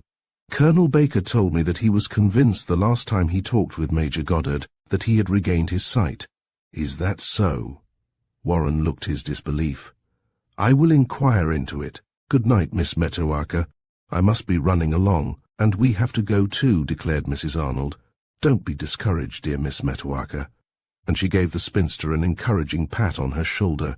"Don't allow your mind to dwell too much on your worries," advised Mrs. Bennet soothingly, as she followed the senator down the steps. Miss Metoaca nodded a smiling farewell, but when the door was safely shut, the smile faded, and instead her face looked pinched and drawn. Deep in thought she hastened to the morning room, which was back of the dining room, and sat down at her desk to scribble a line to her cousin, Mrs. Hillen.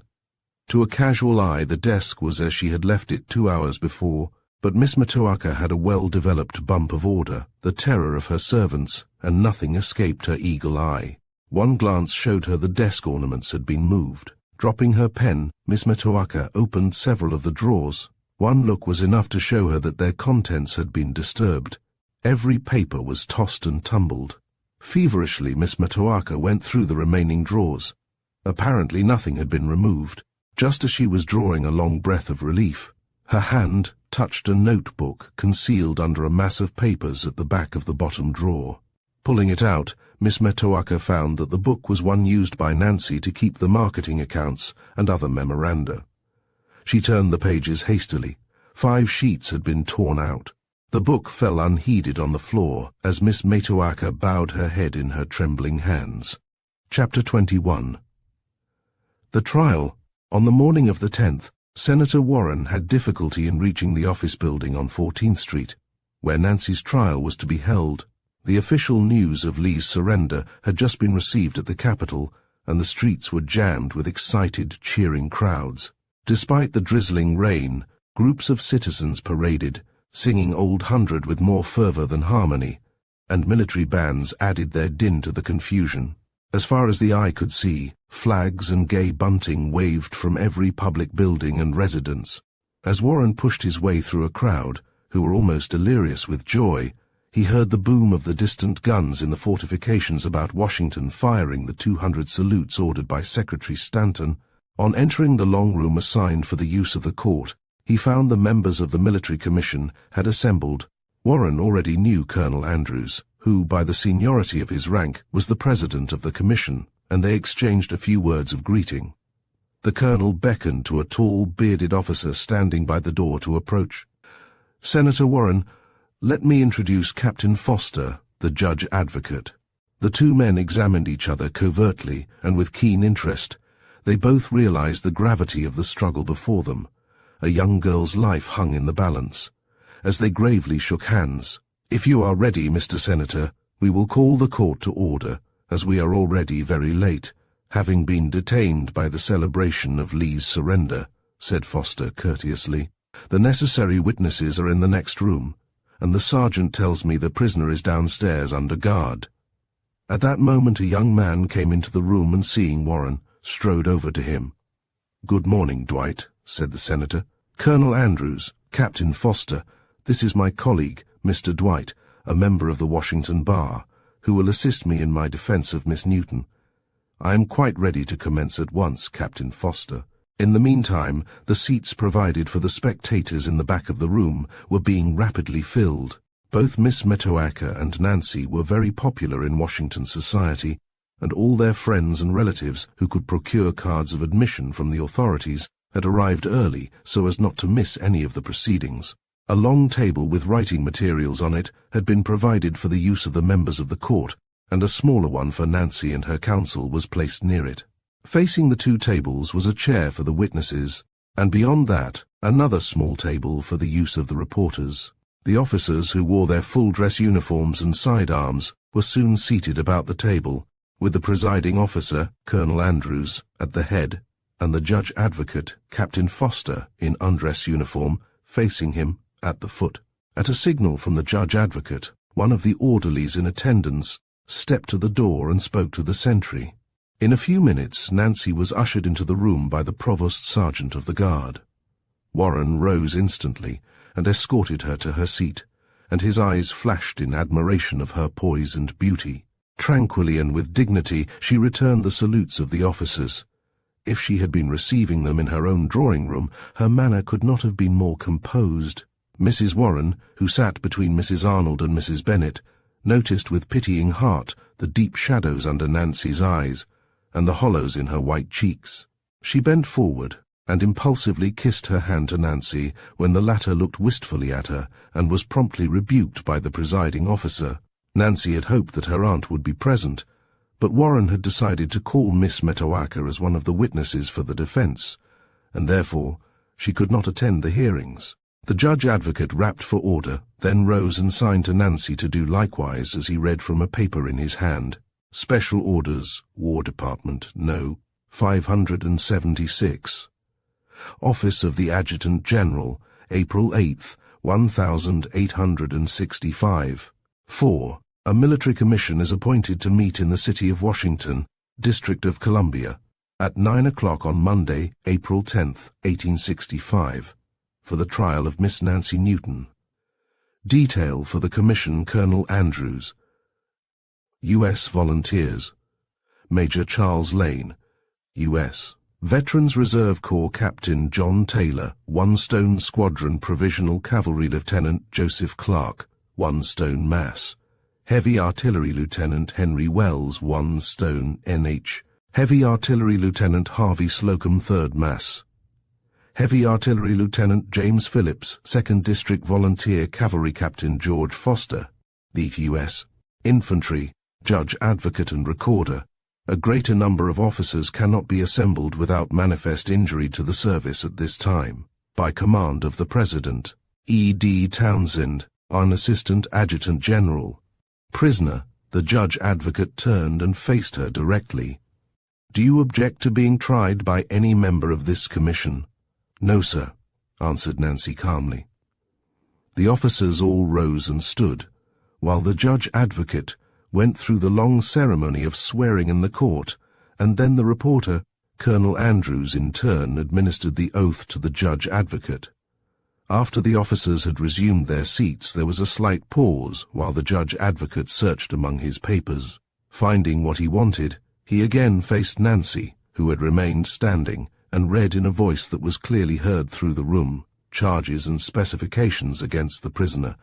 Miss Nancy Newton. Charge first.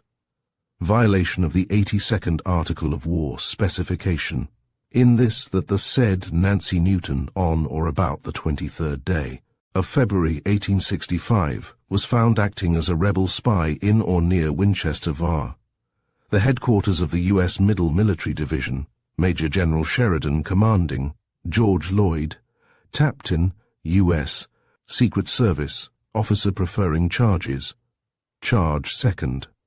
Murder in violation of the 58th Article of War, specification, in that the said Nancy Newton, being in fear of arrest within our lines as a spy by order of the said Captain Lloyd, who had secured proof of her guilt, did, feloniously and with malice aforethought, kill the said Captain Lloyd on Monday, the 6th day of March, 1865. Prisoner, what say you to these charges and specifications? Not guilty, sir, Nancy answered without a tremor, and she reseated herself by Warren's side. Simmons was the first witness called. After he had been duly sworn, the judge advocate began his direct examination. Your name and occupation? John Simmons, serving as United States Secret Service agent under Colonel Lafayette C. Baker. How long have you been in that service? I have been with Colonel Baker ever since the Bureau was first established. Do you recognize the accused? I do, sir. Simmons glanced hastily at Nancy, then averted his eyes. State under what circumstances you have known her. Captain Lloyd, my superior officer, had reason to believe that Miss Newton was a rebel spy, and I was detailed to watch her movements. Do you know what first led Captain Lloyd to suspect the accused? Yes, sir. On the 27th of December, 1864, I accompanied the captain to Poolesville. While on our way there, we met a Federal cavalryman riding toward Washington, who said he carried dispatches to Adjutant General Thomas. When Captain Lloyd demanded to see the dispatch, the supposed trooper managed to make his escape, after first knocking the captain senseless from his horse. As he dashed up the road, his horse swerved toward the woods skirting the road, and a low-hanging branch knocked his hat off, and I discovered the rider was a woman. A low murmur of surprise from the spectators interrupted Simmons, and the president rapped on the table with his sword hilt. Those present must be silent, he announced, or the room will be cleared. What led you to think the rider was a woman in disguise? Asked the judge advocate, after silence had been restored. By the long hair which fell down her back below her waist. You say she escaped. How did that happen? Her horse was fresh, mine lame, and the captain's worn out. It was impossible for me to overtake her. I soon gave up the chase discouraged, and returned to Captain Lloyd, whom I found lying senseless where he had fallen. I rode to Poolesville, procured a horse and wagon, and brought Captain Lloyd back to this city. But before doing so, I picked up the spy's hat, and on examining it found a number of hairs sticking to the inside. They were of a peculiar color. He glanced significantly at Nancy. Captain Lloyd and I both agreed that they exactly matched Miss Newton's hair. Produce the hairs, ordered the judge advocate. I can't, sir, reluctantly. I gave them to Captain Lloyd, and I don't know what he did with them. The judge advocate, who had entered all questions and answers in the book before him, paused and gazed blankly at Simmons for a moment, then resumed his examination. When did you last see Captain Lloyd? On the afternoon of Monday, the 6th of last March. He had just returned from Winchester. Did he speak of the accused? He did, sir. In what way? He told me, Simmons cleared his throat and spoke impressively, that he had absolute proof that Miss Newton was a rebel spy. Did he make that statement in the privacy of his room or in the public hall? In the hall, sir. In a voice that could be overheard? Yes, sir. Did Captain Lloyd state what that proof was while you were in the hall? No, sir, but he did tap his chest and said he had it there. Did you see anyone in the hall? No, sir. The hall where we stood was empty except for the captain and myself. In your opinion, did Captain Lloyd speak loudly enough to be overheard by persons on the floors above or below where you were standing? Warren started to his feet. I object to that question. Objection not sustained, ruled the president. The question is relevant. Continue, Mr. Judge Advocate. Answer my last question, Simmons, directed the judge advocate. In my opinion, he could easily have been overheard, declared Simmons positively. When Captain Lloyd told you in the hall that he had absolute proof that the accused was a rebel spy, did he mention her by name? No, sir. Did he speak of this spy in such a way that anyone would know to whom he alluded? Simmons reflected for a moment. No, sir, he did not, he answered finally. Did you go with Captain Lloyd into his sitting room? Yes, sir. State to the court what occurred then. Captain Lloyd showed me a dispatch which he had taken from the dead body of a rebel officer, Major George Pegram. The captain declared this dispatch was given to Pegram by the accused, that she understood the Morse code, and had taken the message verbatim from the wire, having been in the telegraph office at the time it was received. Have you that dispatch, Simmons? No, sir. I handed it back to Captain Lloyd. What did he do with it? He replaced it in his wallet and put that in the inside pocket of his coat. Can you recollect the words of the dispatch? No, sir, I cannot.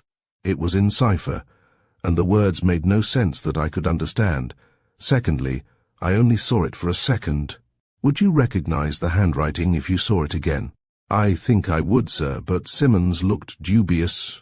The judge advocate picked up several sheets of paper, apparently torn from a notebook, and handed them to the Secret Service agent.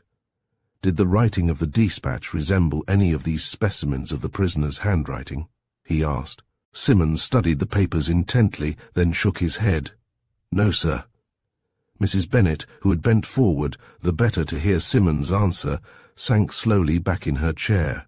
The judge advocate's manifest surprise was reflected in her face.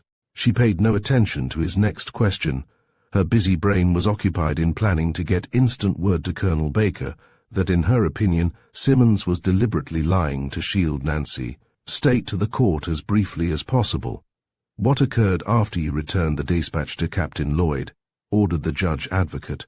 The captain told me to report to Colonel Baker that he possessed new evidence, which would hang Miss Newton. He said I was to explain to Colonel Baker that he had been 5 days in the saddle and was exhausted from lack of sleep, and that he was obliged to rest that afternoon, as he could not keep awake any longer, or words to that effect. One moment, interrupted the judge advocate. Did all this conversation take place in Captain Lloyd's room, and was the hall door closed? Simmons considered a second before replying. The door was closed during our interview in the room, he said thoughtfully, but I distinctly recollect he told me, and after. I had stepped into the hall, that he was going to lie down, and that I was to be sure and send for him when the accused was arrested, because he would sleep like the dead. Nancy stole an anxious glance at Warren's impassive face, for the effect of Simmons' testimony on the court was only too apparent, but the senator was staring steadily at the witness and paid no attention to his client. She sank back in her chair with a deep sigh. Do you think these last remarks of Captain Lloyd could have been overheard? Yes, sir. The captain did not trouble to lower his voice. Did you obey the captain's orders, Simmons? I did, sir. I met Colonel Baker on his return from Baltimore. After consulting with the Secretary of War, he sent me to tell Captain Lloyd to join him at the War Department. Describe what took place when you reached Captain Lloyd's room that night, directed the judge advocate, and Simmons gave a dramatic account of the discovery of Lloyd's dead body and Goddard's unconscious form. When he had finished, the judge advocate continued his questions.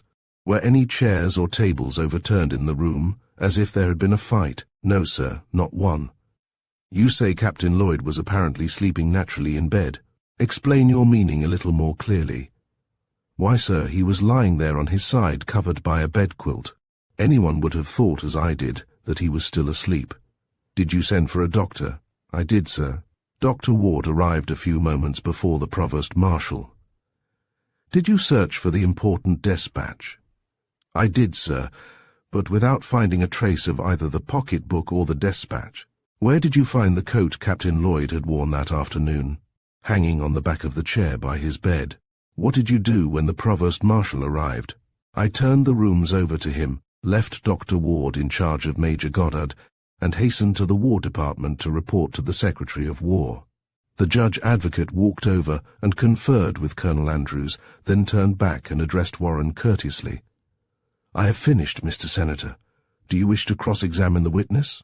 Warren nodded in the affirmative, glanced over his notes, then handed a slip of paper to the judge advocate, who read the question aloud as he pasted it in the book in front of him. What proof have you, beyond Captain Lloyd's word, that he took that dispatch from the dead Confederate Major Pegram? None, sir, exclaimed Simmons, much astonished. Would you question a dead man's word, Mr. Senator? Inquired the judge advocate sharply. I would, sir, declared Warren firmly. He rose and faced Colonel Andrews. I respectfully submit to this court that I seriously object to the introduction of hearsay evidence, and I contend, sir, exclaimed the judge advocate, that Simmons' testimony is direct evidence. He saw the dispatch in Captain Lloyd's hand. You are right there, sir, said Warren courteously, but Simmons did not see. Captain Lloyd, take that dispatch from the dead body of the Confederate. He believes that that paper was taken from Major Pegram only because Captain Lloyd told him so. Intensify, sir, is hearsay evidence, and I demand in justice to my client, whose life hangs in the balance, that hearsay evidence be not accepted in this trial. Major Lane hastily scribbled a few lines and handed the paper to the judge advocate, who immediately read the question aloud. What induces you to think, Mr. Senator, that Captain Lloyd, a man of integrity and standing, would manufacture evidence against the accused? Because of his known animosity toward her, was the prompt reply, in proof of which I have direct evidence to offer to this court. The judge advocate, however, stuck to his argument, and a quick war of words followed, during which Colonel Andrews bent forward and consulted Major Lane in an undertone. Then came the brief order, clear the court. Warren and the judge advocate ushered Nancy into a small vacant room, while the spectators were bundled unceremoniously into the hall. The fresh air in the hall was a relief after the stuffy atmosphere of the courtroom. Mrs. Warren and her two friends pushed their way to the end window, opened it, and leaned out, the better to cool their flushed faces. I greatly fear, Nancy is very deeply involved in this mysterious tragedy, murmured Mrs. Bennet, so that she would not be overheard by others in the crowd. It looks that way, agreed Mrs. Warren sadly. Still, I firmly believe in her innocence. If the court refuses hearsay evidence, they cannot then prove that Nancy had a motive for killing Captain Lloyd. My husband declares that a military court is the fairest and most impartial tribunal in the world, pursued Mrs. Bennet. Hark! What is that music? A band, preceding its regiment, had wheeled into 14th Street, some blocks below, and was marching toward them. The strains of music, at first faint, grew louder in volume. It is Dixie. It's the first time in 4 years that tune has been heard in the nation's capital, declared Mrs. Warren excitedly. President Lincoln has just said we captured it along with Richmond, and that Dixie is national today, laughed a staff officer who had just entered the building. Is the hearing over for this afternoon, ladies? I wish it was, sighed Mrs. Arnold. We dine at 4, and... Her words were interrupted by the opening of the folding doors. The closed session was over. Nancy, accompanied by the judge advocate and her counsel, preceded the crowd back into the courtroom. The court in this instance, when so grave an issue is at stake, has decided not to accept hearsay evidence, announced the presiding officer, as soon as all noise in the room had ceased. Warren drew a long breath of relief. Then I demand that Simmons' testimony relating to the dispatch be stricken from the records. Not so fast, Mr. Senator, sternly admonished the colonel. It is possible to get direct evidence in regard to Captain Lloyd's capture of that dispatch. You forget, sir, that he was accompanied by Belden, one of Colonel Young's scouts. Mr. Judge Advocate, you are directed by the court to telegraph to General Sheridan's headquarters, requesting that the said Belden be detached and sent back to Washington to testify before this court, or, if that is not possible, that his deposition in the matter be taken and forwarded to us. It is 3 o'clock, gentlemen. The court will adjourn until tomorrow morning. Chapter 22, Weaving the Web. The court convened promptly at 9 o'clock the next morning. The first witness summoned by the judge advocate was Dr. Ward. After the usual preliminaries had been gone through with, he testified that he had reached Mrs. Lane's boarding house 5 minutes after Simmons' message had been delivered to him. He was shown at once to Captain Lloyd's room. I hastily examined Captain Lloyd, and found there was no hope of resuscitating him. He had apparently been dead for some hours, continued the doctor, in answer to a question put by the judge advocate. I then turned my attention to Major Goddard, who was still lying on the floor. There were 2 single beds in the room, and Simmons and I lifted the Major onto his, after I had dressed his wound. Kindly describe Major Goddard's condition when you first examined him. Major Goddard lay with his head on the hearth. Apparently in falling he had struck the side of his head against the sharp edge of the iron fender. It had made a jagged cut, which bled profusely. The blow undoubtedly stunned him, but I think his long unconsciousness was due to the loss of blood caused by a hemorrhage from the nose. What do you think caused his fall? Possibly vertigo. The hemorrhage points to that. Major Goddard was in a weakened condition before his fall from wounds received about the head from an explosion of an old-fashioned pistol sometime in February, which had blinded him. Is Major Goddard totally blind? At present he is, sir. Is there then a prospect of his regaining his sight? It is just possible. Ward's eyes travelled in Nancy's direction. I do not consider his case entirely hopeless. He smiled in sympathy as her eyes lighted with pleasure. The judge advocate paused to make an entry on his pad, then resumed his examination. What did you do next, Doctor? I sent a note to the United States Sanitary Commission, asking them to send me a nurse at once. Did the Secret Service agent, John Simmons, speak to you of a pocketbook or a despatch? He did, sir. Said that they were both missing from Captain Lloyd's coat pocket. I helped him search the rooms for them, but could find no trace of either of them. What did you do after the arrival of the Provost Marshal? I conferred with him about Captain Lloyd. Considering the mystery surrounding his sudden death, we both deemed it expedient to hold an autopsy at once, so his body was removed to the city morgue. Did you hold the said autopsy? I did, sir, in the presence of the coroner and Surgeon McBride. Here is the report of the result. He searched among his papers and handed one of the sheets to the judge advocate, who, before inserting it in his book, read its contents aloud. After a prolonged and careful examination, we found no wound or mark of violence on Captain Lloyd's body, nor any trace of poison in his system. Therefore, we are obliged to believe, in the absence of any particular symptom or pathological appearance, that he died from some cause or causes to us unknown. It is just possible that the last 5 days in the saddle without sufficient food or sleep might have produced a paralysis of the heart which left no symptom. William McBride, Town Surgeon, Kalorama Hospital.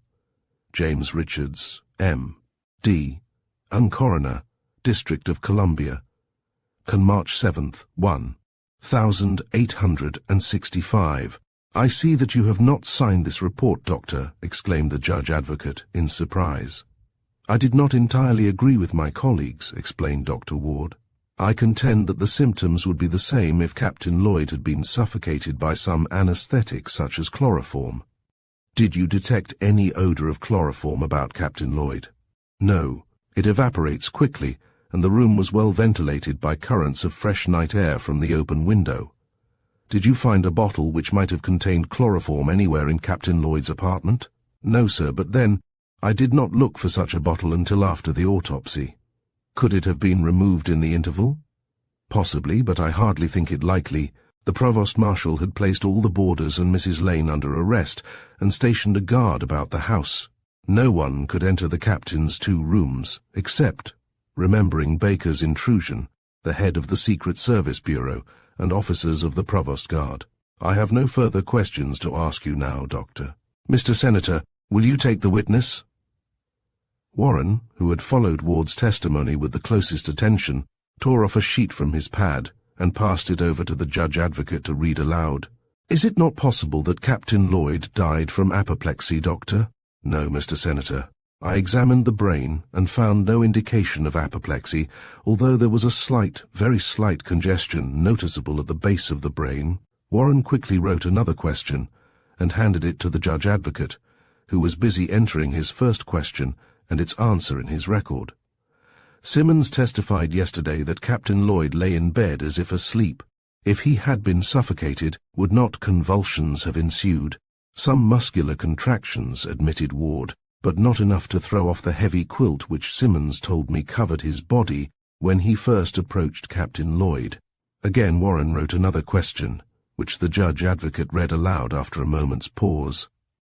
Are you willing to swear, Dr. Ward, that Captain Lloyd could not possibly have died from natural causes? Natural causes, echoed the doctor. I don't catch your meaning, Mr. Senator. A man's natural state is living. It is unnatural for him to die." Quickly Warren's hand travelled over the paper, then he tossed the slip to the judge advocate. "I will amend my question, read the latter. Do you think it possible that the captain died from one of the diseases of nature, such as heart failure, and so on?" "No, Mr. Senator, I do not," declared Ward positively. "I am willing to go on oath that Captain Lloyd was killed by a person or persons unknown." Warren reddened and bit his lip. "I have no further questions to ask," he said abruptly. "Does the court desire to examine this witness?" inquired the judge advocate. The president replied in the negative, and Ward was then excused. The next witness was Coroner Richards, who stated that, in his opinion, Captain Lloyd might have died from an attack of heart failure, superinduced by the fatigue of 5 days in the saddle, with insufficient food or sleep. His testimony was corroborated by Surgeon McBride. Warren refused to cross-examine the surgeon, and he was excused. He was followed on the stand by Mrs. Lane, a tall, raw-boned woman of middle age. "How long have you kept your boarding house on F Street?"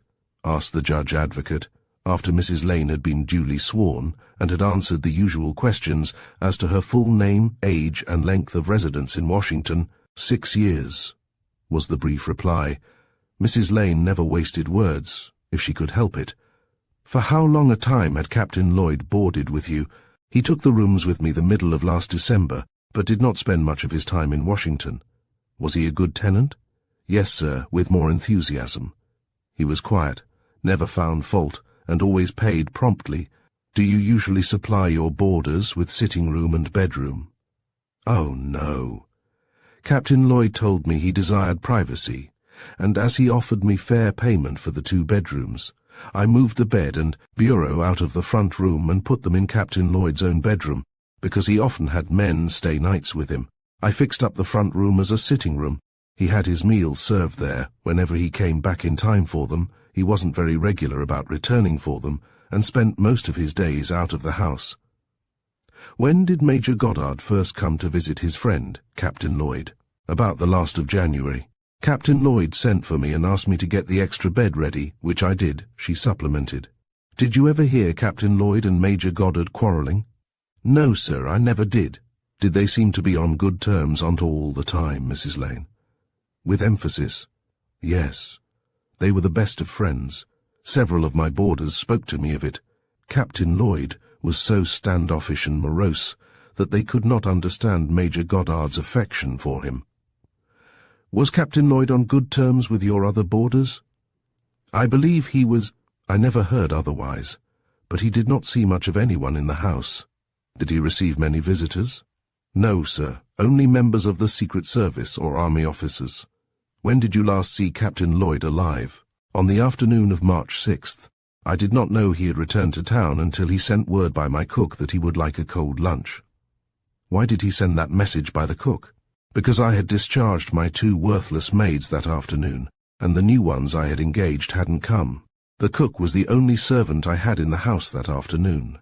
"Did your cook carry Captain Lloyd's lunch up to him?" "No, I did. The cook only let him in when he returned." "Did Captain Lloyd look ill when you saw him that afternoon?" "No, indeed, only very tired. He told me he was half dead for want of sleep and could hardly keep his eyes open." "Was Major Goddard with him?" "No, sir. Major Goddard had gone out driving before Captain Lloyd returned." "Did you let Major Goddard in when he got back from his drive?" "No, sir. Captain Lloyd had given his latchkey to the Major before the latter left Winchester, so the attendant who accompanied Major Goddard used the latchkey and they let themselves in that afternoon." "Is it your custom to give latchkeys to your boarders?" "I don't do it usually, sir, but Captain Lloyd was in and out of the house at all hours." "Did you hear any unusual noise in Captain Lloyd's room that afternoon or night?" "No, sir, I did not. As I said before, the cook was the only servant in the house, and I had to help her in the kitchen." "Do you know the accused?" "I do, sir. When did you last see her and where?" "I saw her on the afternoon of the 6th of March, when she came to my house to see her friend, Miss Alice Carey." Her words created a small sensation, and the president had to rap repeatedly for order before quiet was restored. Nancy had told Warren in their interview on Sunday that she had been to the boarding house, so he was prepared for the testimony, and no one could read from his expressionless face what he thought of the new development. "Did the accused see you?" asked the judge advocate. "She did," retorted Mrs. Lane. "I let her in. Did she go into your parlour?" "No, sir. She came just as dinner was being served. I told her that Miss Carey was out, but that she had left word she would be back by 5:30. Miss Newton seemed very anxious to see Miss Carey, so I told her to go right to her friend's room and wait there." "Where is Miss Carey's room located?" "On the 3rd floor, back." "Wasn't it unusual to send her upstairs instead of having her wait in the parlour?" "No, indeed. She and Miss Carey are very intimate, and they often spend the day together, either at my house or at Miss Metoaca Newton's." "Did the accused have a bundle with her?" "She did." "Was it a bottle?" Eagerly. The court and spectators leaned forward to catch the reply. "I couldn't tell, sir. It seemed to be a box of candy." "What made you think that?" "The way her dog kept smelling at it, and then it was shaped like a box." "Did the dog accompany the accused into the house?" "He did. I don't mind Misery. He's a good dog, as dogs go, and doesn't give me any trouble. Have you any questions to ask the witness, Mr. Senator?" For reply, Warren handed a sheet of paper to the judge advocate, who read the 2 questions written on it slowly and one at a time. "What did Captain Lloyd eat for lunch?" "Let me see." Mrs. Lane considered for a moment. "Cold bread, ham, pickles, and gingerbread. Oh, and a cup of coffee." "Did Captain Lloyd eat very heartily?" "Well, he ate every scrap I sent up. Aunt Dinah brought the tray downstairs with her when she came back from telling the captain that Simmons wished to see him. There wasn't a morsel of food left on the plates." "That is all," announced Warren, and at a signal from the judge advocate, Mrs. Lane left her chair and hastened out of the room. Mrs. Warren, who had come with Mrs. Bennet, was sick at heart.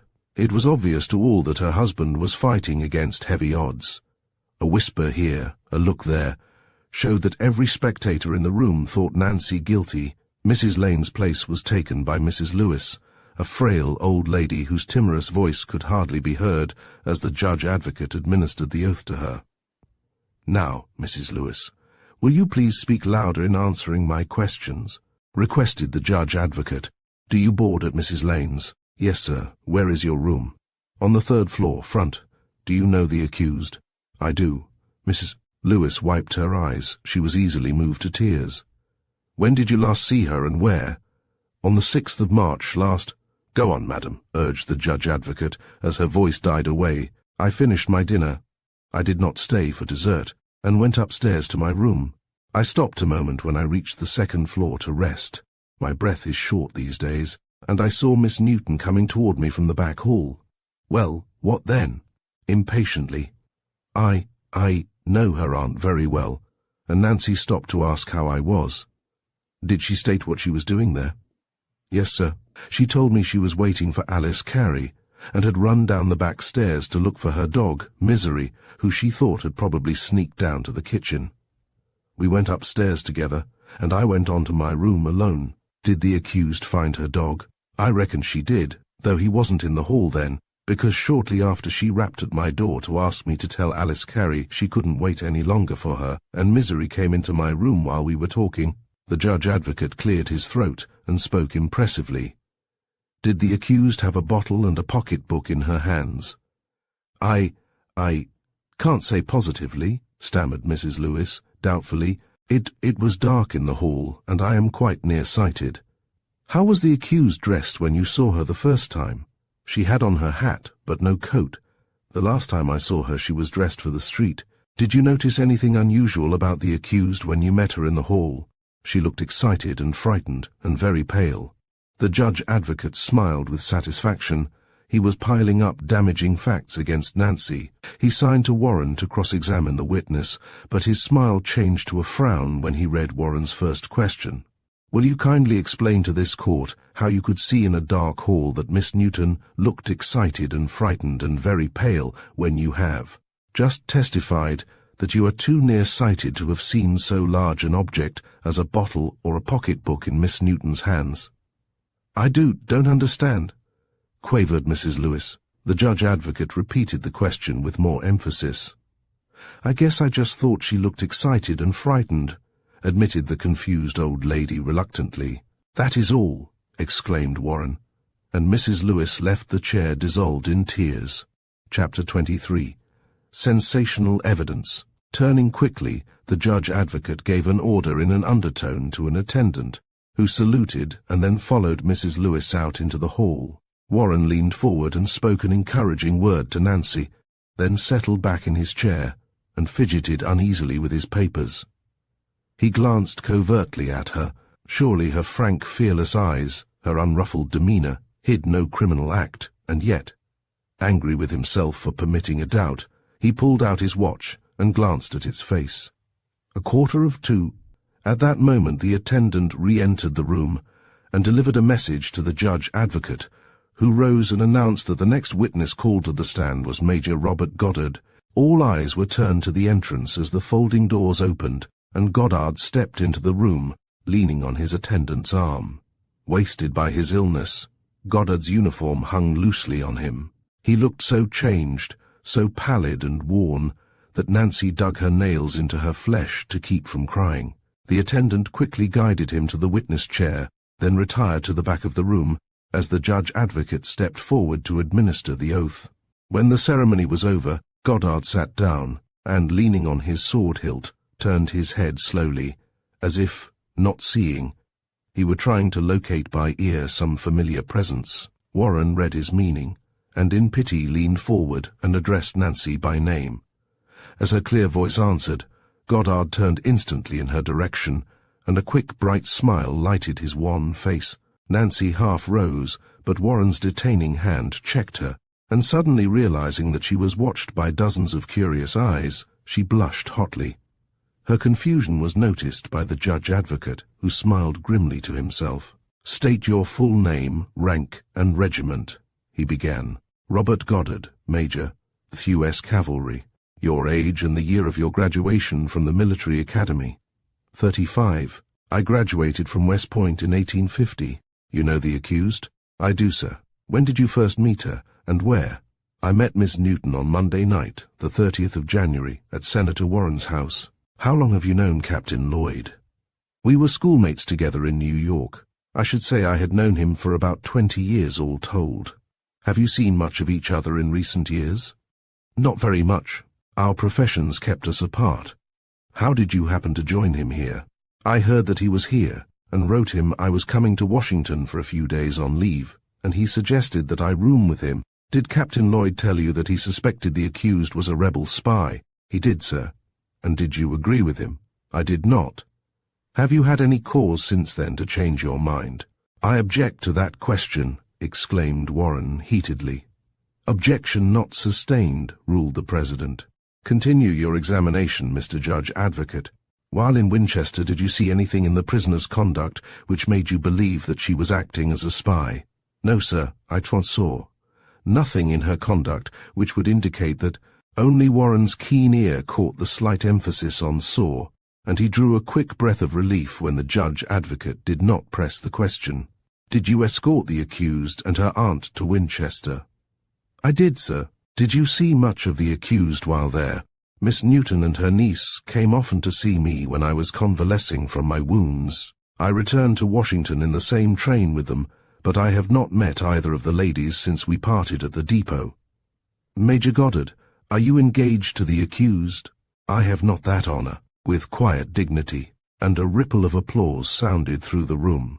Goddard's eyes strayed in Nancy's direction, but he could not see the rich color which mantled her pale face. She dropped her eyes instantly to hide their telltale message. If he could not see, others should not. "When did you last see Captain Lloyd?" "In Winchester, the day before I returned here." "Why did he not come back with you?" "He did not inform me." "Where were you on the afternoon of Monday, March 6th last?" "I went for a drive with my attendant, Donnelly, and did not return to Mrs. Lane's until some time after 4 o'clock." "State to the court. What occurred after your arrival at the boarding house?" "With Donnelly's assistance I went directly to my room. He informed me that dinner was being served, but I had no appetite, and did not care to go in and join a lot of strangers. When we reached the door of our sitting room, I told Donnelly to go downstairs and get his dinner, that I would ring for him if I needed his assistance. I then entered the sitting room and felt my way to a chair by the fireplace. There is not much furniture in the room, and I was familiar enough with my surroundings to find my way about without much difficulty. He hesitated. "Go on," prompted the judge advocate. "Tell your story in your own way." I have no idea how long I sat in that chair, whether it was 5 minutes or half an hour, for I was deep in thought, continued Goddard. Without any warning, my nose started bleeding, a way it has since I was wounded in the face by the explosion of a pistol. The bell was in the next room, so I felt my way to the communicating door and into the room. "One moment," interrupted the judge advocate. "Was the door closed?" "Yes, sir, but not locked. I should judge I was about halfway toward the fireplace, where I knew the bell was hung, when I became conscious that there was someone in the bedroom with me. I cannot tell you exactly what it was," went on Goddard, after a slight pause, "that made me think that. I stood still for a moment and turned slowly around, trying to trace the faint, very faint sound I thought I had heard. Then I lost my bearings. I could not remember in which direction the door was, nor where the fireplace was located." "Why didn't you call out?" demanded the judge advocate, sharply. "I was too confused. Only the blind can know and understand my feeling of overpowering helplessness," declared Goddard earnestly. "I stepped forward, tripped, and fell with all my weight, striking against the iron fender before I could save myself. I knew nothing more until I regained consciousness the next day and found myself in bed, with a trained nurse in attendance." Everyone in the courtroom followed Goddard's story with breathless interest. Nancy never took her eyes from his face. She sat as if hypnotized. "What did you trip over, Major?" inquired the judge advocate. There was a perceptible pause. Then came the answer, "A footstool." "Could you tell whether the sound you thought you heard in the room was made by a man or a woman?" asked the judge advocate, laying down his pen. "I could not, sir. It was too intangible to even locate. I have finished my direct examination, Mr. Senator. Have you any questions to ask the witness?" Warren wrote his message and gave it to the judge advocate. "Did you know that Captain Lloyd was asleep in the next room?" "No, sir. I did not even know he had returned to the city," replied Goddard. Warren handed another slip to the judge advocate, who read its contents aloud. "His hat and overcoat were found in the sitting room later that night. You were in that room, were you not?" "I was, Mr. Senator, but you must remember I could not see. I did not pass my hand over all the chairs or other furniture in the room, otherwise I might have found his overcoat and hat." "Could not your attendant Donnelly have seen them?" wrote Warren. "Certainly, Mr. Senator, but Donnelly did not enter the room with me. He was standing in the hall when I went inside and closed the door." "When did you first hear of Captain Lloyd's death?" was Warren's next question. "Colonel Baker came in the next afternoon and told me." "I have no further questions to ask this witness," announced Warren, after consulting Nancy. When Goddard retired, his place was taken by his attendant, Donnelly. He stated briefly that he had only accompanied Major Goddard to the sitting-room door, that he had not looked into the room, being in a hurry to return downstairs and get something to eat. No, he did not think it strange that Major Goddard did not ring for him. The Major had said he was not hungry and that he did not wish to be disturbed. He was not told that Captain Lloyd had returned. He knew absolutely nothing of what had happened upstairs in his master's room, because he had spent his entire time in the kitchen until he was sent for by the Secret Service agent, Simmons. Warren declined to cross-examine Donnelly, and he was excused. Simmons was then recalled to the stand. "Do you recollect, Simmons, whether the door leading from Captain Lloyd's bedroom into the rear hall was locked that night?" "No, sir, it was not," replied Simmons confidently. "It wasn't even closed. I found it ajar when I rushed over to open it, and called for assistance after I discovered Captain Lloyd was dead. And what's more," he added, "there was no key in the lock." "Did you find any trace of the key?" inquired the judge advocate quickly. "Yes, sir.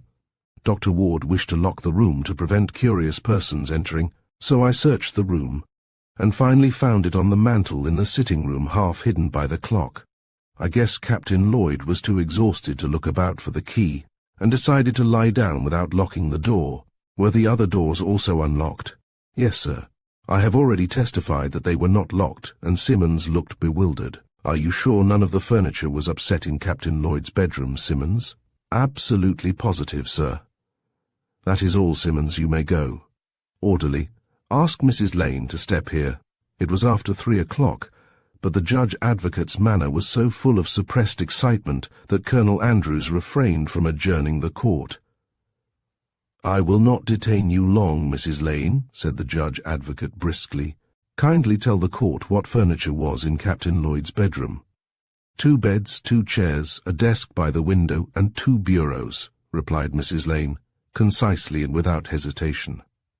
Are you sure that is all? I am. Which hall does Captain Lloyd's bedroom door open into? The back hall, sir. And where does that lead? To the back stairs which go down into the kitchen. Do these back stairs go up to the 3rd floor? No, sir, only to the 2nd floor, so that you have to pass Captain Lloyd's door every time you wish to go to the kitchen by way of the back stairs? Yes, sir. You may go, Mrs. Lane. Orderly, tell Major Goddard that his presence is needed here. Goddard was not long in coming, and with Donnelly's assistance again made his way to the witness chair. Major Goddard, began the judge advocate, turning over the leaves of his book. In your direct testimony you stated that when trying to find your way out of Captain Lloyd's bedroom you tripped over a footstool.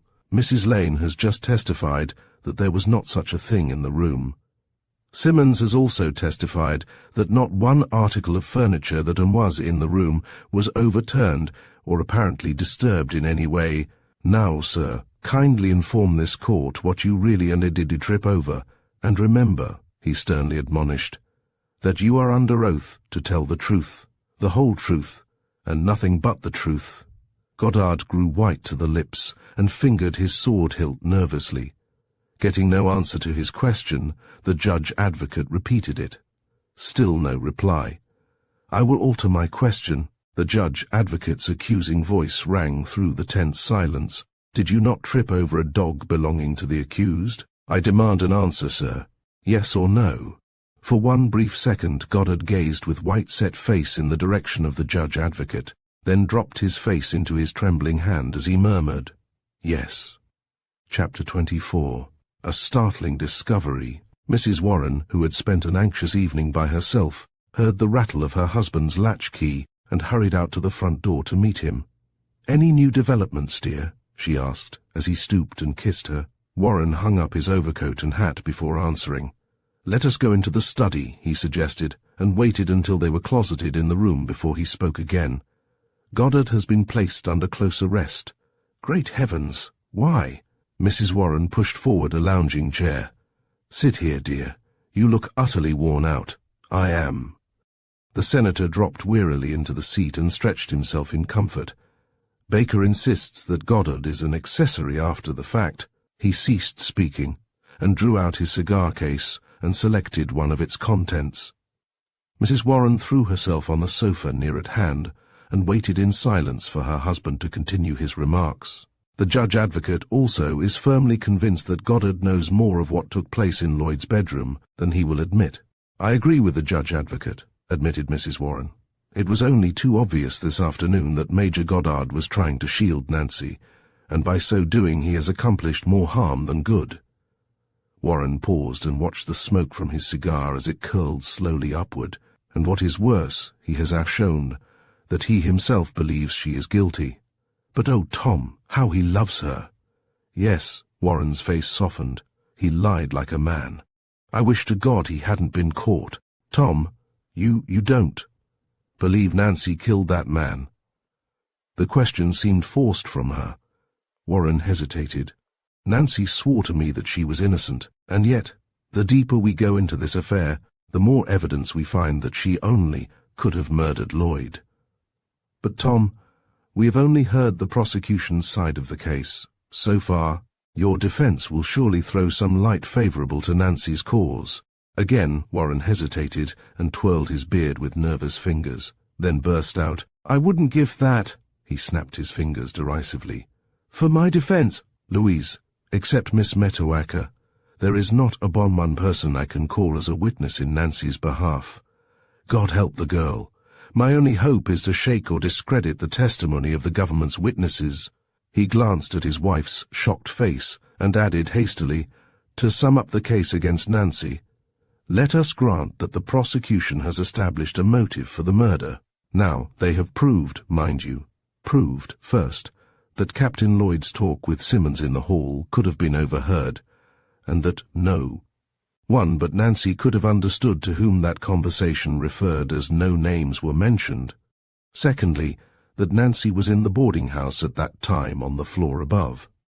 Thirdly, that later she was seen coming from the back hall, which Captain Lloyd's bedroom door opens into. Fourth, that Captain Lloyd's door was not locked. Fifth, that Nancy had her dog with her.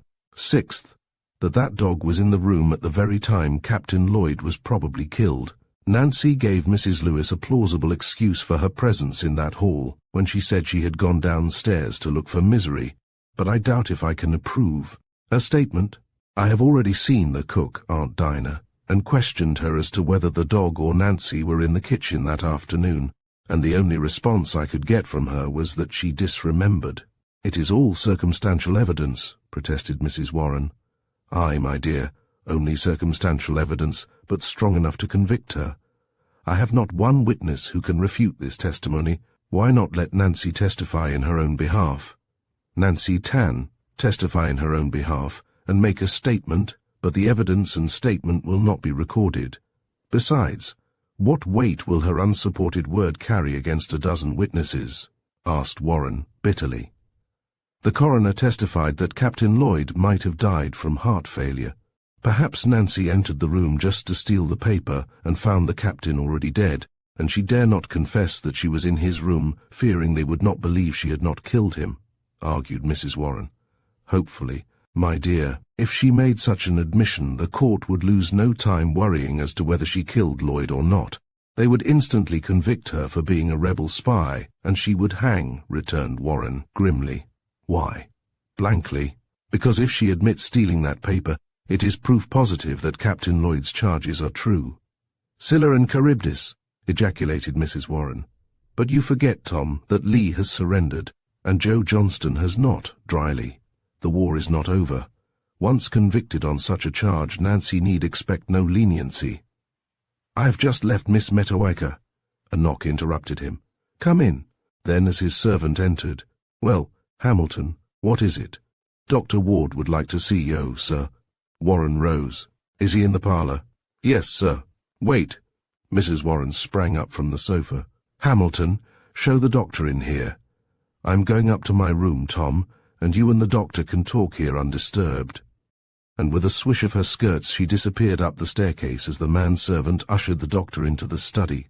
How are you, Ward? Said the senator heartily. Stop, Hamilton, bring the doctor some refreshments. None for me, Senator, thank you all the same. Ward took the chair pushed toward him, and Warren turned his seat about so as to face his visitor. I am sorry to disturb you at this hour, but I felt that I had to see you at once. Oh, that's all right. I am glad you came. I doubt if I can sleep tonight. The prosecution will rest its case tomorrow, and my work begins. He opened his cigar case and handed it to the doctor. Won't you join me? Here's a match. He put an ash receiver on the table by Ward's side. Have you heard of Goddard's arrest? Yes. It is all over town by now, and Stanton is very much censured for placing him under close arrest. Major Goddard has won the people's sympathy. It is not surprising. His blindness, his evident infatuation for Miss Newton, and desire to shield her appeal to the romantic side of human nature. I only wish it would have the same effect on the court, growled Warren. For a few minutes the two men smoked in silence, then Ward laid aside his cigar. May I close the door? He asked. I have something of importance to say to you. Why, certainly. Warren started to rise, but Ward returned quickly from closing the door and resumed his seat. I made a startling discovery tonight, he began. I suppose I should take my story to the judge advocate, but I am convinced you are defending an innocent girl, and this information may help you to clear her. Continue, urged Warren, his weariness forgotten. Ward drew his chair closer to his interested listener. You undoubtedly recollect that Captain Lloyd was found dead on Monday night, March 6th, and that Simmons sent at once for me. Yes, yes, exclaimed Warren, impatiently, as Ward paused for a reply. The next day I called to see Major Goddard in the morning, and again in the afternoon. To my intense indignation, I found Colonel Baker talking to Goddard. With what results you know, Goddard's condition was such that I had to remain with him all night. When I rose to go, the young nurse handed me my hypodermic syringe, saying that I had left it there that morning. I dropped the syringe into my overcoat pocket and thought no more of the matter. The weather turned mild, and I did not use my overcoat again. But this evening I hunted through its pockets looking for a mislaid letter, and I found my hypodermic syringe. I was considerably puzzled, for I have given many hypodermics since I used that coat. So I searched through the pockets of the clothes I have on, and found the syringe I have been using constantly. Thinking the syringe in the coat pocket was the one I carry in my bag for emergencies, I opened the bag intending to replace it, and was astounded to find a syringe already there. Then I sat down and examined the syringe the nurse had given me. I found some substance remaining in it, made several tests, and discovered that it was a solution of curare or curarine. Curare, echoed Warren. Curare, called variously curara, arari, warali, a deadly poison which leaves no trace when injected into the blood or applied to an open wound or sore. Warren's eyes were fairly popping from his head. "And you think?" he gasped. "There is not a doubt in my mind but that Captain Lloyd was killed by an injection of a solution of curare," declared Ward, positively. "Every symptom, or rather lack of symptoms, found at the autopsy points to its use." Realizing what I had stumbled across, continued the doctor, I hurried over to the office of the Sanitary Commission, and they told me there that the nurse, Mary Phelps, was at the Central Hospital. When I reached the hospital, I found Miss Phelps just going off duty. She said that she had found that syringe tucked between the mattress and the headboard of Goddard's bed when she changed the sheets. She supposed I had dropped it there the night before. Ward ceased speaking, and in uncontrollable excitement, Warren sprang to his feet and walked rapidly up and down the room. "This ought to help. And yet I cannot see, he muttered, then wheeled on Ward, who was watching him intently. "Come, Doctor, haven't you formed some theory which may give me a clue?" "I have," admitted Ward slowly. "It is one that may lead to very serious consequences. Curare is a poison that we Americans at present know little about. It is used by the South American Indians, who dip their arrow points in it. You can swallow a small dose of the poison, and it will not hurt you. It is very difficult, if not impossible, to get this drug in this country. I only know one person who possesses a small quantity of the poison." "His name?"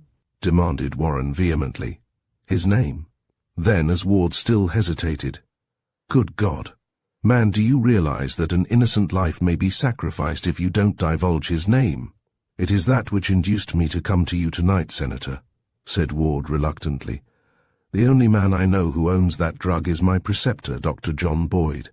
"Boyd!" shouted Warren. "Oh, preposterous! That is what I thought, at first." Why, damn it, man!" exclaimed Warren. "Dr. John wouldn't do such a thing. He is just a hot-tempered, peppery old Southern." "Exactly, sir, and has been accused of passing information through our lines. Time and again he has been threatened with arrest." Warren mopped his hot face, then dropped back into his chair. "Go ahead and explain your theory more definitely," he directed abruptly. "Dr. John is devoted to Miss Newton. I don't doubt he has assisted her on many occasions." Ward checked his hasty speech. He did not wish to convince Warren that Nancy was a spy. Patant would not be doing her a service. "Listen to me, Senator." He checked off his remarks on his fingers to emphasize them. "Dr. John Boyd is the only person who has any curare in this city. To that I am willing to swear. Miss Newton may have confided to him that Lloyd suspected her of being a spy, and that she feared him. Dr. John may have overheard Lloyd when he told Simmons that he had absolute proof of her guilt. He attends several of Mrs. Lane's boarders professionally, and may have been in the house at that time." Hold on. Not so fast, man," cautioned Warren. "It is not likely Dr. John went about carrying poison in his pocket, and how was it possible for him to be there at the psychological moment? You forget his office is next door to Mrs. Lane's. It would not have taken him 5 minutes to get the poison and re-enter the boarding house. Secondly, as Warren still stared at him with unbelieving eyes, Dr. John disappeared that night and has not been heard of since." Chapter 25.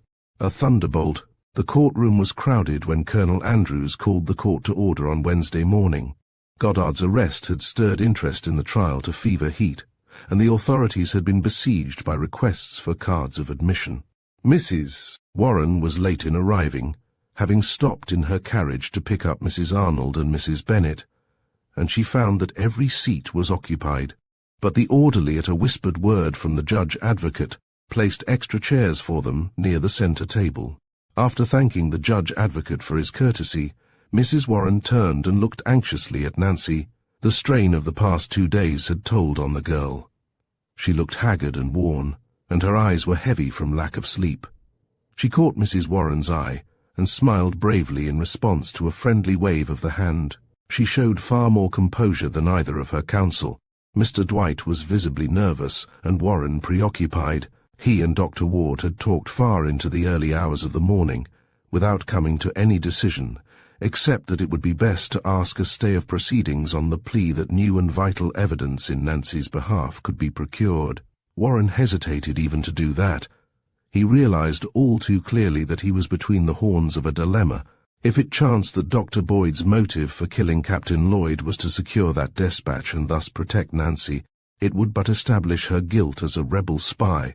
No one would be likely to believe Boyd had committed such a murder unless he knew, and feared the dispatch would incriminate her if allowed to fall into Union hands.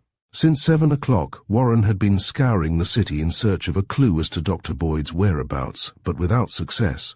He had seen several of the doctor's patients, who could only tell him that Dr. Boyd had been unexpectedly called out of town, and before going had notified them to send for Dr. Ward if they needed medical attendance during his absence. Warren met with no better success when he made inquiries at Boyd's house. After repeated ringing of the front bell and knocking on the basement door, the old housekeeper finally answered the door. On learning Warren's errand, she said that the doctor told her he was likely to return at any time. She had no idea where he had gone. He had told her to keep all mail for him. Warren glanced impatiently at his watch. Miss Metoaca was to be the first witness for the defense, and he had promised to escort her to the trial. Realizing that he had little time to spare before the court convened, he called a hack, jumped into the vehicle, and was driven to the Newtons. Miss Metoaca was ready and waiting for him, and on their way to 14th Street, Warren asked her if she could tell him where Dr. Boyd had gone. Her reply was discouraging. She had not seen or heard of him for weeks. "I would give anything in the world if he were here," added Miss Metoaca with emphasis. "He is devoted to Nancy." Warren silently echoed her wish as he piloted her into the room reserved for the witnesses. The judge advocate's first witness that morning was an elderly man who apparently did not relish his unexpected prominence before the public. He sat biting his nails and glancing uneasily at Nancy. When being sworn he was ill at ease, and his behavior created a most unfavorable impression on spectators and court alike. "Your full name?" demanded the judge advocate. "Oscar Brown." "Occupation?" "Druggist." "Where is your drugstore?" "On F Street next the Ebbet." "You know the accused?" "I don't exactly know Miss Newton," he grinned deprecatingly, "but I have put up prescriptions for her on numerous occasions." "When did you last see the accused?" "On the afternoon of the 6th of March, when she came into my store." "Did she buy any drugs?" "Yes, sir, a bottle of chloroform." A gasp escaped Mrs. Warren, which was clearly audible in the silent room. Warren had not told his wife of Dr. Ward's startling discovery, and Brown's testimony was a distinct shock to Nancy's tender-hearted and loyal friend. "Did the accused state why she required chloroform?" "She did, sir. Otherwise I would not have sold it to her. She said her cat had been run over and she wished to put it out of its misery. Miss Newton is so well known, and her character then was respectable." "I object," challenged Warren instantly. Objection sustained. Witness, do not indulge in reflections. "Confine yourself to answering the judge advocate's questions as briefly as possible," ordered Colonel Andrews sternly. "Yes, sir, much abashed." "Had the accused a bundle in her hand when she entered your store?" "No, sir. I put the bottle of chloroform in an empty candy box for her, as she said it was awkward carrying a round bottle, and she feared she would drop it." "Indeed." The judge advocate's satisfaction was apparent. "State the exact time the accused was in your store." About 3:15, as far as I can remember. I did not enter the sale in my books at the time, because Miss Newton said she was in a hurry. Have you any questions to ask the witness, Mr. Senator? Asked the judge advocate. For answer, Warren handed him a folded paper which he read aloud. Was that the first time you sold chloroform to Miss Newton? I can't say. It might have been. I do a large business, was the evasive reply. Answer yes or no, thundered Colonel Andrews. Cowed by the president's manner, Brown answered sullenly, no. How many times have you sold her chloroform? Read Warren's next question. At least 3 times. Since the new year? Before and since, yes, sir. Did she state for what purpose she needed the drug? Dr. John Boyd sent her to buy it for him when he was in a great hurry. Dr. Boyd had a class of young ladies who were learning first aid to the injured, and Miss Newton acted as his assistant at the clinics. At the man's words, Warren started as if stung. A horrible possibility had occurred to him. Suppose Nancy had visited the doctor's office as well as the drugstore that afternoon. She was probably familiar with every article in the doctor's office. Could she have known about the curare? He passed his hand across his damp forehead, then turned to the witness. I have no further questions to ask you, and Brown beat a hasty retreat.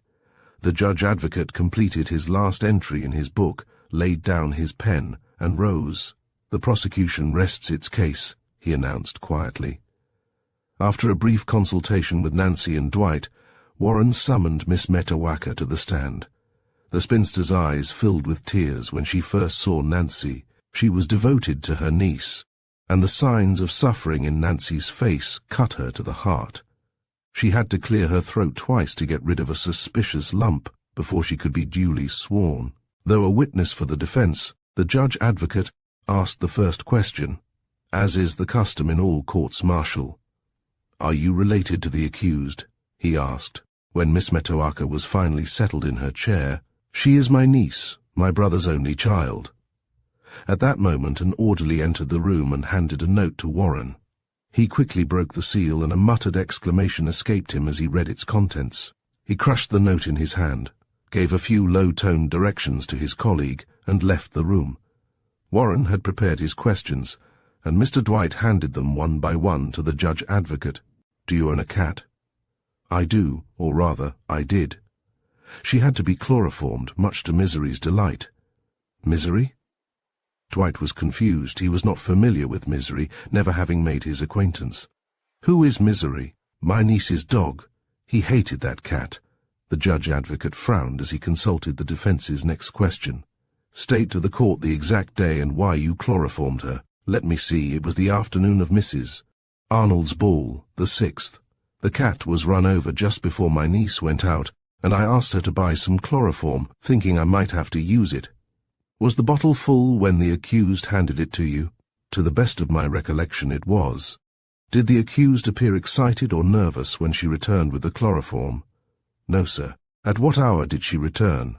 About 20 minutes past 6. I have no further questions to ask this witness, said Dwight. Do you wish to cross-examine her, Mr. Judge Advocate? Miss Newton, began the Judge Advocate. Have you taken the oath? I was under the impression you had just administered it to me, exclaimed Miss Metoaca mildly. I mean the oath of allegiance, reddening. No, sir, nor the accused? Neither of us, sir. We are law-abiding citizens. Are your sympathies with the Union or with the Confederacy? They are divided, tranquilly. I have relatives and friends in both armies. Are you a rebel sympathizer? Answer yes or no. I am, sir, like many other Washington women. And is the accused also a rebel sympathizer? I cannot answer for my niece's feelings. Where was the accused on the night of December 27th, 1864? She spent Christmas with friends in Baltimore and did not return to Washington until the day after New Year. Kindly give the names of these friends. Mr. and Mrs. William Murray, 24 Saratoga Street, Baltimore, M.D. The Judge Advocate made a note of the names and address. That is all, Miss Newton. You may retire. As Miss Metoaca passed Nancy, she bent over and whispered tenderly, Don't worry, my darling, you will be acquitted. Then she was gone. Mr. Davis rose. May I ask the indulgence of the court, he said nervously, that a recess be taken until tomorrow morning? Our senior counsel, Senator Warren, has been called away." "Has he been called out of town?" asked the President. "Oh no, Colonel." "Did he say when he would be back?" "He told me that he would return as soon as he could." "Have you further testimony to offer?" "No, sir. I object to postponement." The judge advocate rose. "It is unnecessary taking up the valuable time of this commission, the members of which have been detached from their respective posts and regiments to serve on it. The Secretary of War has directed that the hearing be terminated at the earliest possible date. If Senator Warren wished to recess, he should have so stated before leaving the room. As it is, the accused is still represented by able counsel. If she does not wish to make a statement in her own defense, I will submit the case to the court."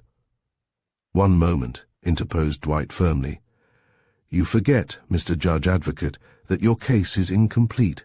The court has ruled that hearsay evidence will not be accepted. Belden, the scout, has not yet testified before this court as to—" "I forget nothing," interrupted the Judge Advocate heatedly.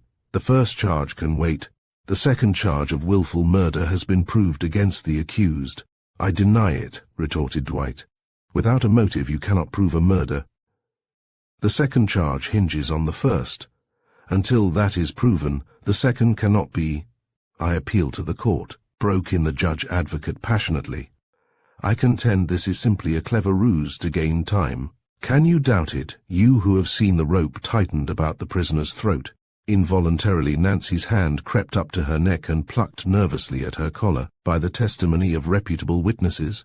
Captain Lloyd, a gallant soldier, was foully murdered in the performance of his duty. You, his brother officers, have been told how the murderess crept downstairs, crept into his bedroom, stole the pocketbook containing the incriminating paper. Then, fearing that he might still be able to prove her guilt, she leaned over the sleeping man and silenced him forever. I tell you, he struck the table with no uncertain hand. This has been proved. Let the counsel for the defense deny it if they can. We deny nothing." With set, stern face, Warren, who had entered unnoticed some moments before, pushed his way through the crowded room. He passed Nancy, without look or word, and stopped midway between her chair and the seated officers. "We admit the truth of the Judge Advocate's statement. A thunderbolt could not have created a greater sensation." The officers, as well as the spectators, sat dumb, bereft of speech. Nancy, grown deadly white, gazed at Warren with agonized, helpless eyes as his powerful, relentless voice rang out, the Judge Advocate has described. To you how she stole step by step into that room with murder in her heart, the guilt of former days lending courage to a desperate act. With stealthy tread she crept up to the bed. Her hand fumbled for a moment in the folds of her dress, then drew out a syringe. Deftly, and with practiced hand, she thrust the hypodermic needle into the brawny arm which, once so valiant in the fight, lay helpless on the pillow.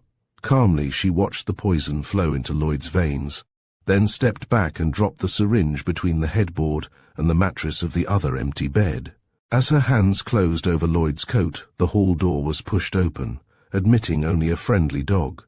Quickly she resumed her search, but another interruption stopped her. The sitting-room door opened. She started violently and stood with fast-beating heart. A hesitating step crossed the threshold. Gradually her breath came back and her guilty heart beat more slowly. A blind man could not harm her. She removed the pocketbook just as Goddard tripped over the dog. The sound of his fall aroused the stupefied figure on the bed. Faintly he whispered a name, a familiar name, the name of— A shriek rang out, the cry of a soul in torture. The spellbound officers sprang to their feet. Spectators climbed on their chairs for a better view. "Sit down! Sit down!" roared the Judge Advocate. A figure tottered out into the aisle. "Air! Air! I must have air!" The Judge Advocate stepped aside. "For God's sake, let me go. That is just what we cannot do. Guard, here is your prisoner." And Warren caught Mrs. Bennet as she fell. Chapter 26. By a hair's breadth. Again and again Colonel Andrews demanded order in the courtroom, but the spectators were utterly demoralized and refused to be quiet. It was only after Mrs. Bennet had been carried unconscious into another room that the confusion somewhat abated. Nancy, trembling in every limb, in the reaction which followed her terror and shock, collapsed in her chair, incapable of speech. Mrs. Arnold, whose complexion had turned pasty from her emotions, clung frantically to Mrs. Warren and begged tearfully to be taken home. Colonel Andrews, purple in the face with his exertions, bellowed in a voice at last heard above the racket. "This unseemly behaviour must cease. Major Lane, call the guard and clear the room." Silence quickly followed the order, and Warren turned and addressed the excited court. "I ask your indulgence for precipitating such a scene. I returned to this room intending to ask a stay of proceedings so that I could have time to gather evidence against Mrs. Bennet. But on hearing the judge advocate's argument against postponement, I saw my opportunity to force a confession from the guilty woman by giving details of Captain Lloyd's murder, which would induce her to think there had been an eyewitness to her crime. Sitting there, confident that another was practically convicted for Captain Lloyd's murder, the shock of my unexpected words affected her as I hoped they would, and she betrayed herself. "Is that the only evidence you can offer to prove Mrs. Bennet's guilt?" demanded the judge advocate, harshly. "My next witness is Miss Mary Phelps, a nurse of the United States Sanitary Commission," was Warren's non-committal reply. After the usual preliminaries, Miss Phelps told how she found the hypodermic syringe and why she gave it to Dr. Ward. She was then excused and her place taken by Dr. Ward, who in a few concise words described how he discovered that the syringe was not his and that it contained a solution which, on examination, proved to be a form of curare. He produced the syringe and gave it to the judge advocate. As he left the courtroom, Dr. John Boyd's name was called, and the famous surgeon limped into the room and to the witness chair, followed by a low ripple of excited comment from the spectators, which was quickly quelled by Colonel Andrews's peremptory demand for silence. When Dr. Boyd had satisfactorily answered the judge advocate's first question, after being sworn, Warren began his direct examination. "Doctor, are you acquainted with the poison known as curare or curarine?" "I am. Some of the drug was given to me when I was last in South America. It is almost impossible to procure it in this country now. How many people knew that you owned this drug?" Dr. Boyd reflected a moment before answering. "I am sure only 2 people beside myself, my former assistant and Mrs. Bennet." Colonel Andrews had no need to call for silence. One could hear a pin fall in that quiet room as court and spectators bent forward, the better to hear Dr. Boyd's low voice. "How did Mrs. Bennet learn that you had some curare?"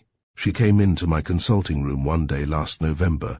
I had just been making some physiological tests, and the bottle containing the curare was on my table. After I had given her the prescription she had come for, she asked me what the bottle contained. Curare is a curious poison, and one that is not much known, at least at this date.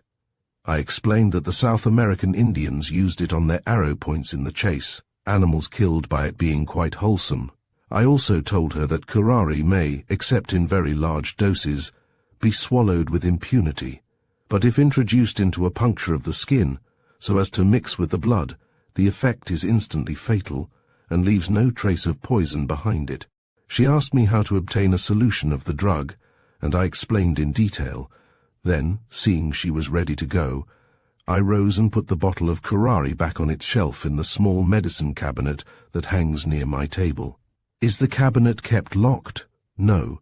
My old housekeeper, Martha Crane, has charge of my private office and would not think of disturbing any of my belongings." "Did you know Captain Lloyd?" Read the judge advocate, pasting Warren's last question in his book. "I first met Captain Lloyd on New York Avenue one morning in January, but I saw him again that same night." The surgeon paused. "Give a full account of that last occasion," directed Warren. "I was attending a supper party at Senator Warren's," began Boyd. "We were having a pleasant evening when the bell rang, and the servant told the senator that a gentleman wished to speak to Major Goddard. Senator Warren immediately asked Captain Lloyd to step into the parlor, but he declined, saying he preferred to wait in the hall for his friend. Suddenly I was startled by a half-stifled moan, and turned to see where the sound came from. Mrs. Bennet was crouching on the sofa behind me, her face livid, her eyes starting from her head. I followed her glance and saw Captain Lloyd standing directly under the hall light. "Did Captain Lloyd see Mrs. Bennet?" No, we were sitting in the darkest part of the room, besides which he was too occupied in staring at Major Goddard and Miss Newton to notice anyone else. What happened next? Major Goddard joined his friend almost at once and they went away together. Then, before I could catch her, Mrs. Bennet fell fainting on the floor. If ever I saw naked fear, it was in her livid countenance when she gazed at Captain Lloyd. Naturally, I was curious to know what connection there was between Mrs. Bennet, a society butterfly, and Captain Lloyd of the Secret Service, particularly as I was informed that she was a Union spy, but my professional duties claimed all my attention, and I forgot about the scene until it was recalled to my mind by Mrs. Bennet herself. In what way? I was talking with her at the President's levee on March 2nd, and spoke of Major Goddard. She asked me if Captain Lloyd had returned to town with him, and I replied in the negative. Was that the last time you saw Mrs. Bennet? No. I saw her on the afternoon of the 6th of March going into Mrs. Lane's. My housekeeper, Martha, he added, before the judge advocate could speak, told me, when I entered my office a few seconds later, that Mrs. Bennet had just left, having waited for me in the front office for some time. Is the communicating door between the office and your consulting room kept locked when you are absent? No, never. Then a patient could enter your consulting room without disturbing your housekeeper? Yes. Did you see Mrs. Bennet waiting on Mrs. Lane's doorstep? No, she was just turning the front doorknob and entering when I passed the house. Did she see you? No, I think not. Her back was turned to me. Is your usual office hour at that time in the afternoon? No. Then Mrs. Bennet knew that you were likely to be out at that hour. Yes, she told my housekeeper that she had a bad attack of neuralgia and had called on the chance of finding me in. Where have you been during the past month, Doctor? I left Washington that very afternoon, on my way to Richmond. Just a moment, interposed Warren, and handed another slip to the judge advocate, who read the question aloud. Did Mrs. Bennet know you expected to leave town? She did. I told Mrs. Arnold in her presence that I expected to go away at any moment, and did not know exactly when I would return. Continue your statement, directed Warren. I went to Richmond to see my brother. On my arrival there, I found him in one of the hospitals, dying. Boyd's keen eyes grew misty. I stayed with him to the end. I found my services needed in that unhappy city, so remained. But just before the evacuation, I went over to Petersburg to assist in the field hospitals. I only returned to Washington this morning. When did you first hear of the charges against Miss Newton? When I reached my house this morning, I found Dr. Ward there making inquiries of Martha as to my whereabouts. We went into the office, and Ward told me of Miss Newton's arrest and trial, finally mentioning his suspicions that curare had been used. I sprang out of my chair, walked over and pulled open the door of the cabinet. The bottle of curare was empty. I also found on further search that one of my hypodermic syringes and needles, which I keep in the top drawer of my table, were missing. Did anyone have access to your offices during your absence from the city? No. I locked both the doors and bolted the windows of those rooms before I left that afternoon, and took the keys with me, knowing that I might be away from home for some time. What did you do on discovering the curare was gone? Dr. Ward and I agreed that Senator Warren should be sent for. On his arrival, we consulted together and decided that Mrs. Bennet must have killed Captain Lloyd. That is all, Doctor, announced Warren. Mr. Judge Advocate, take the witness. Do you know any motive for Mrs. Bennet's crime? Inquired the Judge Advocate. Fear, deadly fear. Do you know what inspired that fear? No, sir, I do not. You are excused. And the doctor, bowing to the court and to Nancy, withdrew. May it please the court to recall Major Goddard, said Warren. Major Goddard is under close arrest and cannot leave his quarters, replied the President. But there are no longer grounds for such arrest, retorted Warren warmly. He cannot now be accused of being an accessory after the fact. By President Lincoln's permission, I was allowed to see the Major this morning, and I say to you in all earnestness that his testimony is needed to clear up this mystery. I have here an order from the Secretary of War, extending a long envelope which had been delivered to him a moment before, releasing Major Goddard from arrest. Convinced by Warren's earnest appeal, the presiding officer dispatched an orderly for Goddard. Nancy's color had returned, and her eyes sparkled with relief and renewed courage as she talked in a low tone with Warren and Dwight during the short wait that followed. Goddard soon made his appearance, for his conversation with Warren had prepared him for such a summons. His whole bearing had changed. He entered the room erect and smiling, and despite his blindness moved with quick, decisive step as the orderly guided him to the witness chair. "State to the court Captain Lloyd's full name," ordered Warren. "George Lloyd Irving." His announcement caused low-voiced comment, and Colonel Andrews pounded for order. Why did Captain Lloyd drop his family name? Because he desired to lose his identity after a certain tragedy in his family. Give a full account of that tragedy. After graduating from West Point, I was ordered west, and I did not see Captain Lloyd until 7 years later. I found him greatly changed from the kindly, happy boy I had known in former days. After we had been together for a month, we drifted into our old friendly ways, and one night Lloyd confided his troubles to me and why he had dropped his surname. 3 years before that date, when on a visit in the West, he had met a very pretty, charming girl, became infatuated with her, and after a brief courtship they were married. Shortly after the honeymoon, they both realized they had made a fearful mistake. She had married Lloyd for the social position his name could give her. She found that Lloyd hated society and would go nowhere. He was also comparatively poor and could not supply her with the luxuries her shallow nature craved. So they endured a parrot and monkey life of it. After the birth of their baby there was continuous friction, for Lloyd declared that to cut down expenses to meet additional bills, they would have to live in a farmhouse which he owned near a village in New Jersey. They moved there, and things went from bad to worse. Mrs. Irving hated the village people. Their church socials and the sewing circles seemed to mock her, for she craved balls and brilliant receptions. She never troubled to return the calls of the friendly farmers' wives, and finally she was shunned.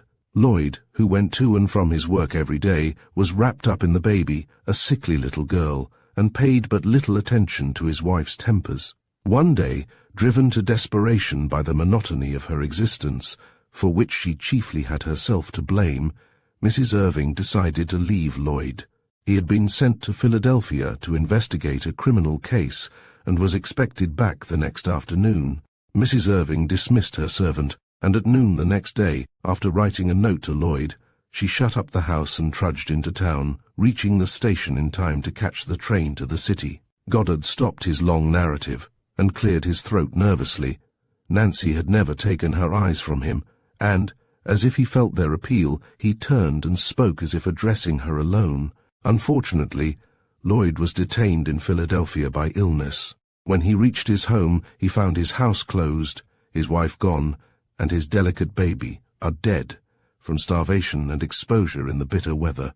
His farm was on a little frequented road, his nearest neighbor 6 miles away. No one had noticed the closed house. No one had approached near enough to hear the baby's cries. From that moment, Lloyd was a changed man. He waited until after his child was buried, then started in pursuit of her unnatural mother. "I do not suppose," added Goddard hastily, "that it ever occurred to Mrs. Bennet that Lloyd might be prevented from returning home that afternoon. She had no particular affection for the child, and decided that having a baby with her would be a drag. She also undoubtedly reasoned that Lloyd would not trouble to find her, but if she took the child away, he would instantly institute a search for her. Lloyd spent months trying to trace his wife. Finally word reached him that she had sailed on an ill-fated ship which was wrecked, and his wife was reported among those drowned. Convinced that she was dead, he let the matter drop, but knowing Lloyd as I did, I am convinced that, had he suspected his wife really was alive, he would have killed her, for he worshipped that baby. Many a night I have been wakened by his calling, 'Baby Tot, Baby Tot,' in heart-rending tones in his sleep, as I told Senator Warren this morning. Why did you not relate this narrative when you testified yesterday?" asked the judge advocate, after Warren signified that he could cross-examine Goddard. "Because I never connected Lloyd's unhappy married life with the cause of his murder. I thought his wife was dead." "Did you ever see Captain Lloyd, Captain Irving's wife?" "No, sir. You can prove my statements by going to the village where the child is buried." I don't doubt you can find some farmers who can identify Mrs. Irving. Then you have no direct proof to adduce that Mrs. Irving and Mrs. Bennet are one and the same person? I have no such proof, admitted Goddard, but anyone of average intelligence.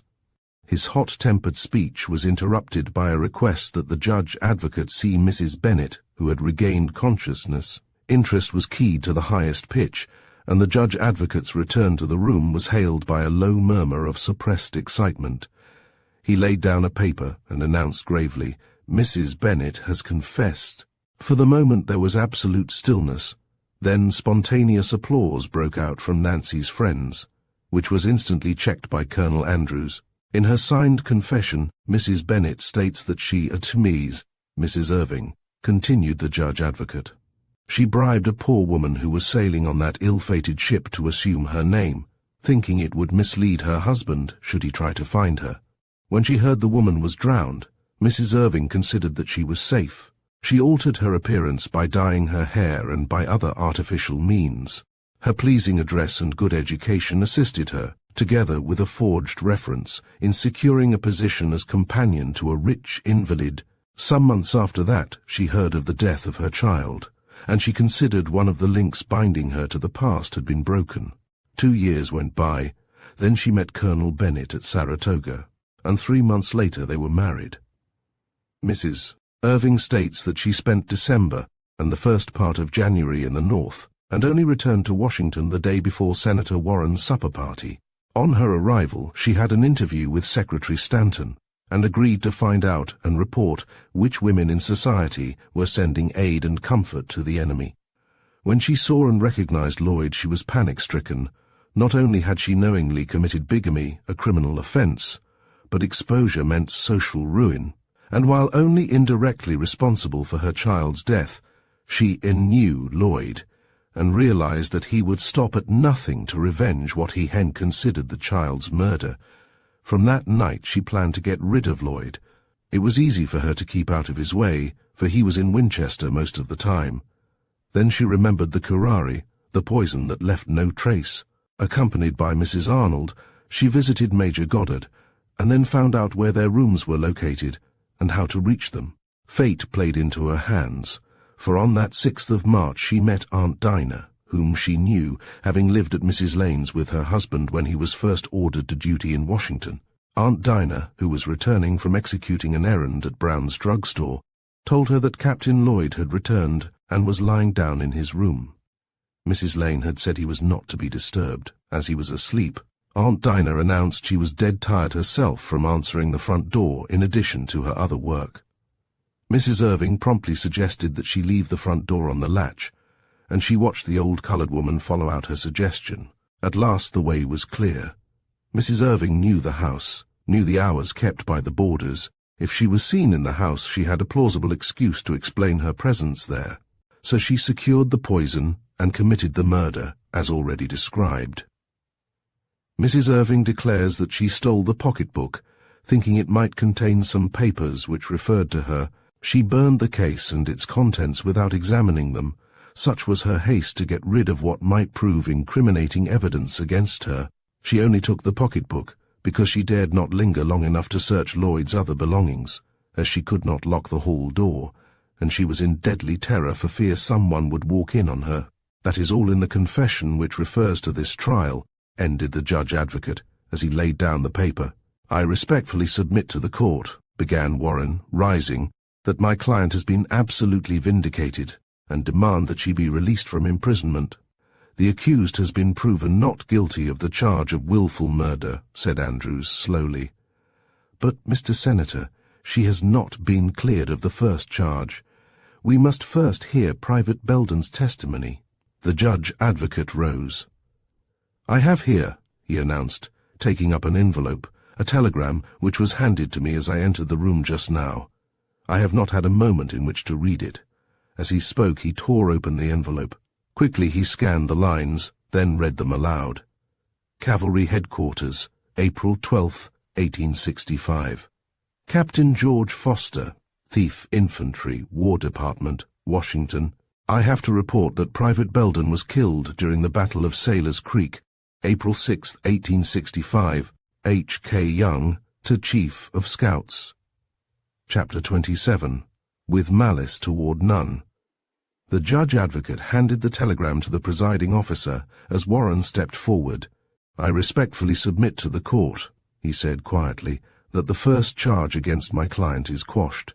You have ruled not to admit hearsay evidence. Simmons' testimony in regard to the securing of that dispatch from Major Pegram is hearsay. Furthermore, he declares on direct examination that my client's handwriting is not the same as that of the dispatch. My client has already been vindicated of the second charge. The first is non-proven. Again, I demand my client's honorable acquittal at your hands." The judge advocate rose to sum up his case, but his argument was interrupted by the entrance of an orderly who handed him a note which he read in haste, and he changed the words almost on his lips. "May it please the court," he said, "I have received word that new and most important testimony has been discovered relating to the first charge against the accused." "You are too late, Mr. Judge Advocate," exclaimed Warren, hotly. "I have already presented my argument to the court. The case is closed." "Not so." The judge advocate picked up a book from the table and read aloud. "The court may, in the interest of truth and justice, call or recall witnesses, or permit their recall at any stage of the proceedings. It may permit material testimony to be introduced by either party quite out of its regular order and place, or permit a case once closed by either or both sides to be reopened for the introduction of testimony previously omitted, if convinced that such testimony is so material that its omission would leave the investigation incomplete." The judge advocate closed the book with a snap and laid it back on the table. "I respectfully contend that Colonel Baker's testimony is necessary before this case is closed. Here is the Colonel's note, Mr. President," and he passed the paper to Colonel Andrews, who, after perusing it, handed the paper to the other members. "The court rules that it is both permissible and necessary to hear further testimony," announced the Colonel. "Call Colonel Baker to the stand." Vexed and angry, Warren resumed his seat. Was victory to be snatched from him at the crucial moment? He dared not glance at Nancy, and sick at heart he listened to the judge advocate's slightly hoarse voice administering the oath to the new witness. "Do you know the accused?" asked the judge advocate, after Baker had given his full name and rank in the service. "I do. I placed her under arrest as a rebel spy." "What evidence have you to prove that fact?" "This." Baker put his hand in his pocket and drew out a small red leather card case which was caked with mud. Nancy's eyes distended with fear, and she whitened perceptibly. "I have searched Miss Newton's house a number of times, but without success. Today I decided to make one more effort, and so ransacked the place thoroughly. When in the stable I noticed that a red-brown field spaniel was doing a lot of snooping around in the rose garden, and I watched him for about 10 minutes. Finally he located his bone and dug it up, and with it a tin box which contained this leather case." Nancy almost cried out. Misery had betrayed her, her pet companion, her little dumb, loyal friend, whose companionship she had longed for many days. She could hardly see Baker's movements through the stinging tears that surged into her eyes. Baker took from the case a much-worn paper, and without further comment handed it to the judge advocate, who cleared his voice and read its contents aloud. "Special Order War Department, No. 17. Richmond, VAR, June 25th, 1862. Extract 2. The bearer, Miss Nancy Newton, of Washington, District of Columbia, having volunteered her services, is hereby appointed as Special Agent of Confederate States Government, subject to the approval of this department. Commanders of posts, officers of guards and patrols will render all assistance in their power. Quartermasters will furnish all necessary transportation. By command of the President. Description: age -21, stature 5 feet, 7½ in, forehead, broad eyes, hazel nose, rather short and straight mouth, medium-sized chin, round, with deep, dimple hair, red-golden complexion, fair face, oval James a Seddon, Tenseki of war." Silently the presiding officer accepted the paper, inspected it, then passed it over to the members of the court. "Have you any questions to ask the witness, Mr. Senator?" asked the judge advocate. "Who was present when you found that paper, Colonel Baker?" "The Provost Marshal and 2 of his men," answered Baker, then added, "The leather case is stamped with the prisoner's initials.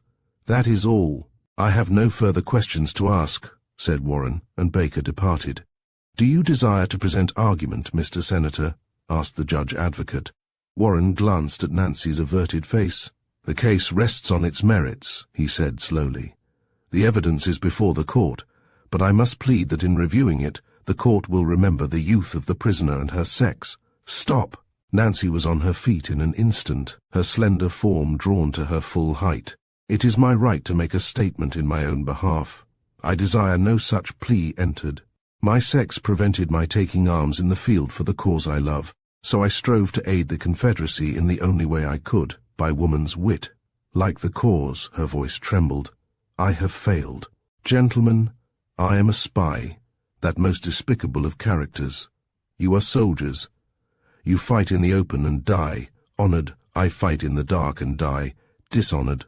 You fought for love of the stars and stripes, I for love of the stars and bars." A brief pause followed as Nancy's clear, unfaltering voice ceased, then Colonel Andrews rose. "The court is closed," he announced solemnly. "The findings will be sent to the proper authorities." Nancy swayed slightly, recovered herself, bowed to the court, then turned blindly and followed the corporal of the guard out of the room. Silently the crowd dispersed, the shadow of coming tragedy stilling all desire for light chatter. Nancy rose and paced the small prison room restlessly, anything to get away from her own thoughts. For 48 hours she had heard nothing from the outside world. She had not closed her eyes the night before, and Friday found her weary and unstrung by her long vigil. She wondered dully when the sentence would be carried out. She hoped soon. She pushed her hair back from her forehead nervously. Her thoughts turned to her aunt and then to Goddard. Surely she would be permitted to see them. They would not let her face the end alone. She had never thanked Senator Warren for all his kindness, all that he had tried to do for her, and all that he had accomplished. At least she was not branded as a murderess. And yet Goddard had thought her capable of such an act. Nancy's eyes burned with hot, scalding tears that fell one by one. Bravely her white lips hushed their moan. She must not lose her self-control. Resolutely she turned and straightened her few belongings. She was so absorbed in trying to forget painful thoughts that she did not hear the sentry open the door, nor a hesitating footstep that crossed the threshold. "Nancy," said a pleading voice. The girl wheeled around, the carmine mounting her bloodless cheeks. Without a word she stepped forward and was clasped in Goddard's strong embrace. "Do not cry so, my darling," and he stroked her hair with loving hand. I must. It is the first time I have given way," gasped Nancy between her sobs. "Oh, Bob, you don't know how I have wanted you, to feel your strong arms about me, to know—" her voice sank, "to know you loved me in spite of all. Love you." The man's voice was rough with the intensity of his emotions. "I love you so it frightens me. God, why am I so helpless? You are more precious to me than all the world, and I can do nothing."